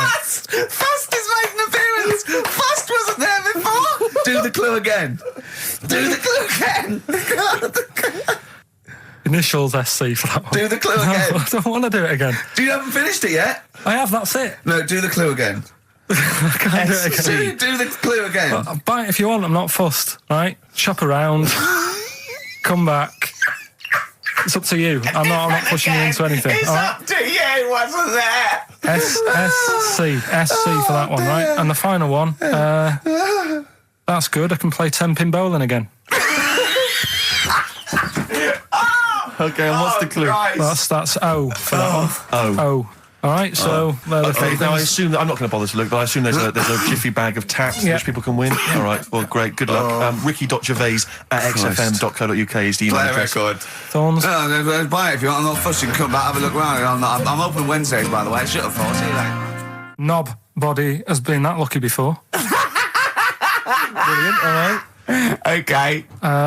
Or you've got get a lobe of this court case. Right, okay. Not bad, I'm going interesting. for knob body. It's been that lucky before. Right, it's a story about this kid who was born, right? Was he? Yeah, he was popped out, and the dad and the mum saw the baby, and it was like, oh, that's a good-looking little kid. Sure. And they were proud and that. And then... I don't know if they're surprised that it's a good-looking little kid. It's Yeah, theirs. yeah. Like it could have been a frog, and they'd have gone, "Oh, he's got your eyes." And then the doctor goes, yeah, it is, but look at that. What? He said, it's a boy and hasn't got a knob. I love the doctor saying that. I love this GP Right. or this midwife saying that. Oh, I love little boy. Yeah, but no knob, baby. Mr. and Mrs. I mean, think. Right. No, but I'm speeding it up a bit. All right, come on. So the baby's Right, so the born, baby's like and that, the doctor says it's a the lovely doctor baby, says got no that, knob. and the woman's like, oh, it's our first as well, and stuff, right? She's really gutted. She's living. What's the second going to be like? So, Go ahead. so the Just a knob. doctor says, We'll call it Carl. All right, go on. Right, go on. so the doctor says, well, I'll leave it with you for a bit, get used to the idea, right? As opposed to throwing it away. So he wanders off. Yeah. He comes back with a smile on his face, right? Found the knob. So the mum and dad are like, what are you smiling about? He said, you're not going to believe this. Baby's just been born. It's got two. Right? You can have one of them. And they did a little operation. Where did you get this information from? That's in a book. What book? Is it the a same joke as the book that you carry round with you? No. With the woman with 3 legs, the juggler with 9 arms, and the bloke who found shagging a chicken under a rock. Is it in that book? Weird though, isn't it? Well, it's not true. It is true. What, in the same hospital, there was a baby born without a knob. Luckily, Carl. It happened. You're not. You swear to God, you're not making. The I'm not doctor making came up, back honest to God. smiling because he won't believe it. There's a baby there with an excess of a knob. It happened, honestly. I'm not, all these things are not made up, the educating stuff. That's why I do it, isn't it? Teaching you stuff, always teaching you stuff. Fair enough. All right. If anyone can confirm the baby with no knob, they're the going to baby with confirm it two, because they're going to go to the same dubious website that Carl got it from. I always try to be level-headed and reasonable in these situations. And it's You always ignore it. Guatemala or Mexico. Rodriguez was born without a knob. Luckily, baby next door and was got 2 knobs. What a load of shite. Play a tune. record. There's still more to come. Oh, I'm looking forward to it. Was it Nelly? Nearly dead. It nearly died. It nearly died. Okay, I was interested in it. I remember reading it, and there was one element of the story. You were thinking it was going to be a cheap holiday. Well, You're not going to pay those prices. 400 quid, host seasons, you're having a laugh. That's nothing. Mansfield car park. and there was an element. It said in the news report, it said that while he was down in the ground, he began and ended a relationship with a woman. While he was down there, some fan who was a fan of what he was doing, he started communicating with her through the tube. I don't know the ins and outs of it, but they began a relationship and it ended. And I have to say, I remember thinking, you know, when you read that there's a man... How did it end? Well, I Why have no did you go idea. that this isn't working? That's twice you've stood me up. Yeah. Well, I can't get out, can I? I remember thinking at the time, you know, as I say, I was not the sort of the ladies' man that I am now. I remember at the time reading it and thinking, there's a bloke, you know, he's pulling women 10 feet underground through a tube. Through a tube. I mean, I'm out and about Yeah. with some of the most expensive hair products on the market. I've got to sit down and ask myself some very serious questions. Oh, dear. Extraordinary. I don't know if he did the world record attempt. I don't know if he broke it. I don't know how that happened, but good luck to him. I don't know What do you mean a hole though? Like what? A proper thing, or is he moving about? How big is No, it? it was just, I think it was just buried alive in a casket. I don't know. Just down there. Probably laying on his back, maybe. Just waiting for little bits of water. But could he get out if he wanted to? Well, yeah, he could say, can you get me out? He couldn't just leave and then come back. There was people... So someone's there then? No, they buried him and were saying, wow, we better go back in a couple of weeks, see how he's doing. What do you mean someone's there? Of course there's someone there. Norris McWhirter, for one, I'd imagine, going, 3 days. Just a few more to go. And why? Is it Norris or... Who's alive, Ross or Norris? I think it's Norris. Right, You're yeah. thinking of, yeah. Dick's son, yeah, he was a barber. Barbara Dixon, right? Dixon, well, again, they always get it. Barbara Dixon. Right, Her name wasn't Barbara Dixon, was it? So that's that one. Did Ronnie Corbett ever say, ladies and gentlemen, Miss Barbara Dixon? Second No, one. he Second never one did, was, did he? He never did. 1:05 then, already, over Saturday, so I'm Ricky Gervais. That was Placebo, yeah, with special needs, which brings me to my next point. With me, Karl Pilkington. Karl Pilkington, there he is. Steve Merchant, 104.9. That's it. We're back then. Well, for one last time. Well, it's certainly the end of the season. We're away for at least, 2 months. We're doing the Office special, and possibly forever, depending on whether Karl decides he wants to carry on with this. Because, I mean, we do this for fun. We don't need to do this. We don't need to do this for, money. Obviously not. The kind of money you're earning, Rick, you do not need to do I this. don't need Right. to. It's quite honestly beneath me. Yeah. We don't need to do it to further our career because it's embarrassing being Didn't your on accountant XFM. say, do not even bother cashing those XFM checks? It's not worth your while. No, it's not. It's not. Yeah, the time it took to sign them, Exactly, it wasn't worth it.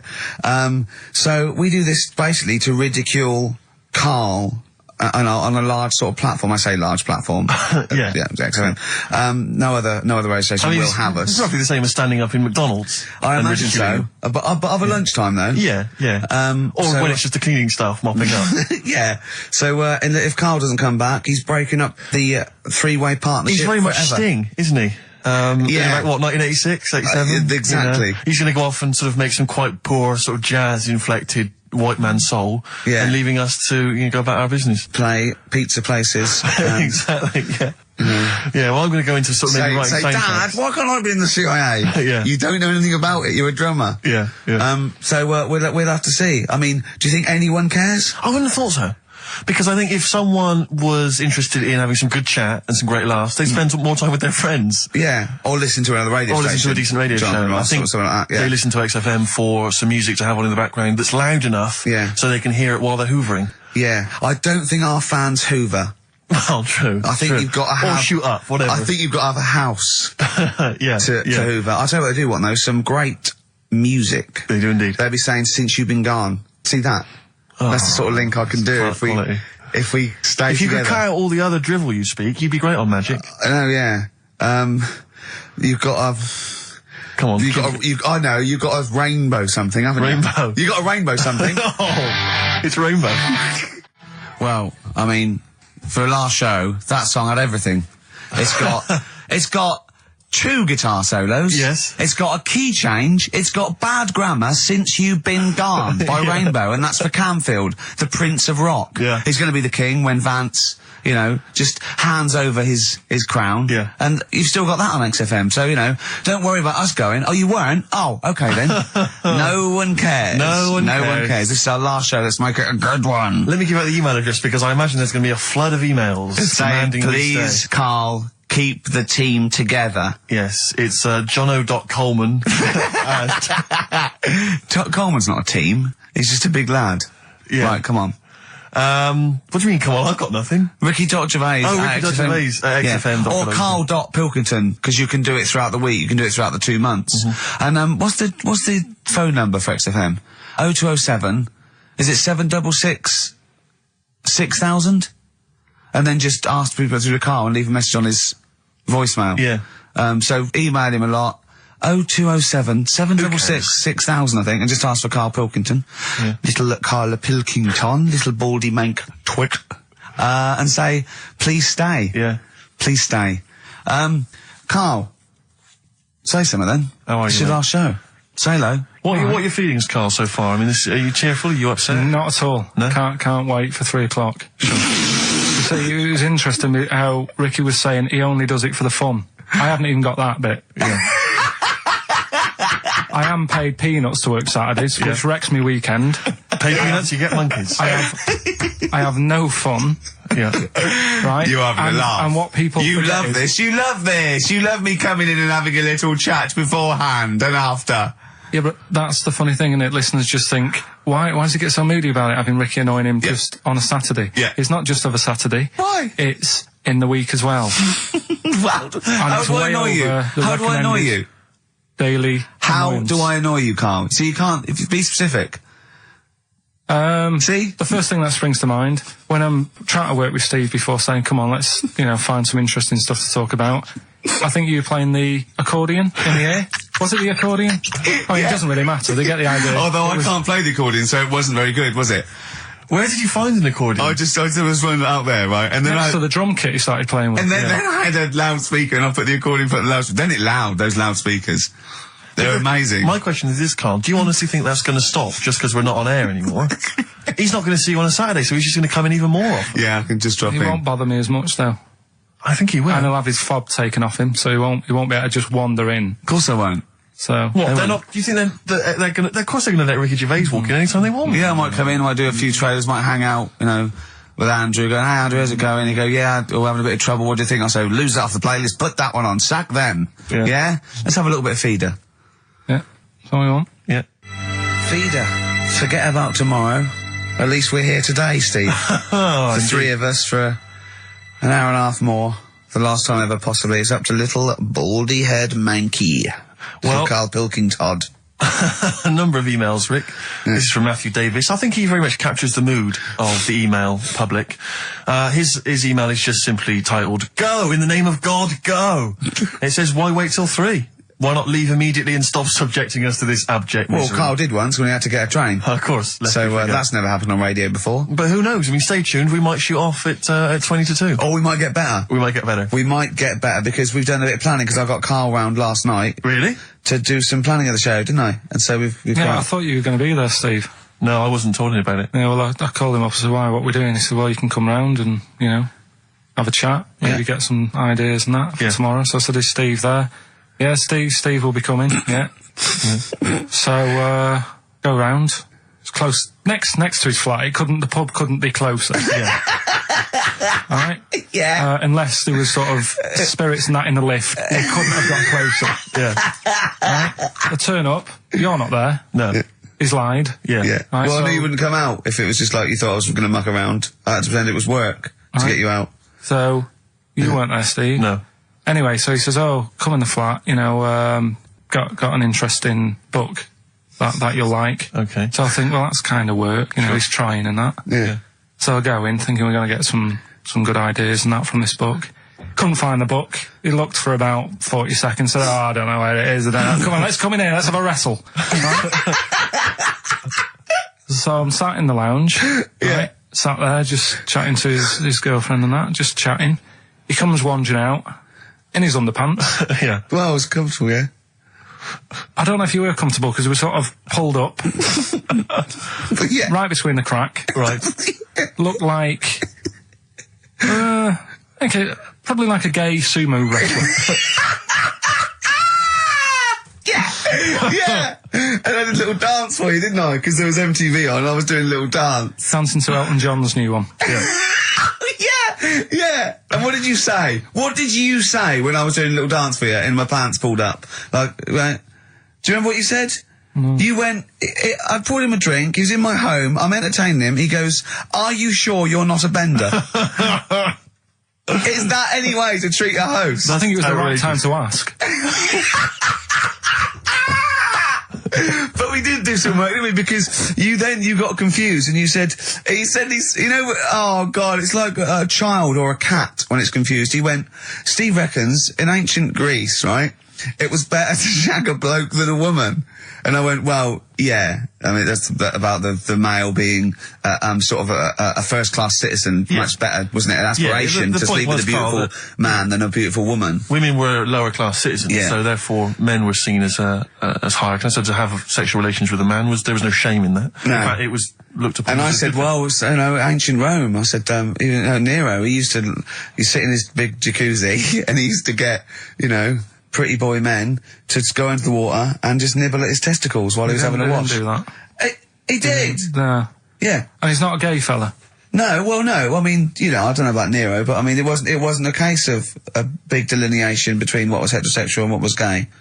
It was just, you know, whatever you... So what did this fella do then? This one who's having his... Well, having he his was little testicles? pretty much top boy, Nero, for a while. He was in charge. And, you know, and you did what you're told. If, Caesar or... But why were people going round there? Why didn't they go, oh... No, they weren't dropping in. It wasn't like the door was opening. I'm just going to see what Nero's doing. It's not like when I pop in here to see you. Normally what would happen is he'd say, "Come back to my place, I got a book for you." Yeah. You'd pop in. But He'd come out in his pants. Elton John would be on. You'd have probably been like a delivery boy or a stable boy or something, you know, and you'd have popped round there and you'd have gone, "There, right, Nero, there's the tablets of stone you wanted." And they go, "Pilkington, why you are here? Pop under..." I don't know why he's French. What is that? I don't know why he's French. Just pop under the water and nibble at my testicles and you'd have done it. Because he was Nero. I wouldn't. You would have. There's no way I would have done. Well, you would What have. have I done? I've dropped a pizza off.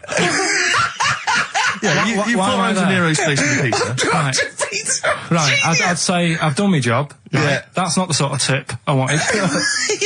No, he'd have said, "Get the little baldy chap to nibble at my testicles," and you'd have run the water. I wouldn't have done it. No, Well, you you wouldn't can't. have my head on the You wall. hadn't done it, right. No, I wouldn't have done it, Can I just say this, Steve? Not only would you be nibbling his testicles, you'd have been going mad. You'd have been noshing him just for extra. You'd have been doing everything he wanted. You'd have been going, he'd have gone, "I didn't ask you to do that." You'd have been going mental. They'd have been chewing, slurping, smacking, poking. You'd have chopped. You'd have gnawed his packet off. You think you're eating Walker's crisps? There'd be bubbles. There'd be flood. Oh, it'd be horrible. The Beatles from the soundtrack to The Yellow Submarine, actually, and that's Hey Bulldog. On XFM 104.9, our last show, maybe. Me, Ricky, Steve, and little Karl. Alright, Karl? But, that book, that wasn't a fake. It wasn't like just a ruse to get you back to show you me and dancing in my pants to Elton John. It's that, What was your girlfriend doing during that, incidentally? I think she was just getting on with sort of like packing up sort of boxes because we were moving. So sure. I don't think. Well, she's seen it all before. Yeah. And the book was, do you remember that book that I showed you? That, it was, a Man's Body, an Owner's Manual. And it's just like Yes. loads of stats. And there's one in there. Yeah, it's kind of like a Guinness Book of Records Of men, yeah, there's one section there. There was, Sorry, hang on, it's not like Guinness Book of Records of men. That just sounds a little bit like you and I were sat around your house looking at a big book, pictures of men. the big man book. The big man He book, is a yeah. big man, isn't he? Yeah. He should be on the front cover. Yeah, it was a book more about the kind of physical body and Exactly, about yeah, statistics biology and social and, you know, sex and all that sort of stuff. And But we didn't which look at is- the sex Which is chapter. where we got the knob news for today from, right? This is true, right? I read that you'll have someone's eye out, knob news. Then you've got the jingle. Yeah. I read that the smallest ever functioning penis, right, was under 3/4 of an inch when erect. Extraordinary. That is bad luck, isn't it? And it's a micro penis, so it's perfectly scaled down. Just a little look at Karl's face. Well, couldn't the fella have said, look, right, I'm not happy about it, so don't print it. It's not the sort of press people want, is it? There wasn't a picture of him. It was anonymous. They didn't read the book and at work next day and go, look at this, Frank. What? Smallest ever penis, half an inch. He didn't go, it's me. He just went, yeah, loser. Yeah. You know what I mean? Anyway, let's have a shower. I'm alright. I'm alright. He must have had to have a little jod with a pair of tweezers. Yeah, presumably. Because you couldn't even get a fist. I mean, No. that is bad luck, isn't it? Was he a good-looking fella? What would you do, right, if he invited you round and said, right, and he was like the king, right, and he went, oh, Karl, can you just go in there and just nibble at it? And you've gone under the water, and you're just about to nibble at it, and you come up and you go, that's tiny. Would you be disappointed or relieved? Right, well, that wouldn't happen. No! Karl, I'm saying if it did, would you be disappointed? Would you go, oh, that, I can't even get, I don't know where to start with that? Or would you go, oh, thank God it's not a big one? You've got to remember that he's the emperor. So you've got to do what he says or he'll have you killed. What would you do? Would you go, oh, I lovely set of tackle, or, oh, it's not as big as I wanted, or would you secretly think, I'm glad it's not big because I didn't want to, because I'm not that guy? I'm not even gonna think about it, because I wouldn't do it. I know I wouldn't do it, even back then. Even back then? What do you mean? Even back then? What? When was Nero at it? What? Well, the Roman Empire was sort of like 2000. Well, it's stretched up for to years. about, yeah. So, It's a long time ago. Yeah, I wouldn't do it. You'd have to. I always remember, we're still doing Knob News? Yeah. Just It's just Knob some News Extra. Knob News Extra, excellent. well, in, I didn't do that well at school and that, right? But we had biology. Mm-hmm. And I didn't take much of it in, but there was one day when it was about, Knob News and stuff. Sure. And it was all about how, blood, is what makes... Engorges the erectile tissue. Sure. Yeah, it was all about that.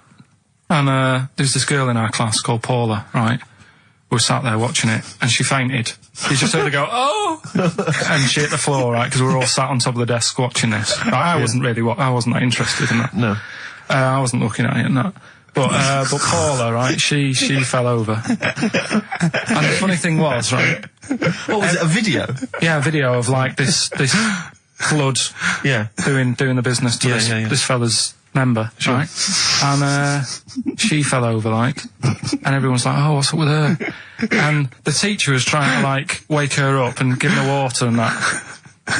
And it was really weird, because then the nurse came in, and yet this video was still playing. And the nurse came in, what happened? Well, do you seen this? Yeah. And you could hear, like, then it was going on to, like, sex education on the video. It was all done from start to finish. What happens? Da-da-da-da. And by the end, and she was still out cold by the time it got to, like, and then they had a baby. Yeah. Right? And that just reminded me So of it. it then. seems to me that was her sex education class. She fainted when the penis got erect, and when she woke up, a baby was born. That's probably what she thinks happens. She's wandering around now. And the whole class just missed out a bit because they saw if someone's she's ever face. with a bloke and he gets an erection, she just goes, oh, no, Well, that's get it. pregnant. She was a bit of a class tart, really. That's why everyone was like, what's up with her? Carl. No, she was. Everyone was like, what's up with her? She's not seen it before. But just reminded me then. Weird. But anyway, yeah, so I wouldn't Anyway, let's leave Nero aside. Yeah.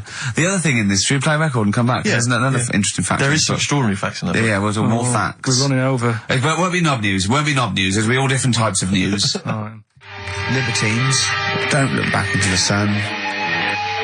On XFM 104.9. I'm Ricky Gervais, with me Steve Merchant and Karl Pilkington, for possibly the last time ever. I was coming in today, Steve, and I was walking just past Shaftesbury Avenue, at the beginning of Shaftesbury Avenue, and it's sort of a little bit of a tramps corner going on there. And there's a couple of tramps, proper tramps, already had a few, and about sort of like 40 maybe, right, or that. They could be 30, they could have a hard life, they probably have. But he was going, Johnny's coming down, but Les isn't going to make it. And I think they're just planning their social, a meeting there. I just think that that's nice. They've got, you know, they don't just drink by themselves. Yeah. What are we doing tonight? I thought we'd get drunk and sleep in the hallway. We did that last night. But I just like the idea that they're planning it. And they got mates and they do stuff and they go, all right, how's it going? Well, you know how it's going. Yeah. I'm sitting next to you in a pile of piss. You know how it's doing. Do you think, I was also thinking, do you think they ever wake up, like, before they've had anything, like 9 o'clock and go, I was pissed last night. Yeah. Oh. You were talking absolute rubbish. What was I doing? You were just going, You were just shouting at cars walking in the street. You were joking. Was I really embarrassing? Yeah. Oh, you were pretty drunk. I tell you this, I am never going to do that again. Oh, but at least I didn't make a pass at Dirty Agnes. Oh, God, what did I do? You were just going, just love the idea they have no little conversations and that. I go, I imagine one of them going, I'm not coming out tonight, I've got no money. Nor have we yet. I'm just going to go and dance. Just go and dance outside McDonald's. Seriously, I only made 18p to go. You know, because I've always had a soft spot for the homeless. But do you remember that time I was walking over to yours once? And, see, there's the homeless people, there's those ones that they try to retain a certain dignity. They won't just come up and ask you for money. They'll come up and maybe try and start a conversation before introducing the fact. The fact that what you despise and annoys you is the thing they're trying to hold on to is a little bit of pride. I know. And what do you want them to do? Well, just be crushed in a skip, going, just give me some money, look at me. I just think, come out and say it. You know, come out and say it, but don't try and fool me, because sometimes I feel like I've been tricked. I get annoyed because I feel like I didn't see you coming. You came out of left field, you know, I didn't know you were a tramp. I imagine the fact that they're bare-chested, apart from a blanket with their hand out, covered in sores, and no teeth is a clue that Not they're this probably... one, Rick. Not really. This was one of those ones, you sometimes see them, the ones they're slightly older, and they've got a full suit on. They wear a complete suit, like a pinstripe suit or something, with maybe trainers, admittedly. Yeah. And I sometimes think to myself, you know, at what point in that moment before they finally left the house for the last time did they think, well, I'm going to be homeless. I want to look good if I'm going to be homeless. I'm sleeping rough. But it does happen quickly. It sort of happen. It can happen in a matter of days or weeks. Anyway, listen, I'm not begrudging the fact that he asked for money. That's fine. I just felt a little bit annoyed because I thought he was an ordinary person. Right. And he came up to me and he said to me, Go on. And he said to me, excuse me, mate, have you got the time? And I said, whatever, 3:10. And he went, have you got any money? And I knew then, I was annoyed. And it annoyed me because I thought, I should have known straight away. I mean, a homeless person, I sensed it straight away. Yeah. Excuse me if you got the time. I wanted to say to him, where have you got to be? Well, yeah. What appointments have you got? Well, no. Maybe he goes to work, he starts begging at 3 o'clock. Yeah, he asked all that day, he goes, what's the time? They go 3:45. You know what I mean? Then he goes, give us some money. It's 3 o'clock. Right. Maybe he has the mornings off. It might have been his day off. He was doing half day or, shift work. Yeah. He might, you know what I mean? You never know what shift they're on. I just think, Rick, when you see those people from shelter or from famine relief in the street, they've got to wear those little things over their clothes that say where they're from, or at least some kind of name tag. Yeah. So when you're stopped by them, you know what to expect. They got a clipboard. I know. These homeless people who come out of there, they look like regular people. They come lurching out like zombies. You go, you think that's an attractive woman. She's just come over. Oh no, look, she's got a dog on a piece of string. I know, yeah. I just think they've got to come out with it. They should just come out with it. Just be honest. Be proud. Those people with their things sometimes annoy me, is where they stand right in the middle of the pavement. I have to zigzag. I have to cross the road 4 times to get through them. It's like playing Getaway on video, avoiding all these up and down Oxford Street. You have to really... they come out... worse than they recognise me. That's why I've got about 8 standing orders now where I've been caught. But I leave the house and it's just like people are trying to take my money from me.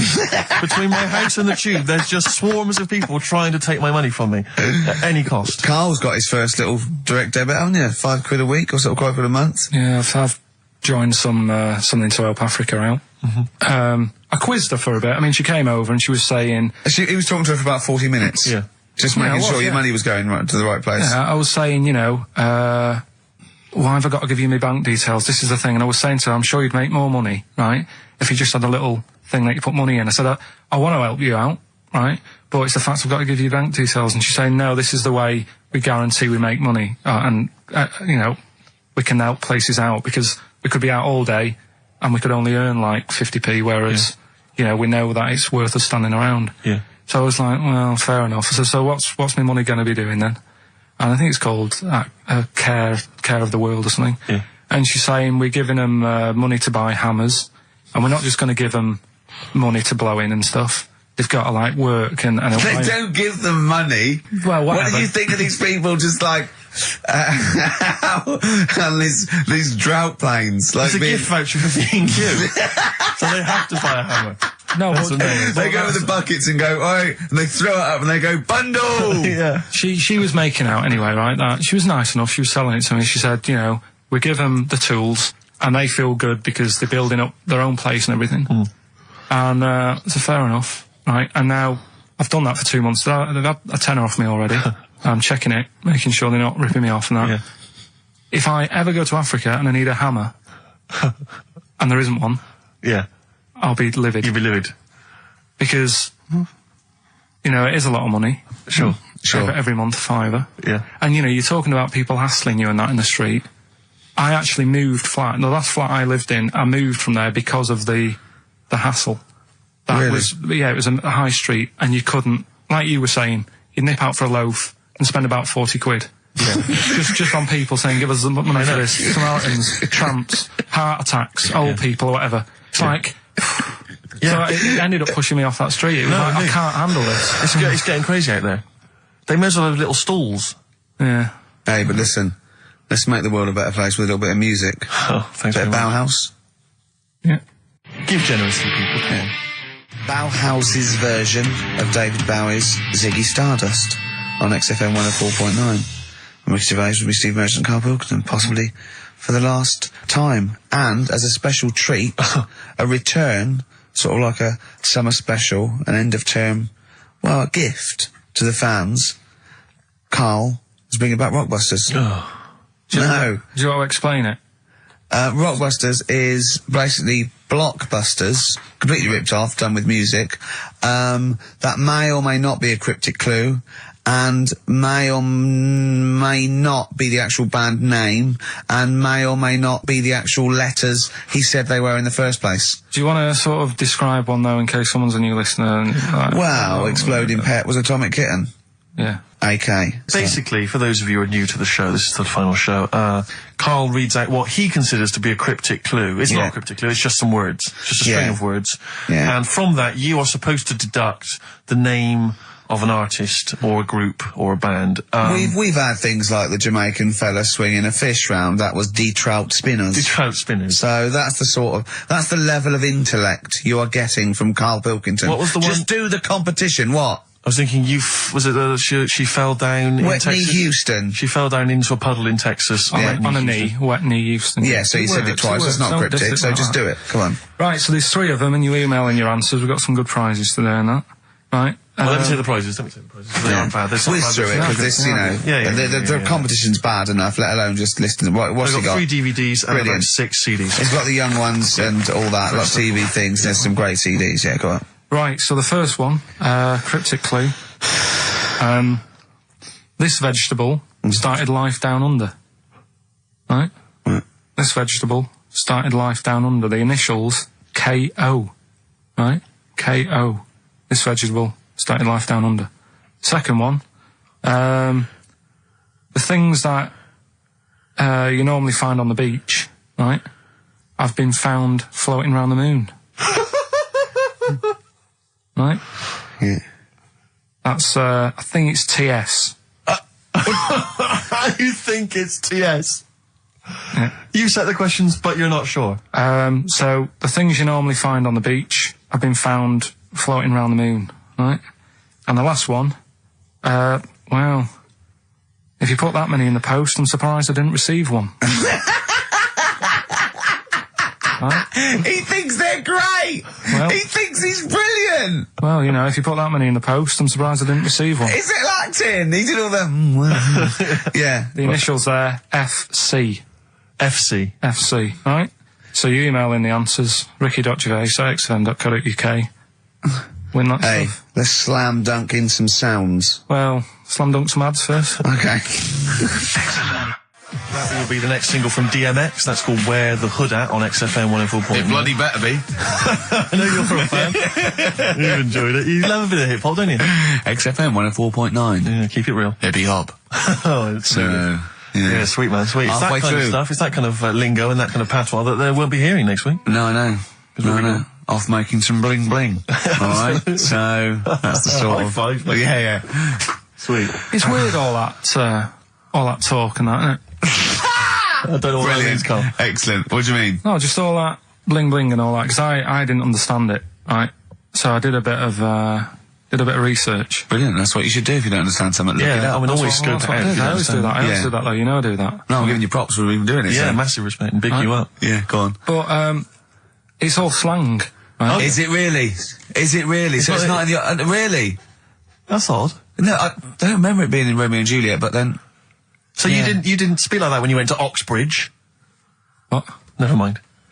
But no, I did a bit of research into it, right? Go on. And one of the things that they use Yeah. is I was out last night, did a 187. Yeah. That's the murder. Yeah. But why use slang, right? Because apparently 187 is police slang. Yeah. Well, if you're It's gonna- not slang, it's a code. Well, don't use what the police know you're talking about. Yeah, I don't think they do it with police around. Do they not? Probably not. Carry on then. Yeah. Carry on. Yeah. I always remember the Cockney rhyming slang supposedly originated because, you know, East End villains or whatever would make up their own slang so that if they're overheard Yeah. in conversation, then they won't know what they're talking about. But just look it up in some kind of Cockney rhyming slang book. Yeah, I like the idea of okay, where is he? Where's Fingers? Wow, copper, I'm going to tell you this. He's up the apples and pears. Exactly. Well, I don't know what that means. I don't Well, know what leave the house then. Yeah. If you don't know that he's hiding up the apples and pears, you might as well shoot off. Exactly. Well, I can't possibly figure that out, so I'll just have to shoot off. Yeah, where was he last seen? He was last seen with his trouble and strife. I know what that means. Well, you might as well shoot off then. Yeah, it's a perfect code. Of course, though, talking about Shakespeare invented 1,200 words, and slang gets in, so there are more and more words, and slang soon becomes, you know, the norm. There's no not real words and real words, you know, do you know what I mean? They're just as valid if they're common parlance, so they all become part of the, or they fade away and they're not used because they're a fad. Yeah, like what's up. Yeah. That's probably in the dictionary. That is, yeah, or soon to be. I was reading, was it a couple of years ago,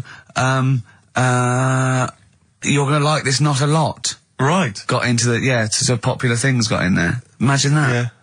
You're gonna like this, not a lot. Zigga Zig I think got in or something. Oh no, girl power got in. Right, girl yeah, power as a common phrase.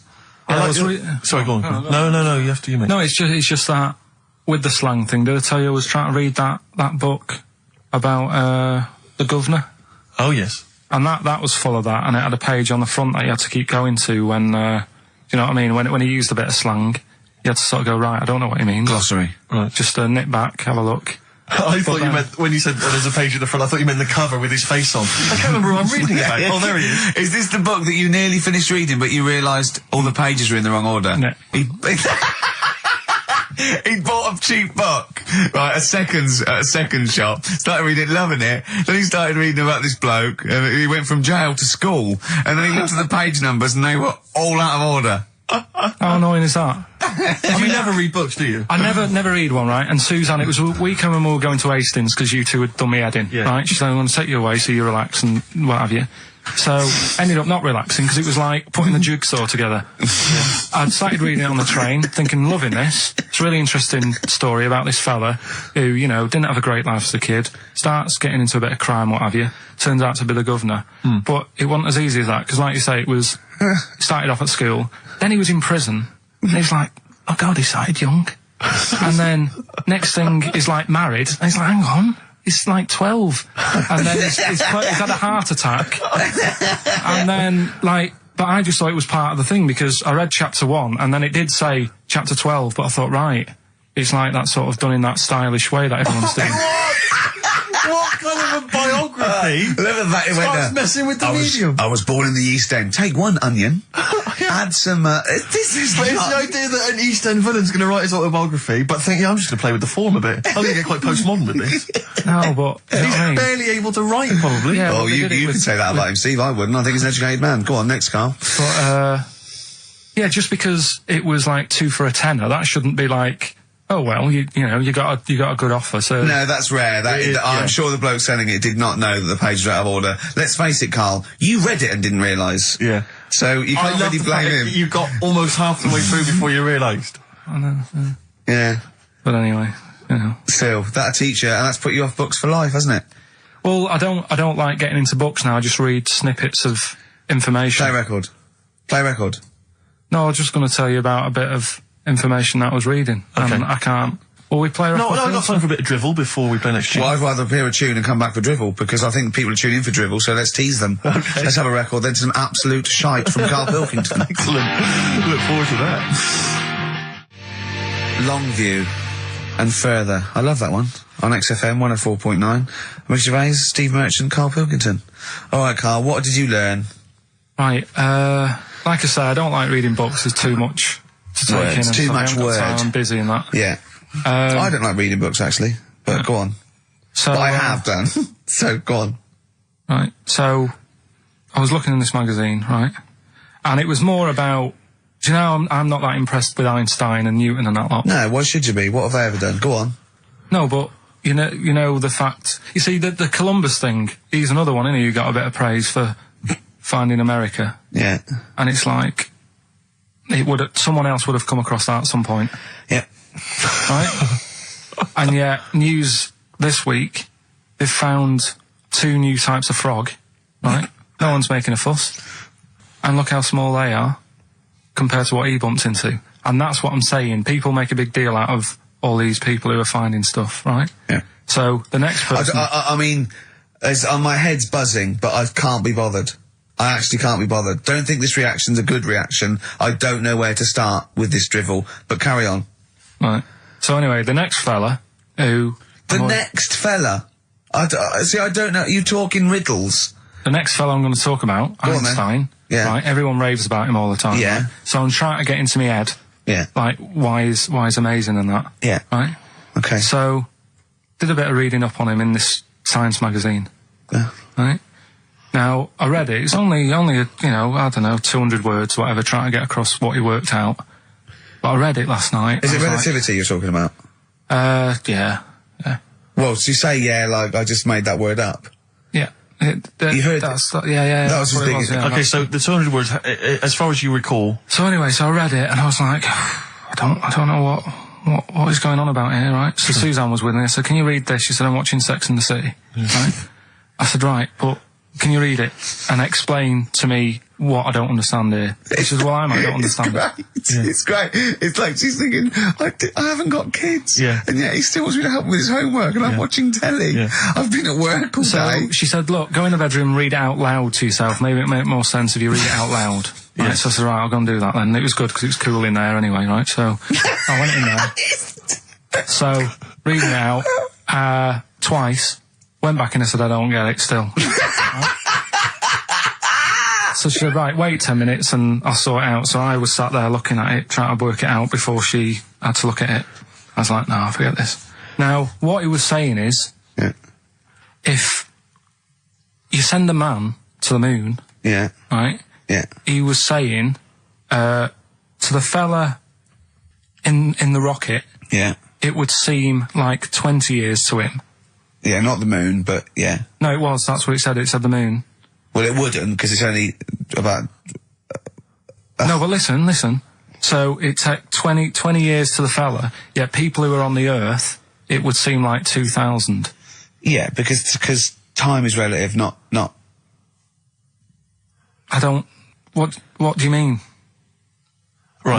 Well, listen, the fact is that it's tending towards the speed of light where it really makes a difference. They've even done it with atomic clocks where they've sent one up, even in Concorde, and it's like 0.01 of a second difference.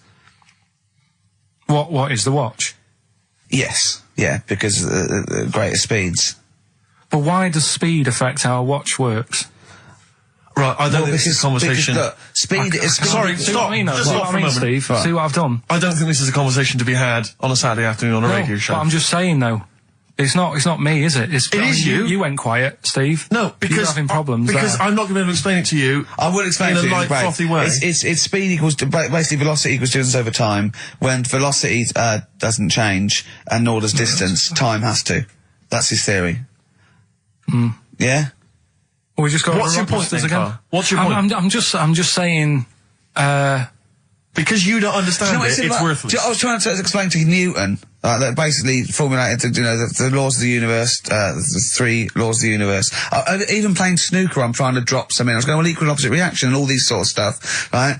And he was going, what did he do apart from the apple on his head with the gravity? And I went, well, what do you mean? And he went, well, why was it a problem? If we had been floating round, I'd have called him in. But since we're not, we don't need him. Yeah. That's what he said. Play a record. You're a buffoon. So there's these 2 new kinds of frogs, you say? You're joking. What? And a monkey had a hat. The monkey had a voice. I Believe in a Thing Called Love by The Darkness on XFM 104.9. Last show. Possibly the last ever show. It's up to the K-Man. Little Pilky. Baldy Pilky. Little Whingy. Dimmu Manco, as he's called, his Latin name, Dimmus Mancoid. All right, Carl? All right? You're going to miss this, aren't you? Nope. Good show, though? Enjoying the last show? Yeah, it's all right, and I hope it gets better because Telegraph are listening today. The Telegraph, the paper? Yeah. Why? Are they? Why did you say that? Just Jenny, the PR woman, said to me yesterday. She said, just do some good topics and that, so you don't have to worry there. What they phoned up to say, hello, it's Telegraph here, we'll be listening tomorrow. I don't know what they're doing. Are they doing a review of it or something? I don't know. Why would they do that? There's no reason to. I'm a bit... why didn't you mention this earlier? So the Telegraph have said, why would they call up to say we'll be listening? It's Because a free country. Because they said they'll be listening, but also, can you make sure you record it? Because if we can't listen to it because of the pirate stations that are on at the weekend, because it affects our signal and stuff. Whoever's listening must listen and know there's a problem with pirates, and they said, can you... Well, they're probably just doing a feature about radio shows or something then. They're going to tear us to shreds. They're going to... I mean, listen to... seriously, the drivel we've talked today. I mean, what are they going to make of it? That's a broadsheet newspaper. I think I know what Monday's headline's going to be. I don't think it's going to be like, they're going to forget about the power cuts. It's not going to be about, the inquiry or terrorism or anything. It's going to be, no more to knob news. Yeah. It's going to... They're going to love that. I mean, seriously, I have a little bit of self-respect. And if I'd known a quality newspaper was going to be listening, I wouldn't have turned up today. Because I'm an award winner, and I'm a respected television writer. And I've, won awards, sort of classy. Don't worry though. And don't worry. What have we talked about? Knobs. We've had the worst quiz on radio. We've had you trying to explain relativity. You didn't even understand what that word meant. I don't think you recognise the word. You read that article. You read that article 4 times, twice out loud, where you could hear Sex and the City music, right? And yet that word might have been like a confidence. You hadn't heard it before, so I don't know. Do you look between the lines? Do you actually look at the words? No, there's too many words though. The Telegraph are going to love that because there's loads of words. The Telegraph have got loads of words. I mean, there's covered with it, words. Which way up do you hold the magazine when you read it? No, but there is too many words. I mean, there's people, are they upside down? There's too many words. There is too many words in the world. Do you know what this one means, right? Go on. This is one I learnt the other day. I think it's, Antidoian. No, what does that mean? Old. Sorry, how do you spell it? Don't know. Of course you don't. Antidoian. No, I've never heard that word. It means old.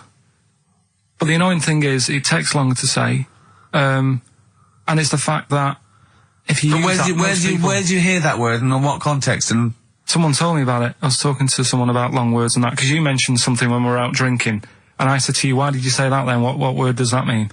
and then you had to explain it, and I said, well, you didn't have to say that, you could have just said blah blah. But can I say, Steve, I wasn't sort of trying to catch him out or being pretentious. It must have been just a normal word in my vocabulary that he didn't know. Wait a minute, what vocabulary pretentious? You've lost me. You've lost, yeah.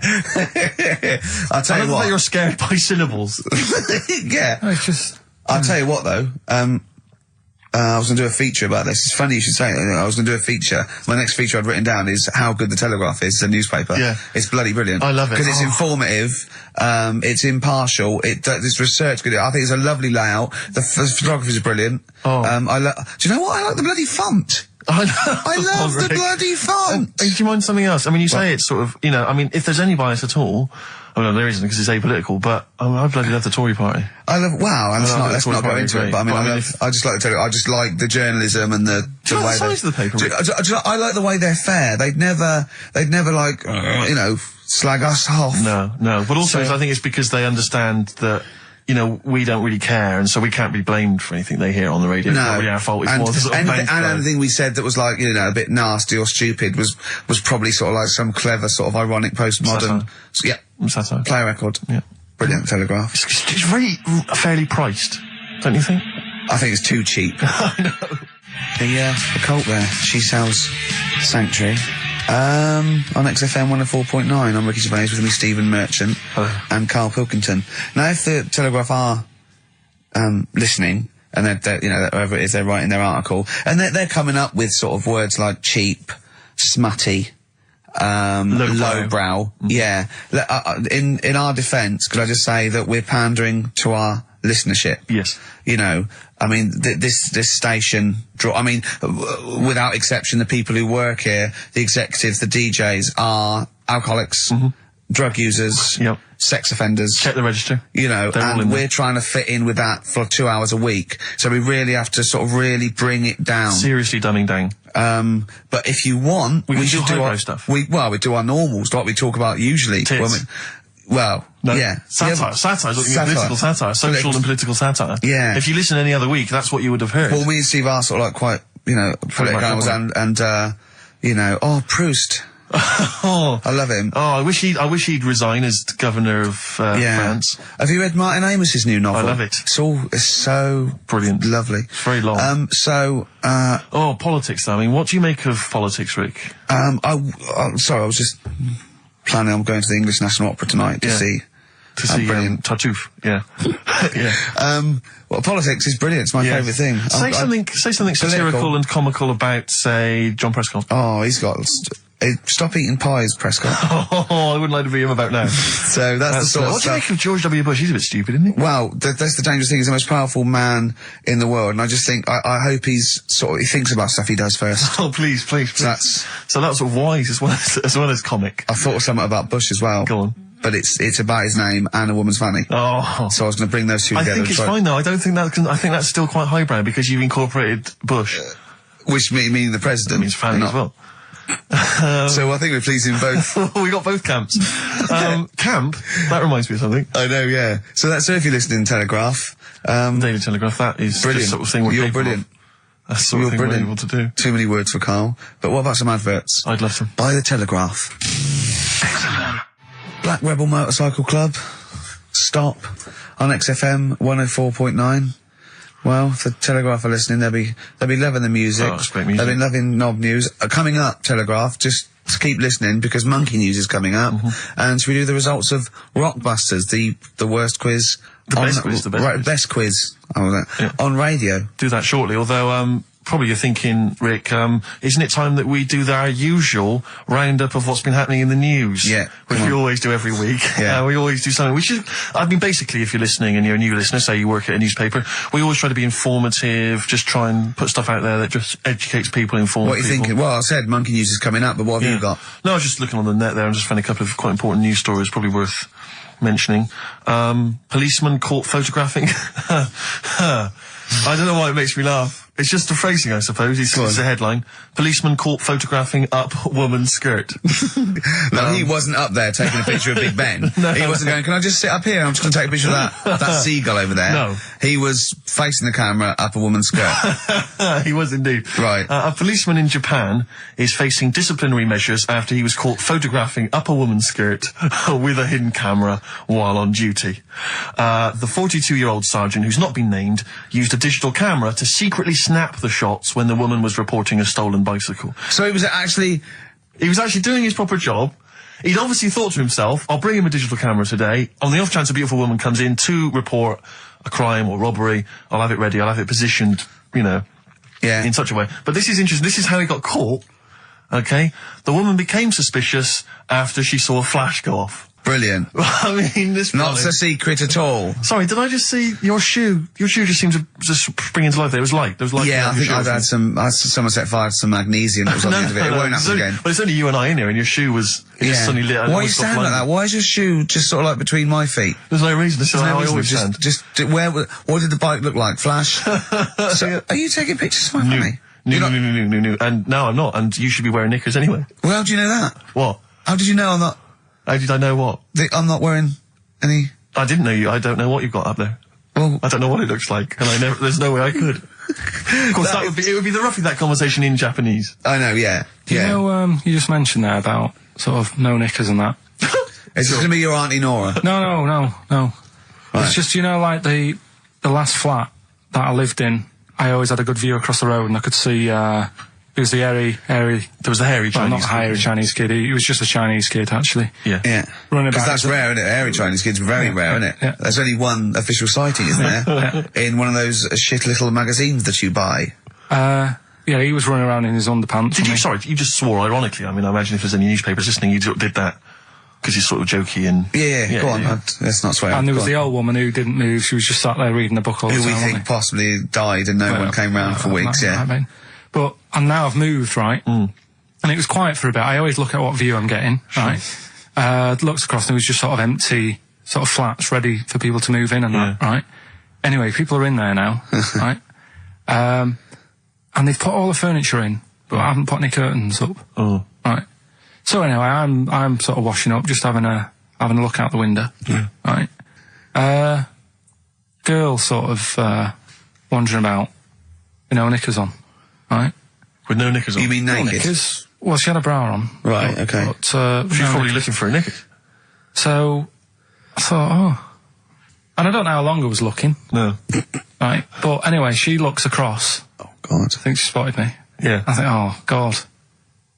I felt really bad. Yeah. I said to Suzanne... Sorry, is this some sort of Peeping Tom confession while the Telegraph are listening? I've no idea. Well, it's not... That's the thing, though. Peepington. If I was peeping, she was peeping as well, because she was looking over. Works both ways, doesn't it? Yeah, but yeah, all she could see of you was your bald head. Yeah. No, but and your hands moving as you were washing up. And some white-looking substance rotting up. Particularly stubborn stain on this glass. Yeah. Oh, God. Imagine that. Imagine if she looked across. I'm assuming your sink is lower than the window. But didn't she just cover up or something? Or she looked back and go, oh, you're looking at my funny? Well, the thing I did... What? I thought, just sort of drop me boxer shorts. Because I thought... Well, Suzanne said, what are you doing? What are you talking about? What are you talking about? No, just so they can see me cheeks of me. What are you talking about? No, because I thought, if she thinks I'm walking about in the nude as well, then we've both got something out of it. Carl! This sounds like a bad excuse in court. I know. This is... Or the plot of a film on Channel 5. I mean, this is like the doctor who got done, right, for exposing himself to a patient and then painted that little thing that you look down their throat at pink. Yeah. And go, this is what they saw. Yeah. No, so sorry, you were looking at a woman dancing around naked, right? So the only thing you could do was immediately drop your boxer shorts. So she looked across, saw you fully clothed, saw you took your boxer shorts. No, she wouldn't have done, because it's sort of just the top half and the sink's at a side angle, so I was sort of looking out. So she wouldn't have seen your trousers then anyway? No, she did. I moved in front of the window. So you then made you actually climbed in front of the window. Oh, this is amazing! So you climbed in front of the window To show off No, your it wasn't naked obvious. lower half. Suzanne said, "What are you doing?" And I I bet said, she did. What are you looking at? I sent you in here to What clean up. are you doing? I'm just taking my trousers down, stand over the window. Why? Because there's a naked woman across the road. What do you think I'm doing, Suzanne? I'm exposing myself while looking at some free funny. leave it. What's up with you, Suzanne? Leave it then, leave it. Christ. Are we doing Rockbusters or Yeah. Oh, she sent you in there to read up on Einstein. She comes in and finds that. Oh, brilliant! Wait a minute, can I just say? A final question. What did the woman across the way... What happened? What was her I reaction? didn't look again. I just thought you've seen a bit of action as well. We're both happy. Let's leave it. Brilliant. So were you waddling around like a penguin with your trousers around your ankles? I just was walking about, and Suzanne said, "What are you doing?" I said, "I'll explain to you in a bit, but don't look out the window because then it's Excellent. obvious." Then he sees, she calls her husband to look at Karl walking around naked. He goes, "Oh, she's got a... Quick, Suzanne, get him out.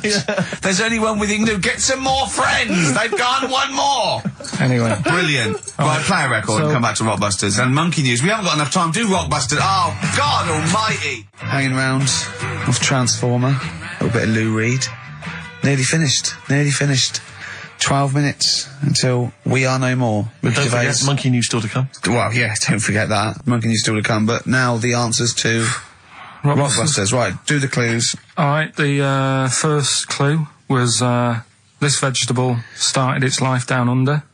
The initials were KO. That was Collie Osborne. All right, Collie Osborne. The second one was... No. What are we letting that go? Yep. We haven't got time, Rick. Well, it's just not the word. We haven't got time, Rick. Also, cauliflowers don't start down under. They're on top. It's not like carrots. No, or down under is in Osborne. It was Osborne, born in Oz. Osborne. Right. Collie. I thought you meant started. Her name's not Collie. Right, the second one was the things that you normally find on the beach, right? They've been found floating around the moon.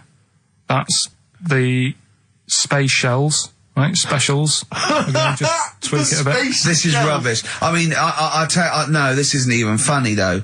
I mean, they're no good at all. Cryptic. It's not cryptic. always It's say it's wrong. cryptic. We It's always not say it's cryptic. The last one was, well, if you put that many in the post, I'm surprised I didn't receive one. Go on. That's FC 50 cent. Right? What? 50 cent. It was 50 cent. I didn't receive any, so who's... Collie Osborne. Collie. Her name's not Collie. Her name is not Collie. Doesn't matter. It doesn't matter. Well done to Gina Ferry, who has emailed in. She's got all those answers right. Yeah, just emailing your address and that. And, Yeah, email that. You're in, such Gina. an idiot, Karl. As are you, Gina. all right. Loosen Your Hold by South. That's great. On XFM 104.9. Well, that's nearly it. Rick, can I just say thanks to everyone who's emailed in over the weeks and months we've been on, because obviously we're too lazy to even send them a response or a reply, but we do appreciate We do that. appreciate Yeah, it. Same they get with in all the touch. letters and stuff that we can't. Yeah, people send stuff in all the time and they say they like the show or they don't, or they contribute little ideas and stuff, and we do read them and we do appreciate it. It's just that we, when you've got someone like Karl Pilkington in the studio, you just need to pick his brain constantly and you've got no real time for admin. But thank you for sending in all the nice letters and responses and stuff. Well, finally, we should let people know that next week, for the foreseeable future, it's Adam and Joe. Brilliant. They were brilliant, and they're standing in for us this time next week. Well, you say standing in, but possibly replacing full-time unless Karl Possibly. Pilkington decides to change his mind and come back. What do you think, Karl? You enjoyed today's show, I know. Yeah, it's been all right. Yeah, you tempted to come back when we finally return? Maybe a little rest to make you sort of like forget how annoying I am. No, Because because then it'll that just- is my secret weapon. Sometimes, because it's the thing that you can fleece a sheep as many times as you want, but you can only skin it once. Sure. So what I do is sort of like, I fleece you. I never actually completely lose a friend. I tease them and talk to them to the point where they're going to leave me, and I go, "Oh, anyway, how are you doing?" I go, I'll sort of confuse them. Yeah. And that's what I've done with you today. And I think over the next couple of months where I'm sort of nice on the phone, I'm not squeezing your head, you'll go, "He's all right, Rick." What? Yeah, And then I'll and get then you I back in agree it. to it, And and then then- I'll Yeah, exactly absolutely rip you to pieces What I'll again. be dealing with. So, but hopefully, and also, unlike a lot of my friends who are clever, I don't have to worry about you because you will forget. Because you've got a tiny little intellect. And Exactly. do you know what I mean? You'll Steve? forget this conversation even took place. Anyway, it's what everyone's been waiting for. For the It's what last Karl time. exists for the last time. It's Monkey News. Play the jingle. Oh, chimpanzee that monkey news. Right, are you familiar with 100th monkey? Keep talking. 100th monkey? 100th. Yeah, like as in like one more than 99. 100th. Yeah. The 100th monkey. Yeah, are you familiar with that? No. No. Anyway, thanks. That was monkey news. we'll leave that Next then. week, Adam and Jet. What do you mean you're going to leave that? Well, I thought it was a popular phrase or something. What, 100th monkey? Yeah. What do you mean a popular phrase? What, why? What? Because you're going to do songs and phrases with it next week. We've said it once before, 100th monkey. No, it's just it says the expression 100th monkey. Well, Right, do that's it anyway. where it What's the comes from. story? Well, it's from the 1950s, right? And the way they got it because they were following some monkeys about, right? And they started Who was? journalists Oh, yeah, why? Oh, yeah.